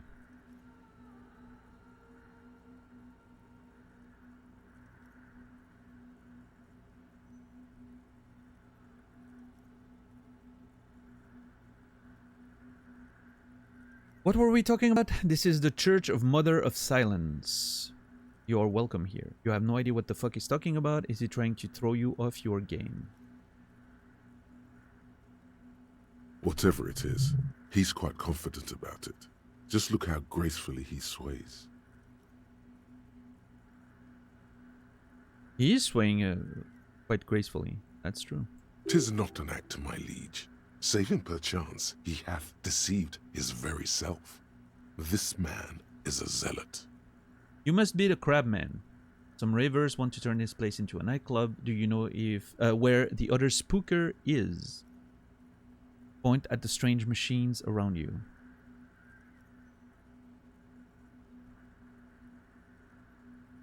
Do you know where the other spooker is? Point at the strange machines around. You must be the Crabman. Never known myself to be a crab. But if that's the name you got for me, I won't stop you from using it. To be fair, it's really more like a spider. If you're not a crab, then what are you? Sorry, you just weren't moving like a human. It's your neighbors who came up with this name, not me.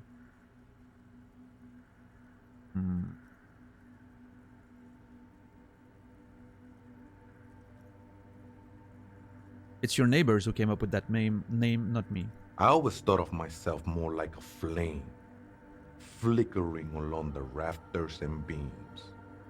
It may be that I gotta work on my technique.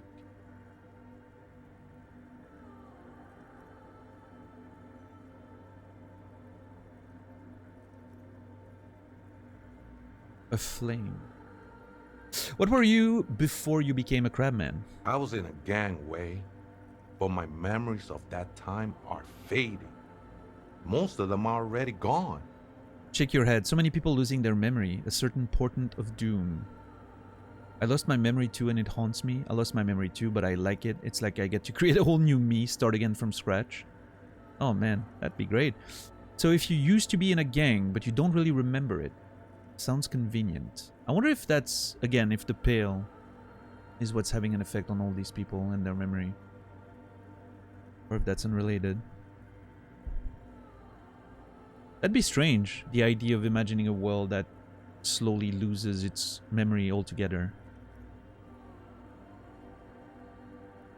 Because of the pale taking over. And like, from what we know, the pale is sort of like a combination of all the memories of people. Right? A sort of primordial soup of memories. And what if it suddenly takes over and everyone starts sharing the same memories? Can you imagine the results of something like that?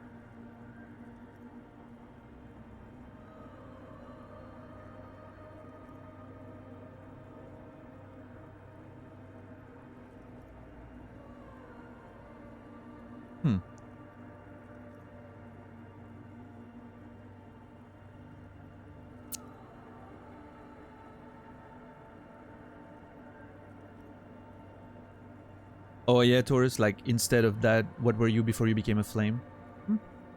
Yeah, that would be fair.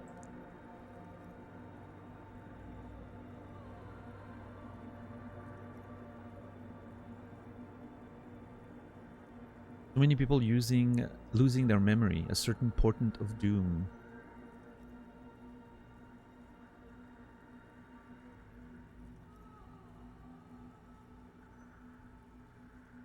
I don't know if it's displaced, but yeah, I think I'm gonna go with this answer.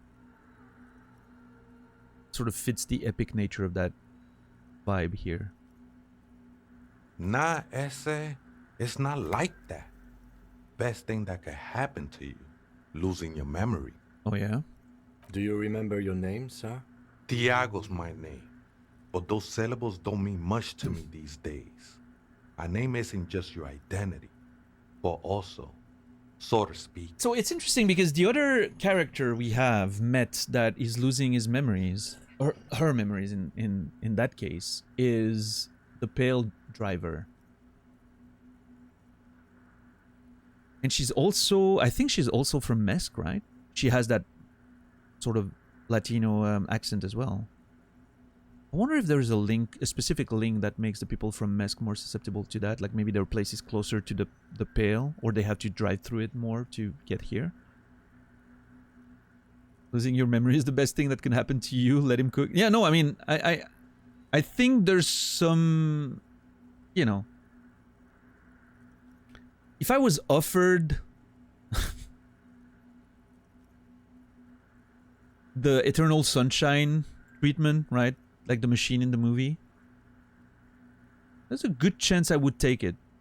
Not for everything, right? But there's a good chance I would take it for quite a few specific memories that I wouldn't mind to lose. I'm about to spotless mind myself. Oh yeah, no, like I said, I mean, if that was offered to me, I would probably take it. If you can choose, exactly, yeah.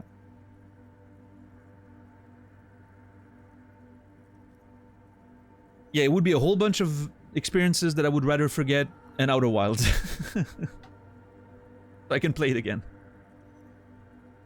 Accurate.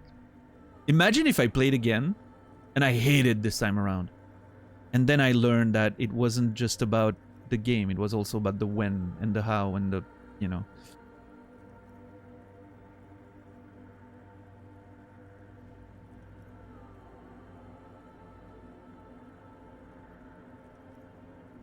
I've been thinking about that sometimes. You know, sometimes that desire of like, oh, what if I could forget Final Fantasy VII? That I loved so much when I played it when I was a teenager, right? What if I could forget that and play it again? But would I like it if I played it in this day and age? There's a chance I would not.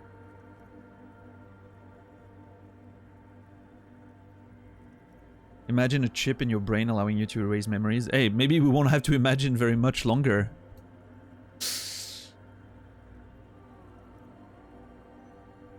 Apparently, Elon's about to chip us all, to chip all of us, right?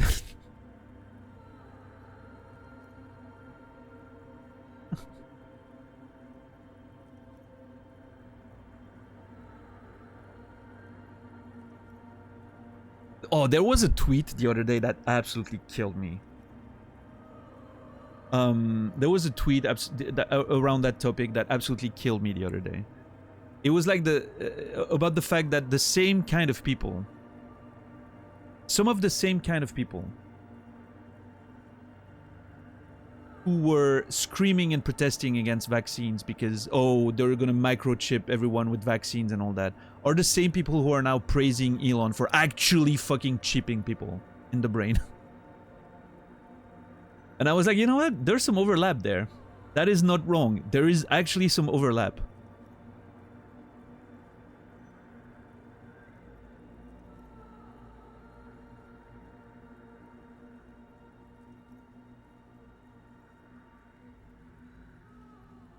We'll have to pay him a subscription to keep our memories and remove ads. Yeah, don't give them ideas.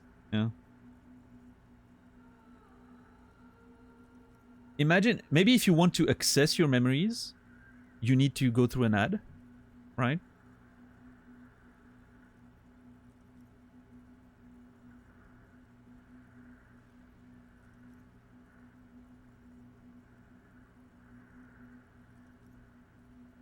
Or like a mobile game sort of thing, right?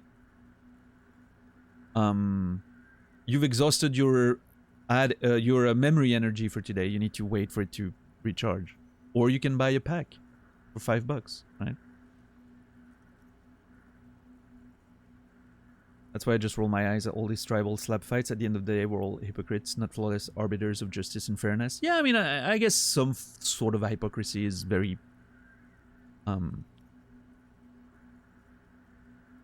I think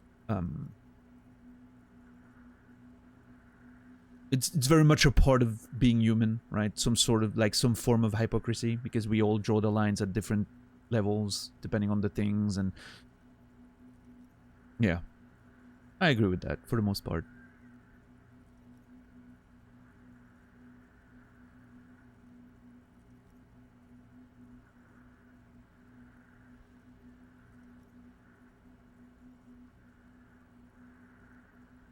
I'm not sure I would be as categorical as saying like we're all hypocrites, but yeah. I still think you have a point. I wish Black Mirror hadn't fallen off in the way it did. I never watched a single episode of that.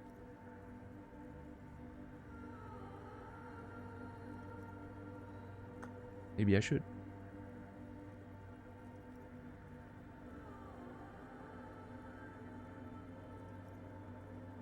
Your place amongst your fellas. Your place in the world. I ain't got no use for such a place anymore. My name's Harry. Extend your hand for a greeting. The dude's on the beams of the... Is he gonna come down and shake my hand? Probably not. Come on. Yeah, Goose. My name's Harrier Dubois, and my place in the world is Lieutenant Double Yefrader. I don't do names either. Names are out. I don't care what mine is.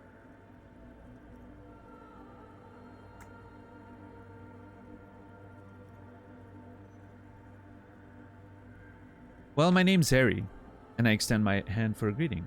That's just the thing, Holmes. None of that matters. He ignores your hand, his limbs a mere shadow below the ceiling. What are you doing here? This is a special place. There's a perforation in the world up there. A way out into nothingness. This church was built around it for purposes of veneration.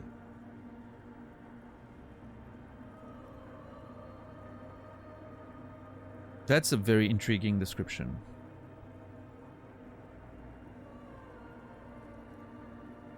A perforation in the world, a way into nothingness, and the church was built around it for the purpose of veneration.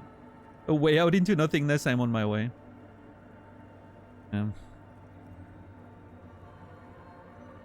I circled it, nurtured by the silence bestowed by the mother. One of these days, I'll be pure enough to go drink from it directly. Nurtured by the silence bestowed by the mother. One of these days, I'll be pure enough to go drink from it directly. Who is this mother of silence you keep talking about? What will happen once you drink from this perforation? I still don't understand what you're doing in this church. Are these yours? Trim the scarf and shoes you found lying around. Okay, one after the other, I guess. Who is this mother of silence you keep talking about? Oh, that's no simple question, Essa. She is one who can be painted or sculpted. Isn't she the one on the wall right there? She is a cavity in the dark, beyond sense. I guess not. She saved me, but I couldn't describe her to you. No one can, Holmes, and no one ever will. What will happen once you drink from this perforation? I will be incinerated, but not destroyed. Finally, I won with the state of the world before reality began.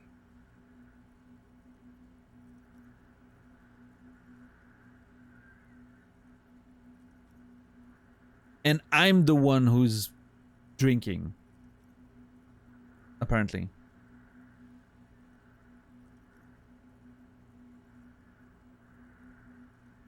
This game is doing something incredible when it comes to sort of like the supernatural aspect of it. By just... I know I've talked about that in the past, but it sort of never crosses the line. All of the things that the characters are saying and the implication, it can always be taken in several different ways. Something supernatural happening and some sort of fantasy aspect to the world, or it can be just ideologies and thoughts and metaphors and all that. So it's really fascinating. That sounds a bit like substitution behavior, no? You know a thing or two about that. You sure you didn't just switch one drug for another? It's not like that at all, man. It's just faith and joyful service. Too gleeful, those words. He is lying. Not to you, to his very own self. Oh boy, nothing more dangerous than people who lie to themselves. Because they will lie to you too, thinking that they're not. And that is terrifying.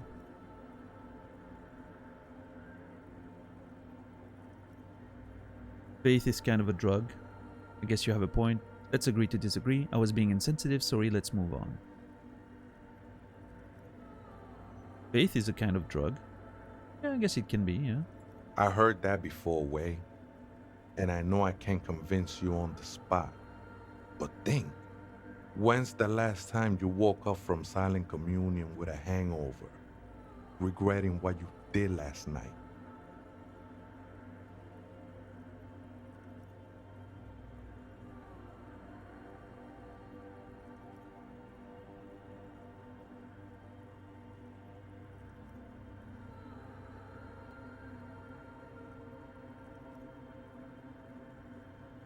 There are drugs darker than alcohol circling your system.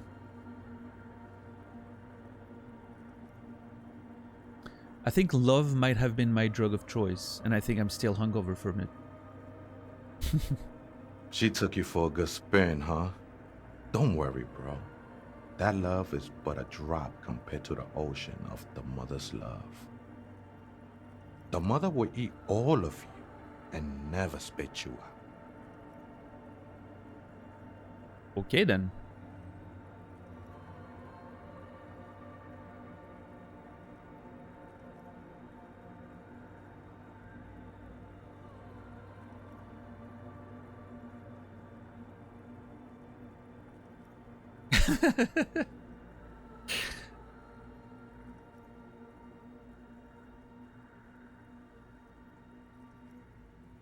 Yeah, that last line, Elisa, huh? That's the one they get you with, right?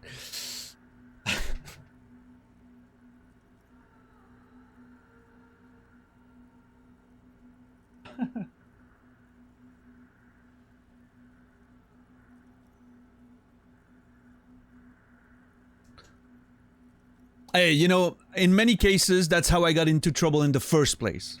All right? So...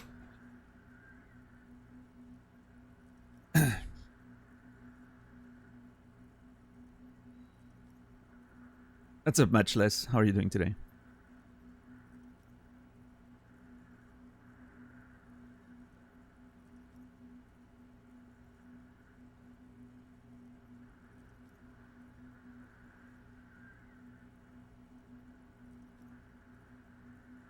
I guess you have a point. I don't know. I don't know how to respond to this.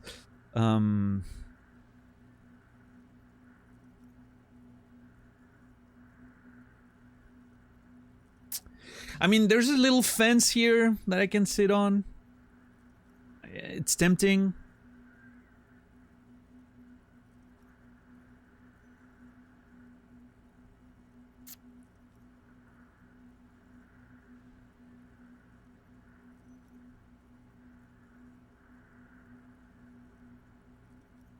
I was being insensitive. Sorry. Let's move on. No worries, man. I know this shit takes time. I still don't understand what you're doing in the church. I'm a seraph, Holmes. I sing the mother's glory. So, seraph, it's written in a strange way, but I'm assuming he means like seraph as in like the angels, right? Like the seraphims. That's what I'm getting from this. I may be completely wrong, and this is a word that I don't know, but that's what I'm getting.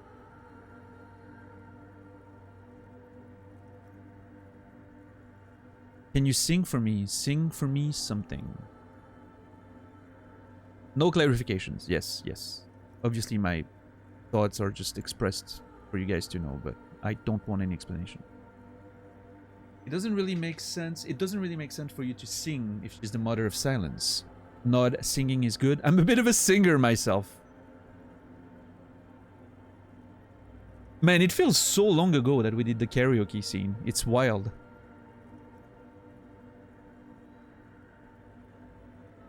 When I did the karaoke scene, I was pretty sure we were a good way into the game already. And it feels like it was like 20 episodes ago or something.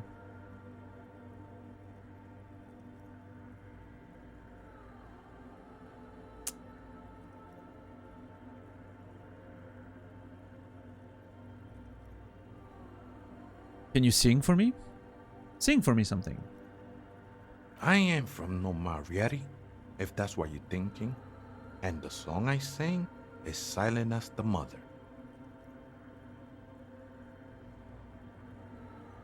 Marietti is a mesque style of music and dance, commonly seen at all manner of festivities, especially weddings. It's delightfully quaint, owing to its peasant origins.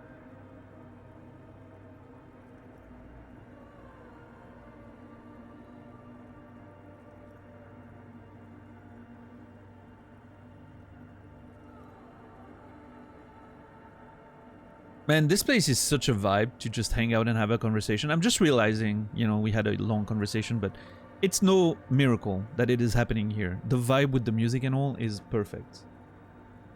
I mean, to be fair, we had a conversation in the tent too, with that music blasting in our ears for 5 hours, but I'm just saying, this is a great place. This is a great place to have those long conversations. The songs I sing are silent is a great excuse to get out of karaoke. I'm writing it down. It's actually, yeah. Come on, Elisa, it's your turn. Oh no, the songs I sing are silent. Plus, it kind of works with your whole persona, I think. It's very goth of a sentence in a way, so you can definitely pull it off.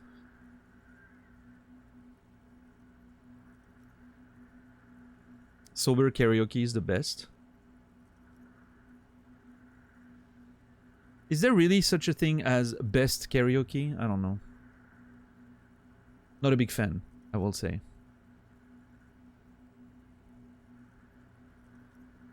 He lost his cool there for a moment. Seems you hit some nerve. Okay.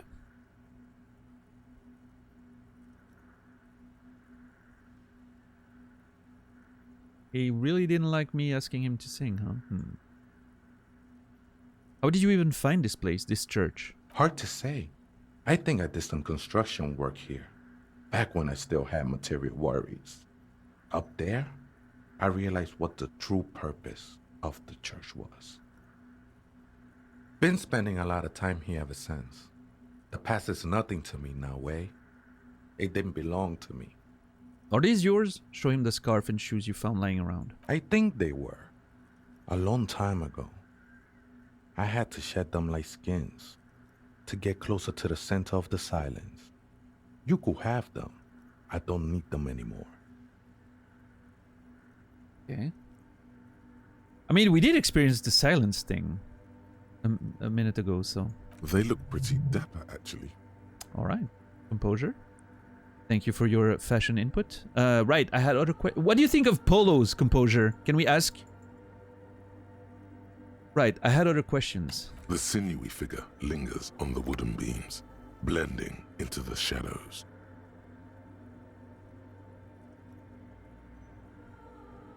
You've been here a long time. Do you know why the church was abandoned? Police raid a while back. He responds, his voice suddenly flat. Did you witness it? Not really. Or at least I don't remember much of it anymore. The mother's love has done its job. That's what's so great about the mother. It lets you forget about everything.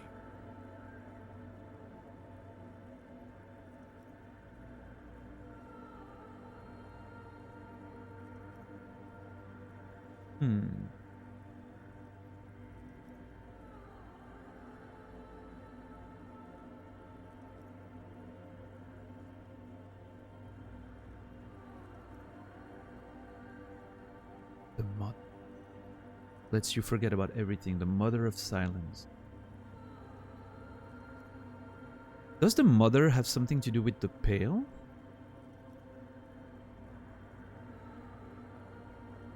Is there a weird thing with like a source of pail in that location under the church or something? And so by just being here, he gets exposed to that a whole lot? Those radiation and whatever? I don't know.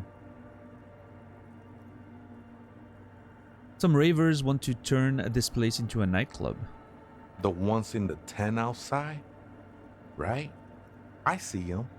Guessing they're the ones who call me a crab. Probably scared of me. Do they have a reason to be scared? What do you think about the nightclub, that is? I trust you won't get in the way of some enterprising youth. Their business looks promising. Turning a church into a nightclub, I have to say it's a great idea. You should support it. Do they have a reason to be scared? Nah, man. They look pretty funny. And I don't harm no one anymore. Anyway. What do you think about the nightclub, that is? Why not? They wouldn't bother me none. I'm usually way up there, imbibing. Ain't no music on earth that can reach where I go. Might even be nice to have some company. Well, there you go. He's on board. He said that in spite of himself. He's more attached to the human than he'd like to think. Do you know where the other spooker is? Point at the strange machines around you. Other spooker? Oh, esa viejita es muy estudiosa. Don't know, Holmes. Viejita is Grandma? So wait, there is another person living in the church? And it's a viejita? Right, thanks. I'll see if I can find her. No. I just call her viejita because of her clothes. She's actually quite young. Or maybe not that young. Age is just one of the many masks we wear. Ooh. I got goosebumps there. That's a line. Holy crap, that's a line. Age is just one of the many masks we wear. Ooh, yeah, that's a line. Jeez.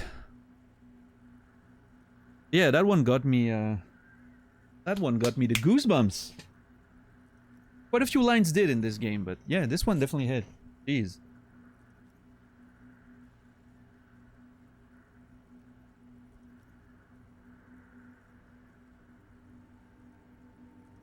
Age is just one of the many masks we wear.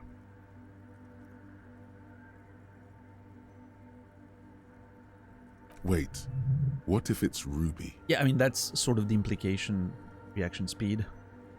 Did it ever seem to you like she was hiding here from something? The lieutenant seems to be thinking the same. He takes out his little notebook. You mean like a fugitive? He glances at the abandoned radio computer on the other side of the nave, pulsing with light. He shakes his head. No, man. Quite the opposite. I don't think she cared much about authority or anything else for that matter. Maybe only about her machines. I see. And where is she now? I told you, Holmes. I don't know.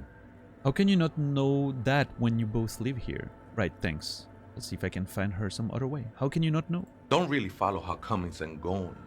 Just see her typing on her computer now and then. We got different interests. So you've got nothing else to tell me? How she looks, what she does, who she is? I'm afraid not, Essay. You just have to wait until she comes back, or... He shrugs. Okay then. Thanks. What an intriguing conversation overall. There's a bottle here that I missed.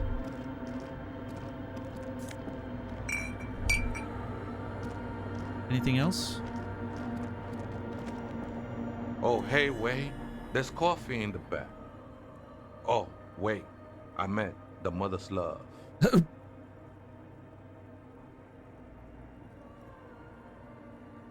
See, that man is all kinds of mystical and mysterious. And then suddenly he drops a line like that.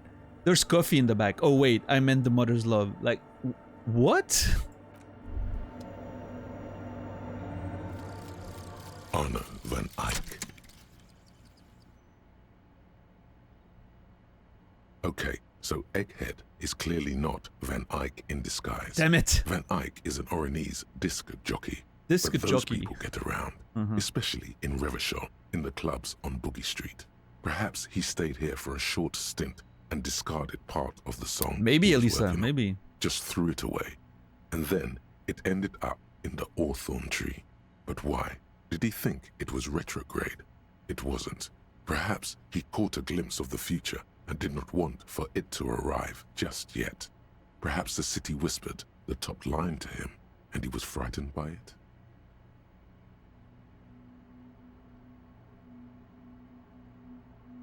Bonuses. All Mother X white checks unlocked. Reveals Arno Van Eyck gig posters in the world.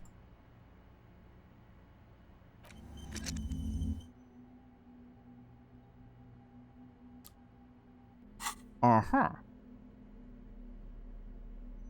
Well, that is interesting.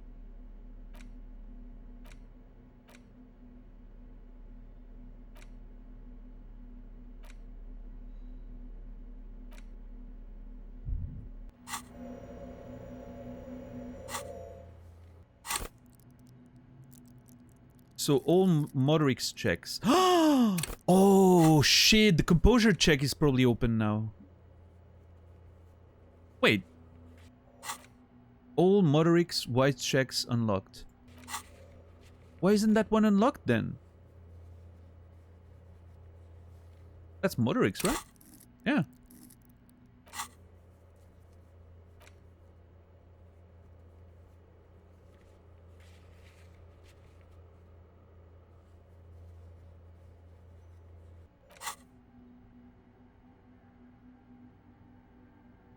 I'm gonna have to look into it. I'm gonna have to go back and see.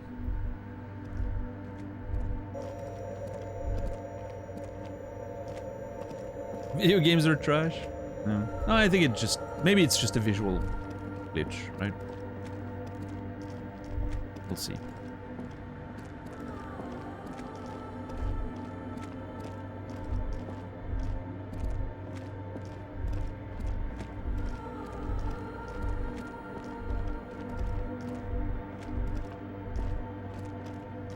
Okay, let's touch the computer there for a second. The machine stands. The lieutenant doesn't say anything, but you can sense that he doesn't like you meddling with the machine.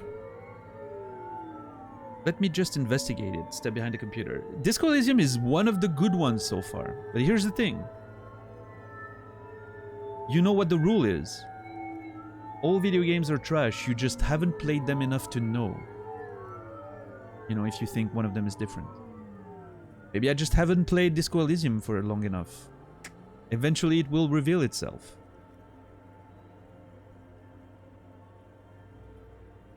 It's... You know, for a long time I was saying that Tetris was a perfect game, right? There's nothing to change, nothing to fix, just a perfect game. And then 30 years later, a kid just found a way to literally break the game. You can't play more after a certain point. Games are trash. It just, nobody had played it enough yet. We just needed 30 years to figure it out, you know? Bugs are just another mask the games wear, yeah. Alright, JC, have a good one. Thanks for hanging. That kid just ruined video games for everyone, yeah. He just revealed that Tetris was not a perfect game after all. Just bad like the rest of them. 30 years is a pretty good run. I will agree with that, B-side. It's a pretty good run. It's a solid run, yes.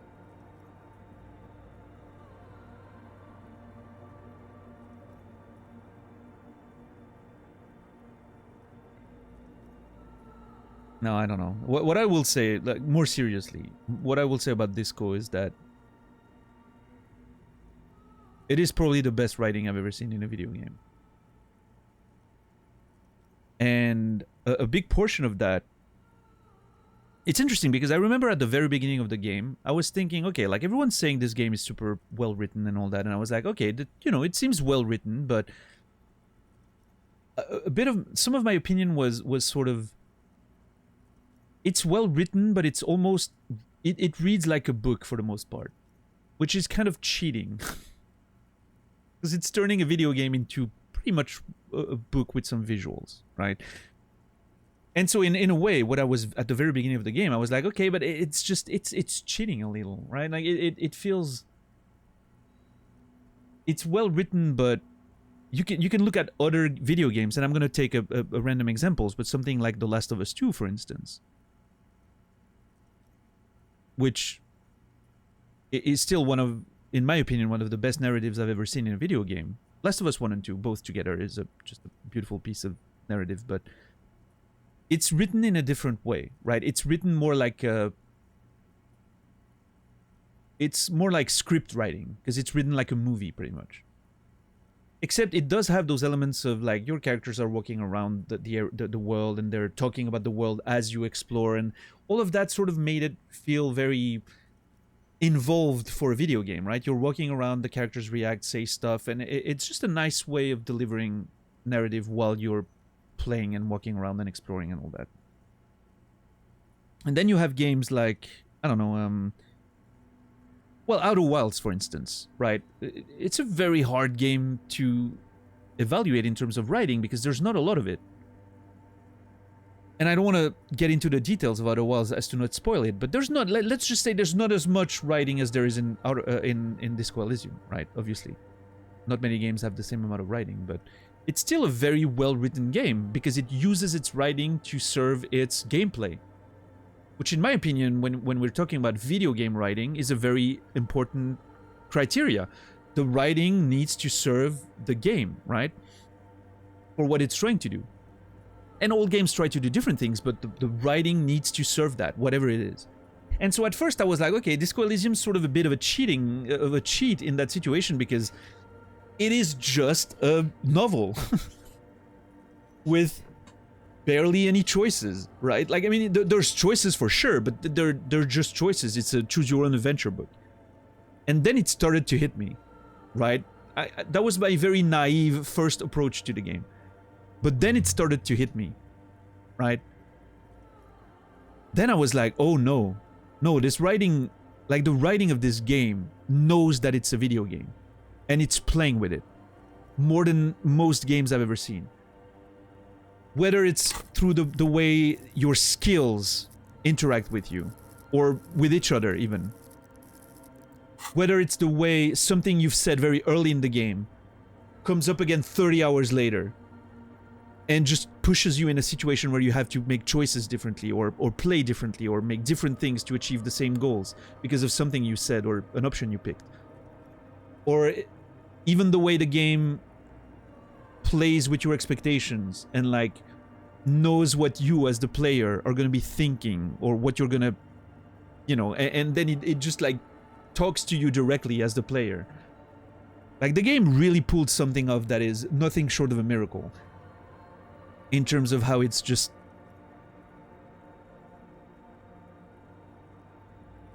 interacting with you as the player or with itself as the different skills sort of like come in and give you their input, and like it's so much more. Like it's something that could not work in a novel form. I mean, I'm sure, I'm not saying you can't write this story as a novel, you can, but the way the game is written can only work as a video game, right?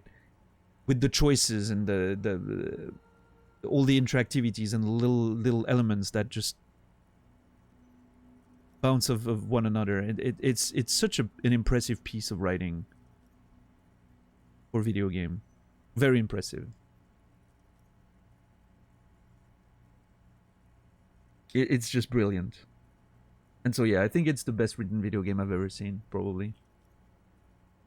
And that's not even including the quality of the writing itself. Like nothing that I've mentioned here even touches on the fact that yes, as like a pure technical writing, it's beautifully written. That's completely, you know, on top of everything else I've just said.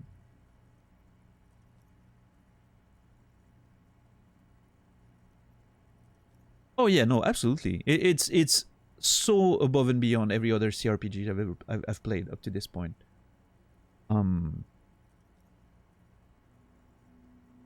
As someone who, you know, grew up playing a hell of a lot of CRPGs and text-based games and all that, it's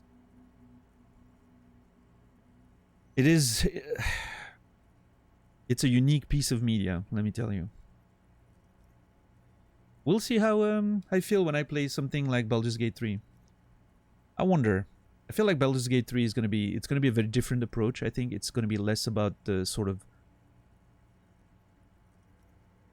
I mean, I don't know. I don't know anything about Baldur's Gate 3 almost, but I feel like it's going to be less about sort of the writing itself. It's going to be more about the plots and the characters and the freedom of decisions and gameplay and all that. I'm very excited.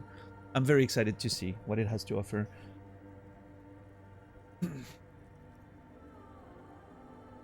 Excited for the Baldur's Gate 3 era? Jeez. If I take to it and I, you know, just see it through. It's gonna take so long. Can you imagine how long it's gonna take me to play that game?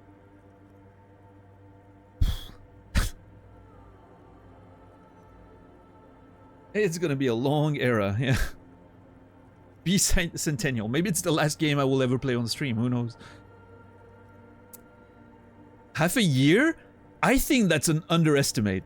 Honestly. Not joking, Elisa. I think that's an underestimate. That's a very conservative estimate. We'll see. We'll see. Like, we've been on Disco for 2 months now. Almost. We're approaching the 2 months mark.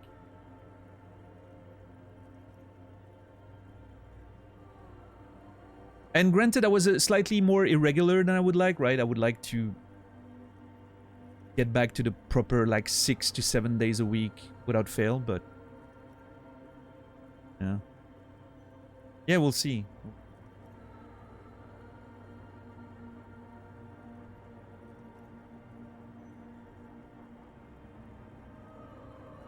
Yeah, we'll see. We'll see, Elisa. I'm not sure. I haven't played Baldur's Gate 3 myself, but I feel like I'll have to live without Daniel Stearns until 2030. I mean, you can always start when I start, or the day before, and then you're always gonna be ahead of me, right? So you've got time. You've got time, and we'll see. We'll see how Baldur's Gate 3 goes. I don't know if I'm gonna go. Well, we'll see. It depends on how it works and how I feel. Maybe it will be a good seasonal approach to the game, like do Act 1, take a break, play a couple of shorter games, go back to Act 2. I don't know. We'll see. Again, I'm not making plans. I just know that right now as it stands, the next game is going to be Baldur's Gate 3. That's how much I know about the future. I was going to wait for a sale. I mean, you can. I mean, it's probably... there's a chance it's going to be on sale before I get to it, right?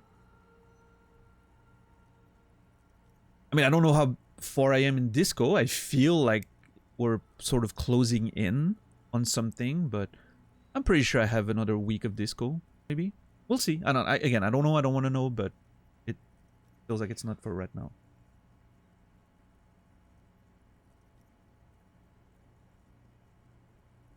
Yeah, Sokoman. And I mean, I think in a way, Baldur's Gate 3 is such a game that you can approach in so many different ways. Unless you're super intense about spoilers, about story, right? Which I can understand totally as someone who's like that.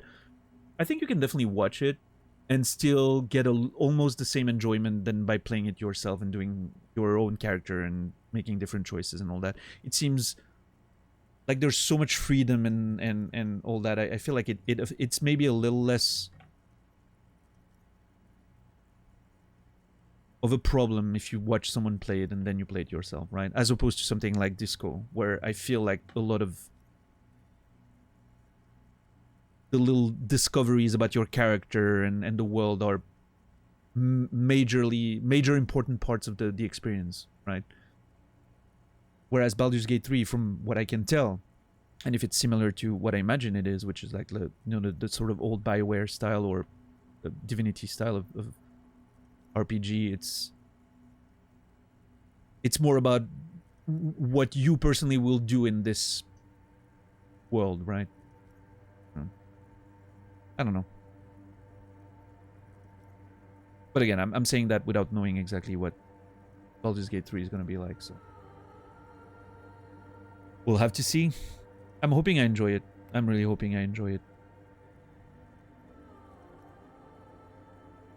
And I'm hoping it's going to be good for the channel as well. Because when those two things come together, it's usually a good time. Wait, let me just investigate it. Step in behind the computer. You see fluorescent play and print buttons on the keyboard. A hatch connected to the central compartment is wide open. We have a memory cube. The lieutenant says nothing. You see the machine's glowing frame reflected back from his diamond-shaped glasses. You're free to proceed. Okay. Look inside the compartment. Behind the hatch sits a cube-like crisscross of filaments. smoldering in the dark. There's like already one fireflies. inside. Silver tape on the side says, in black marker, log, February to March. Another filament memory. Press play to talk with the repeater. Press play. The speaker comes to life. Static seeps through the machine's planar magnetic Oh, I guess driver. that's one already. An old lady greets you. Her voice sounds 100 years old. Oh man, is it gonna be the password repeater again? Good morning, surprise accident on Sandbrun. This is the East Insulindian Repeater Station 1. Please repeat. Is this the personal log?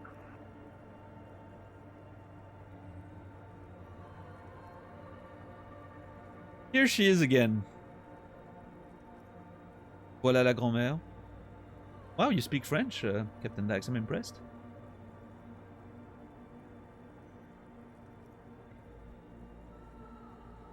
Should I call you Le Capitaine Dax from now on?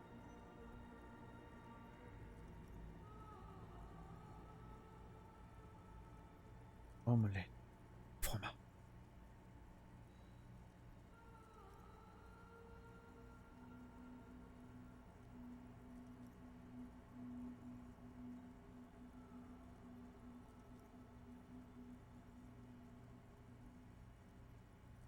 Portraits.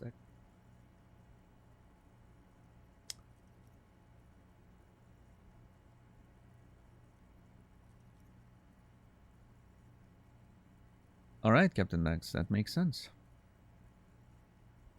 It's the same old woman you spoke with through the radio computer in the doomed commercial area. Yvonne, it's me again. How are you? I'm so happy that we remember her name.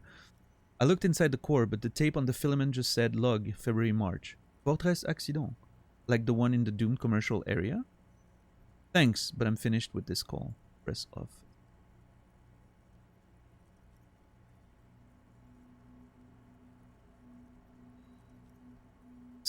From my experience in Sorrow, a lot of them know, but they don't care because it's a Dexter's Labs reference, right? It's not meant to be more than that.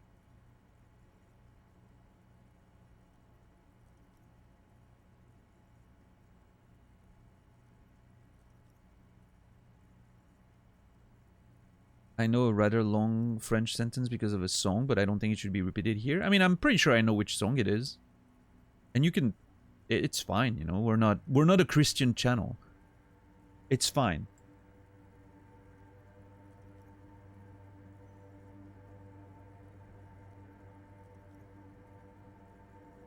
If it's the same song I'm thinking about, right? Which it could be completely different, but...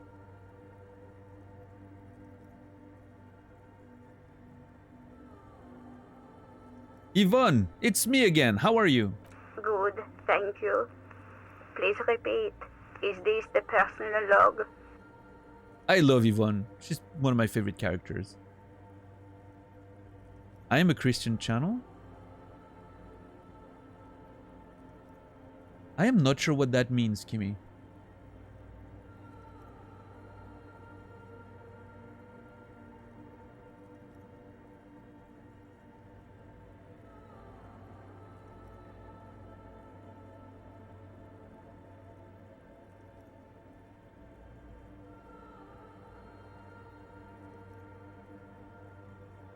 I looked inside the core, but the tape says... on the filament just says log February, March. We're all Aguilera fans here. Oh yeah, Gibraltar. When I was younger, I was a big fan of Christina Aguilera. I will admit, the music was not the part that I was most interested in, but... I was a teenager.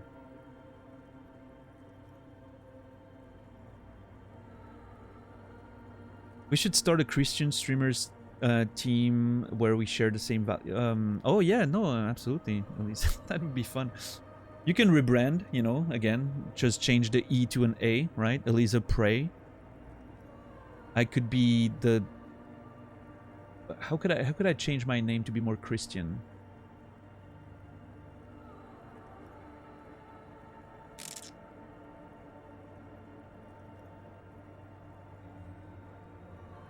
I don't know, someone more creative than me will come up with something. The Daniel Matthew. The Daniel Matthew. That's actually pretty good. The Daniel Matthew. Just, it immediately sounds more Christian. I don't know. The Daniel Matthew 5:16. Yeah. The Daniel Mass. Good one. Good one.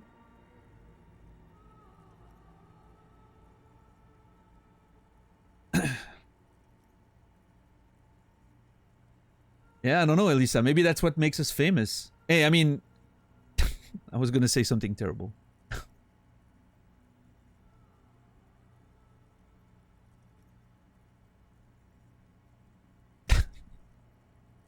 Say it. I was gonna say a lot of Christians, to me, seem pretty easily manipulable people, right? When you look at the, you know, those televangelist stuff, and you know, what's the name of that horrible televangelist? That one dude. What's his name? Kenneth Copeland. Yeah, you know, that sort of audience, right? They seem very easily manipulable, which is, you know, I'm not blaming them, right? The problem is the predators that take advantage of that. But all this to say that we could be those predators making that money. Come on.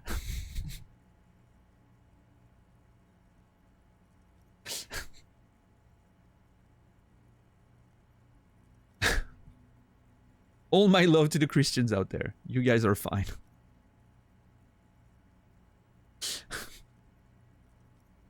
What's up, Carsini? The problem there isn't Christians, it's Americans. Oh, you think so? Maybe, I don't know. Hey, there's a lot of cults in Europe, and I don't think they're doing any better. There was a very famous cult in Switzerland that, you know, they ended up all killing themselves. So I don't think they're doing much better, honestly.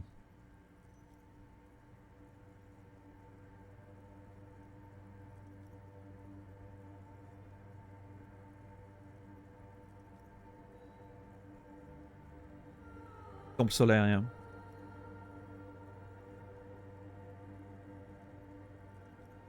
I remember that very well when I was a kid and it happened. It was not too far from where I lived.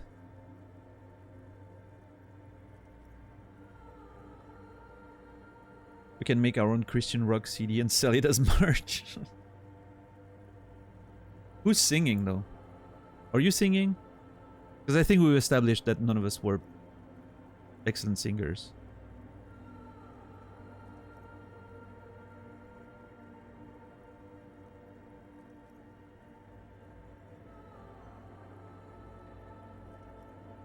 We'll use auto-tune and make it hip. Oh, there you go.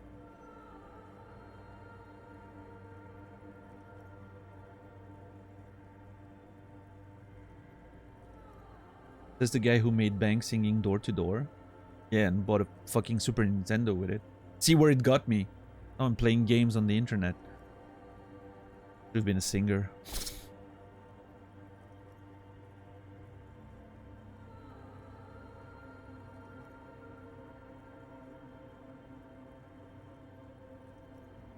No, but all jokes aside, I wonder, is that a thing on Twitch?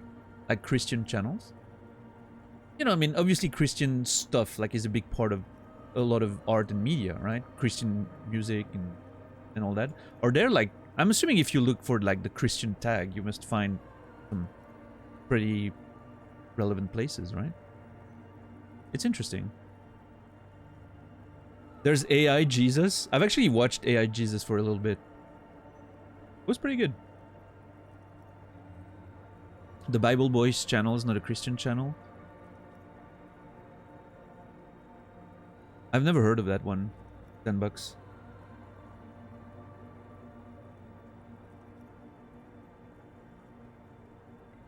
But yeah, AI Jesus was pretty fun for as long as I watched it. Remember, viewers, a tier 3 subs gets you into heaven. I wore a nun costume on stream once. Do I count as a Christian channel?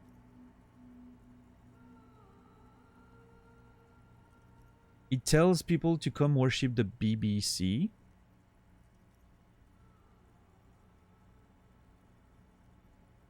What? This could go a lot of different ways. $10. So I'm just. Oh, the Bible Boys channel. Okay. My brain went in places. Let me tell you.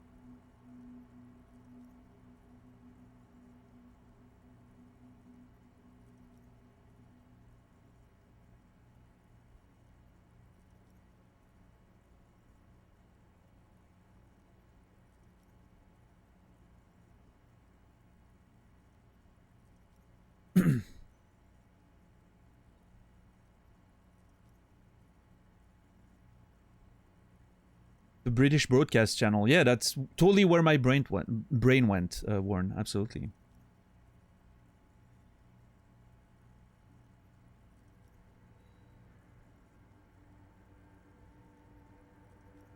Anyway, Elisa, the Christian channel idea team, streaming team, not sure it's for me, but it's an idea, you know.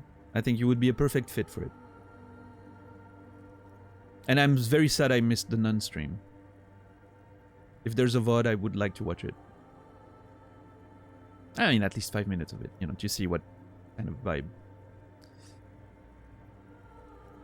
So she mentioned Fortress Accident, like the one in the Doom commercial area. Let's just look at that for a second. I have 2 machines registered to this company name in Martinez. One on Saint-Brun, the other on Rue de Saint-Ghislain. Oh, she actually mentioned that when we were in the other one. I remember now. Saint-Brun, that's the church. And Rue de Saint-Ghislain, that's the Doom commercial area. Anything else I can help you with?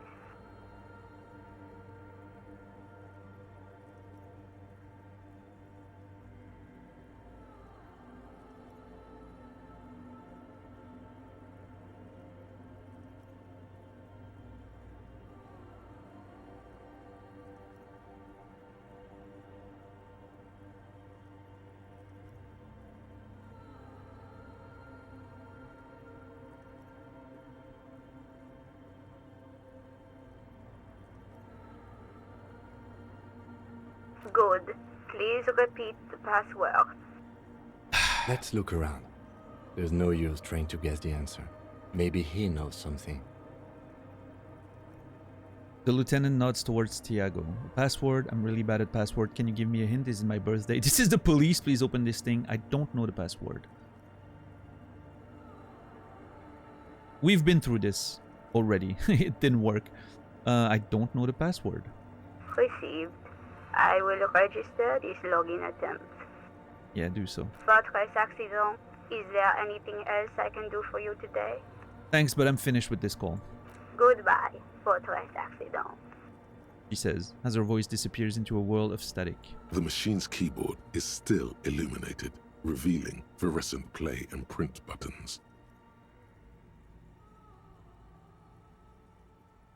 Nothing happens. Okay.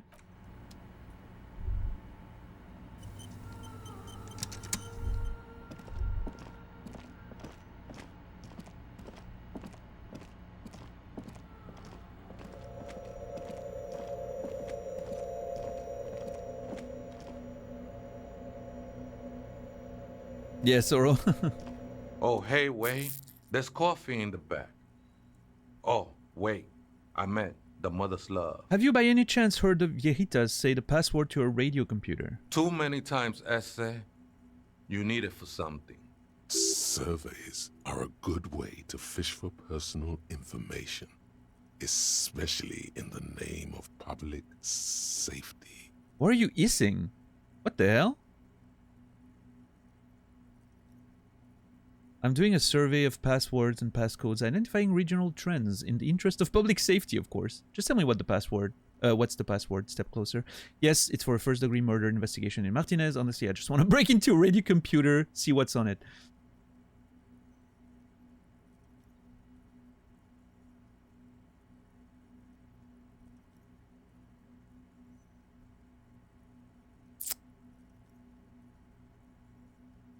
I'm not sure he's gonna be naive enough to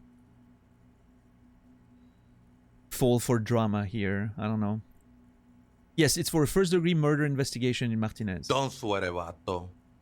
The password is afterlife death. Oh. That is true. But what comes after death? Oh. What you think of that?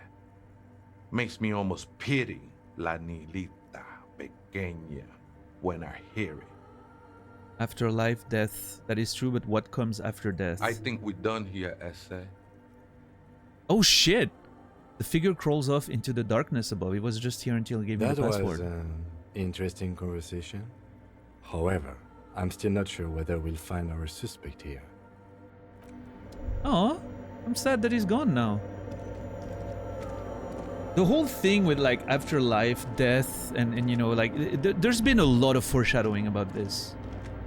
And again, I mentioned since very early in the game that it sort of felt like a weird take on the afterlife, this whole thing, right? Makes me very, very excited to see if I was right about that or not, or if it's just like, you know, symbolical. And in any case, it's very cool. What a cool... This place looks beautiful. Probably one of the best looking locations in the game so far, I would say. I love it.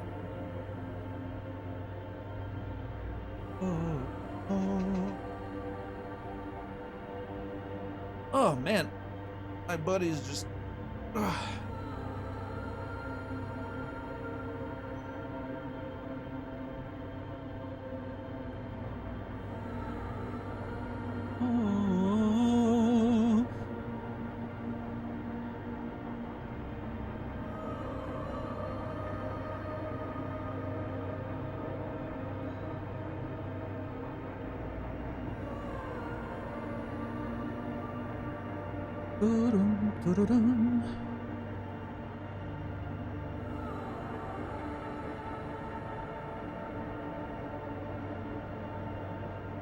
It is definitely in sorrow, yeah, I will agree with that. I wonder what's this too, like is it just snow coming in from the outside, like a break in the wall, and the snow's coming in?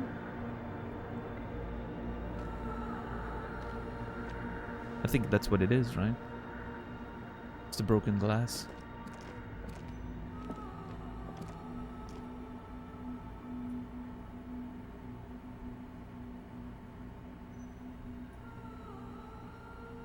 This feels like a good place to stop.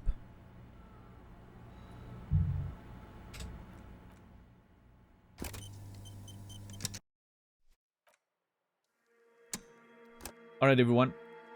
Thank you so very much for watching today. I appreciate it. Thank you for the support. Thank you for the resubs. Thank you for the raid, Emmy. Thank you, everyone, for follows. Thank you for the lurks and the conversations. I truly appreciate the support, as always. Thanks for the stream, Daniel Matthew 516. Thank you for watching, Elisa Pray. I would have rated you, Elisa, if you were live, but I guess you're starting a bit later. So...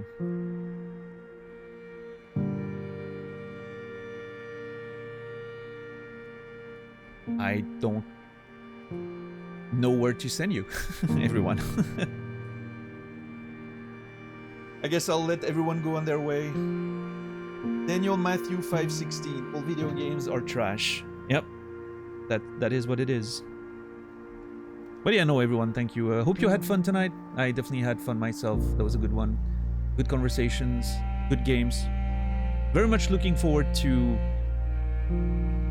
continuing this adventure tomorrow. Very excited. Oh, tomorrow is Saturday, is it? Ah, damn it. I am not sure if I'm going to be streaming tomorrow. I don't know. Frankly, I do not know. There is a very slight chance that I'm going to take the day off and do some socializing. But I'm not sure. What I'll do is I'll put it in the title if I'm back on Sunday. Like if you see, by the time the stream should be starting, if you see like back on Sunday in the title, it means I won't be streaming that day, right? And I'll be back on Sunday.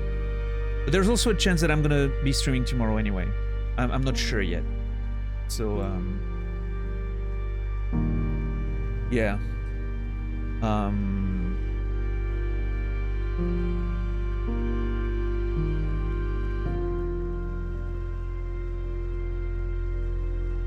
Remember to post socializing pics for us in tier 3? Oh, yeah, I could.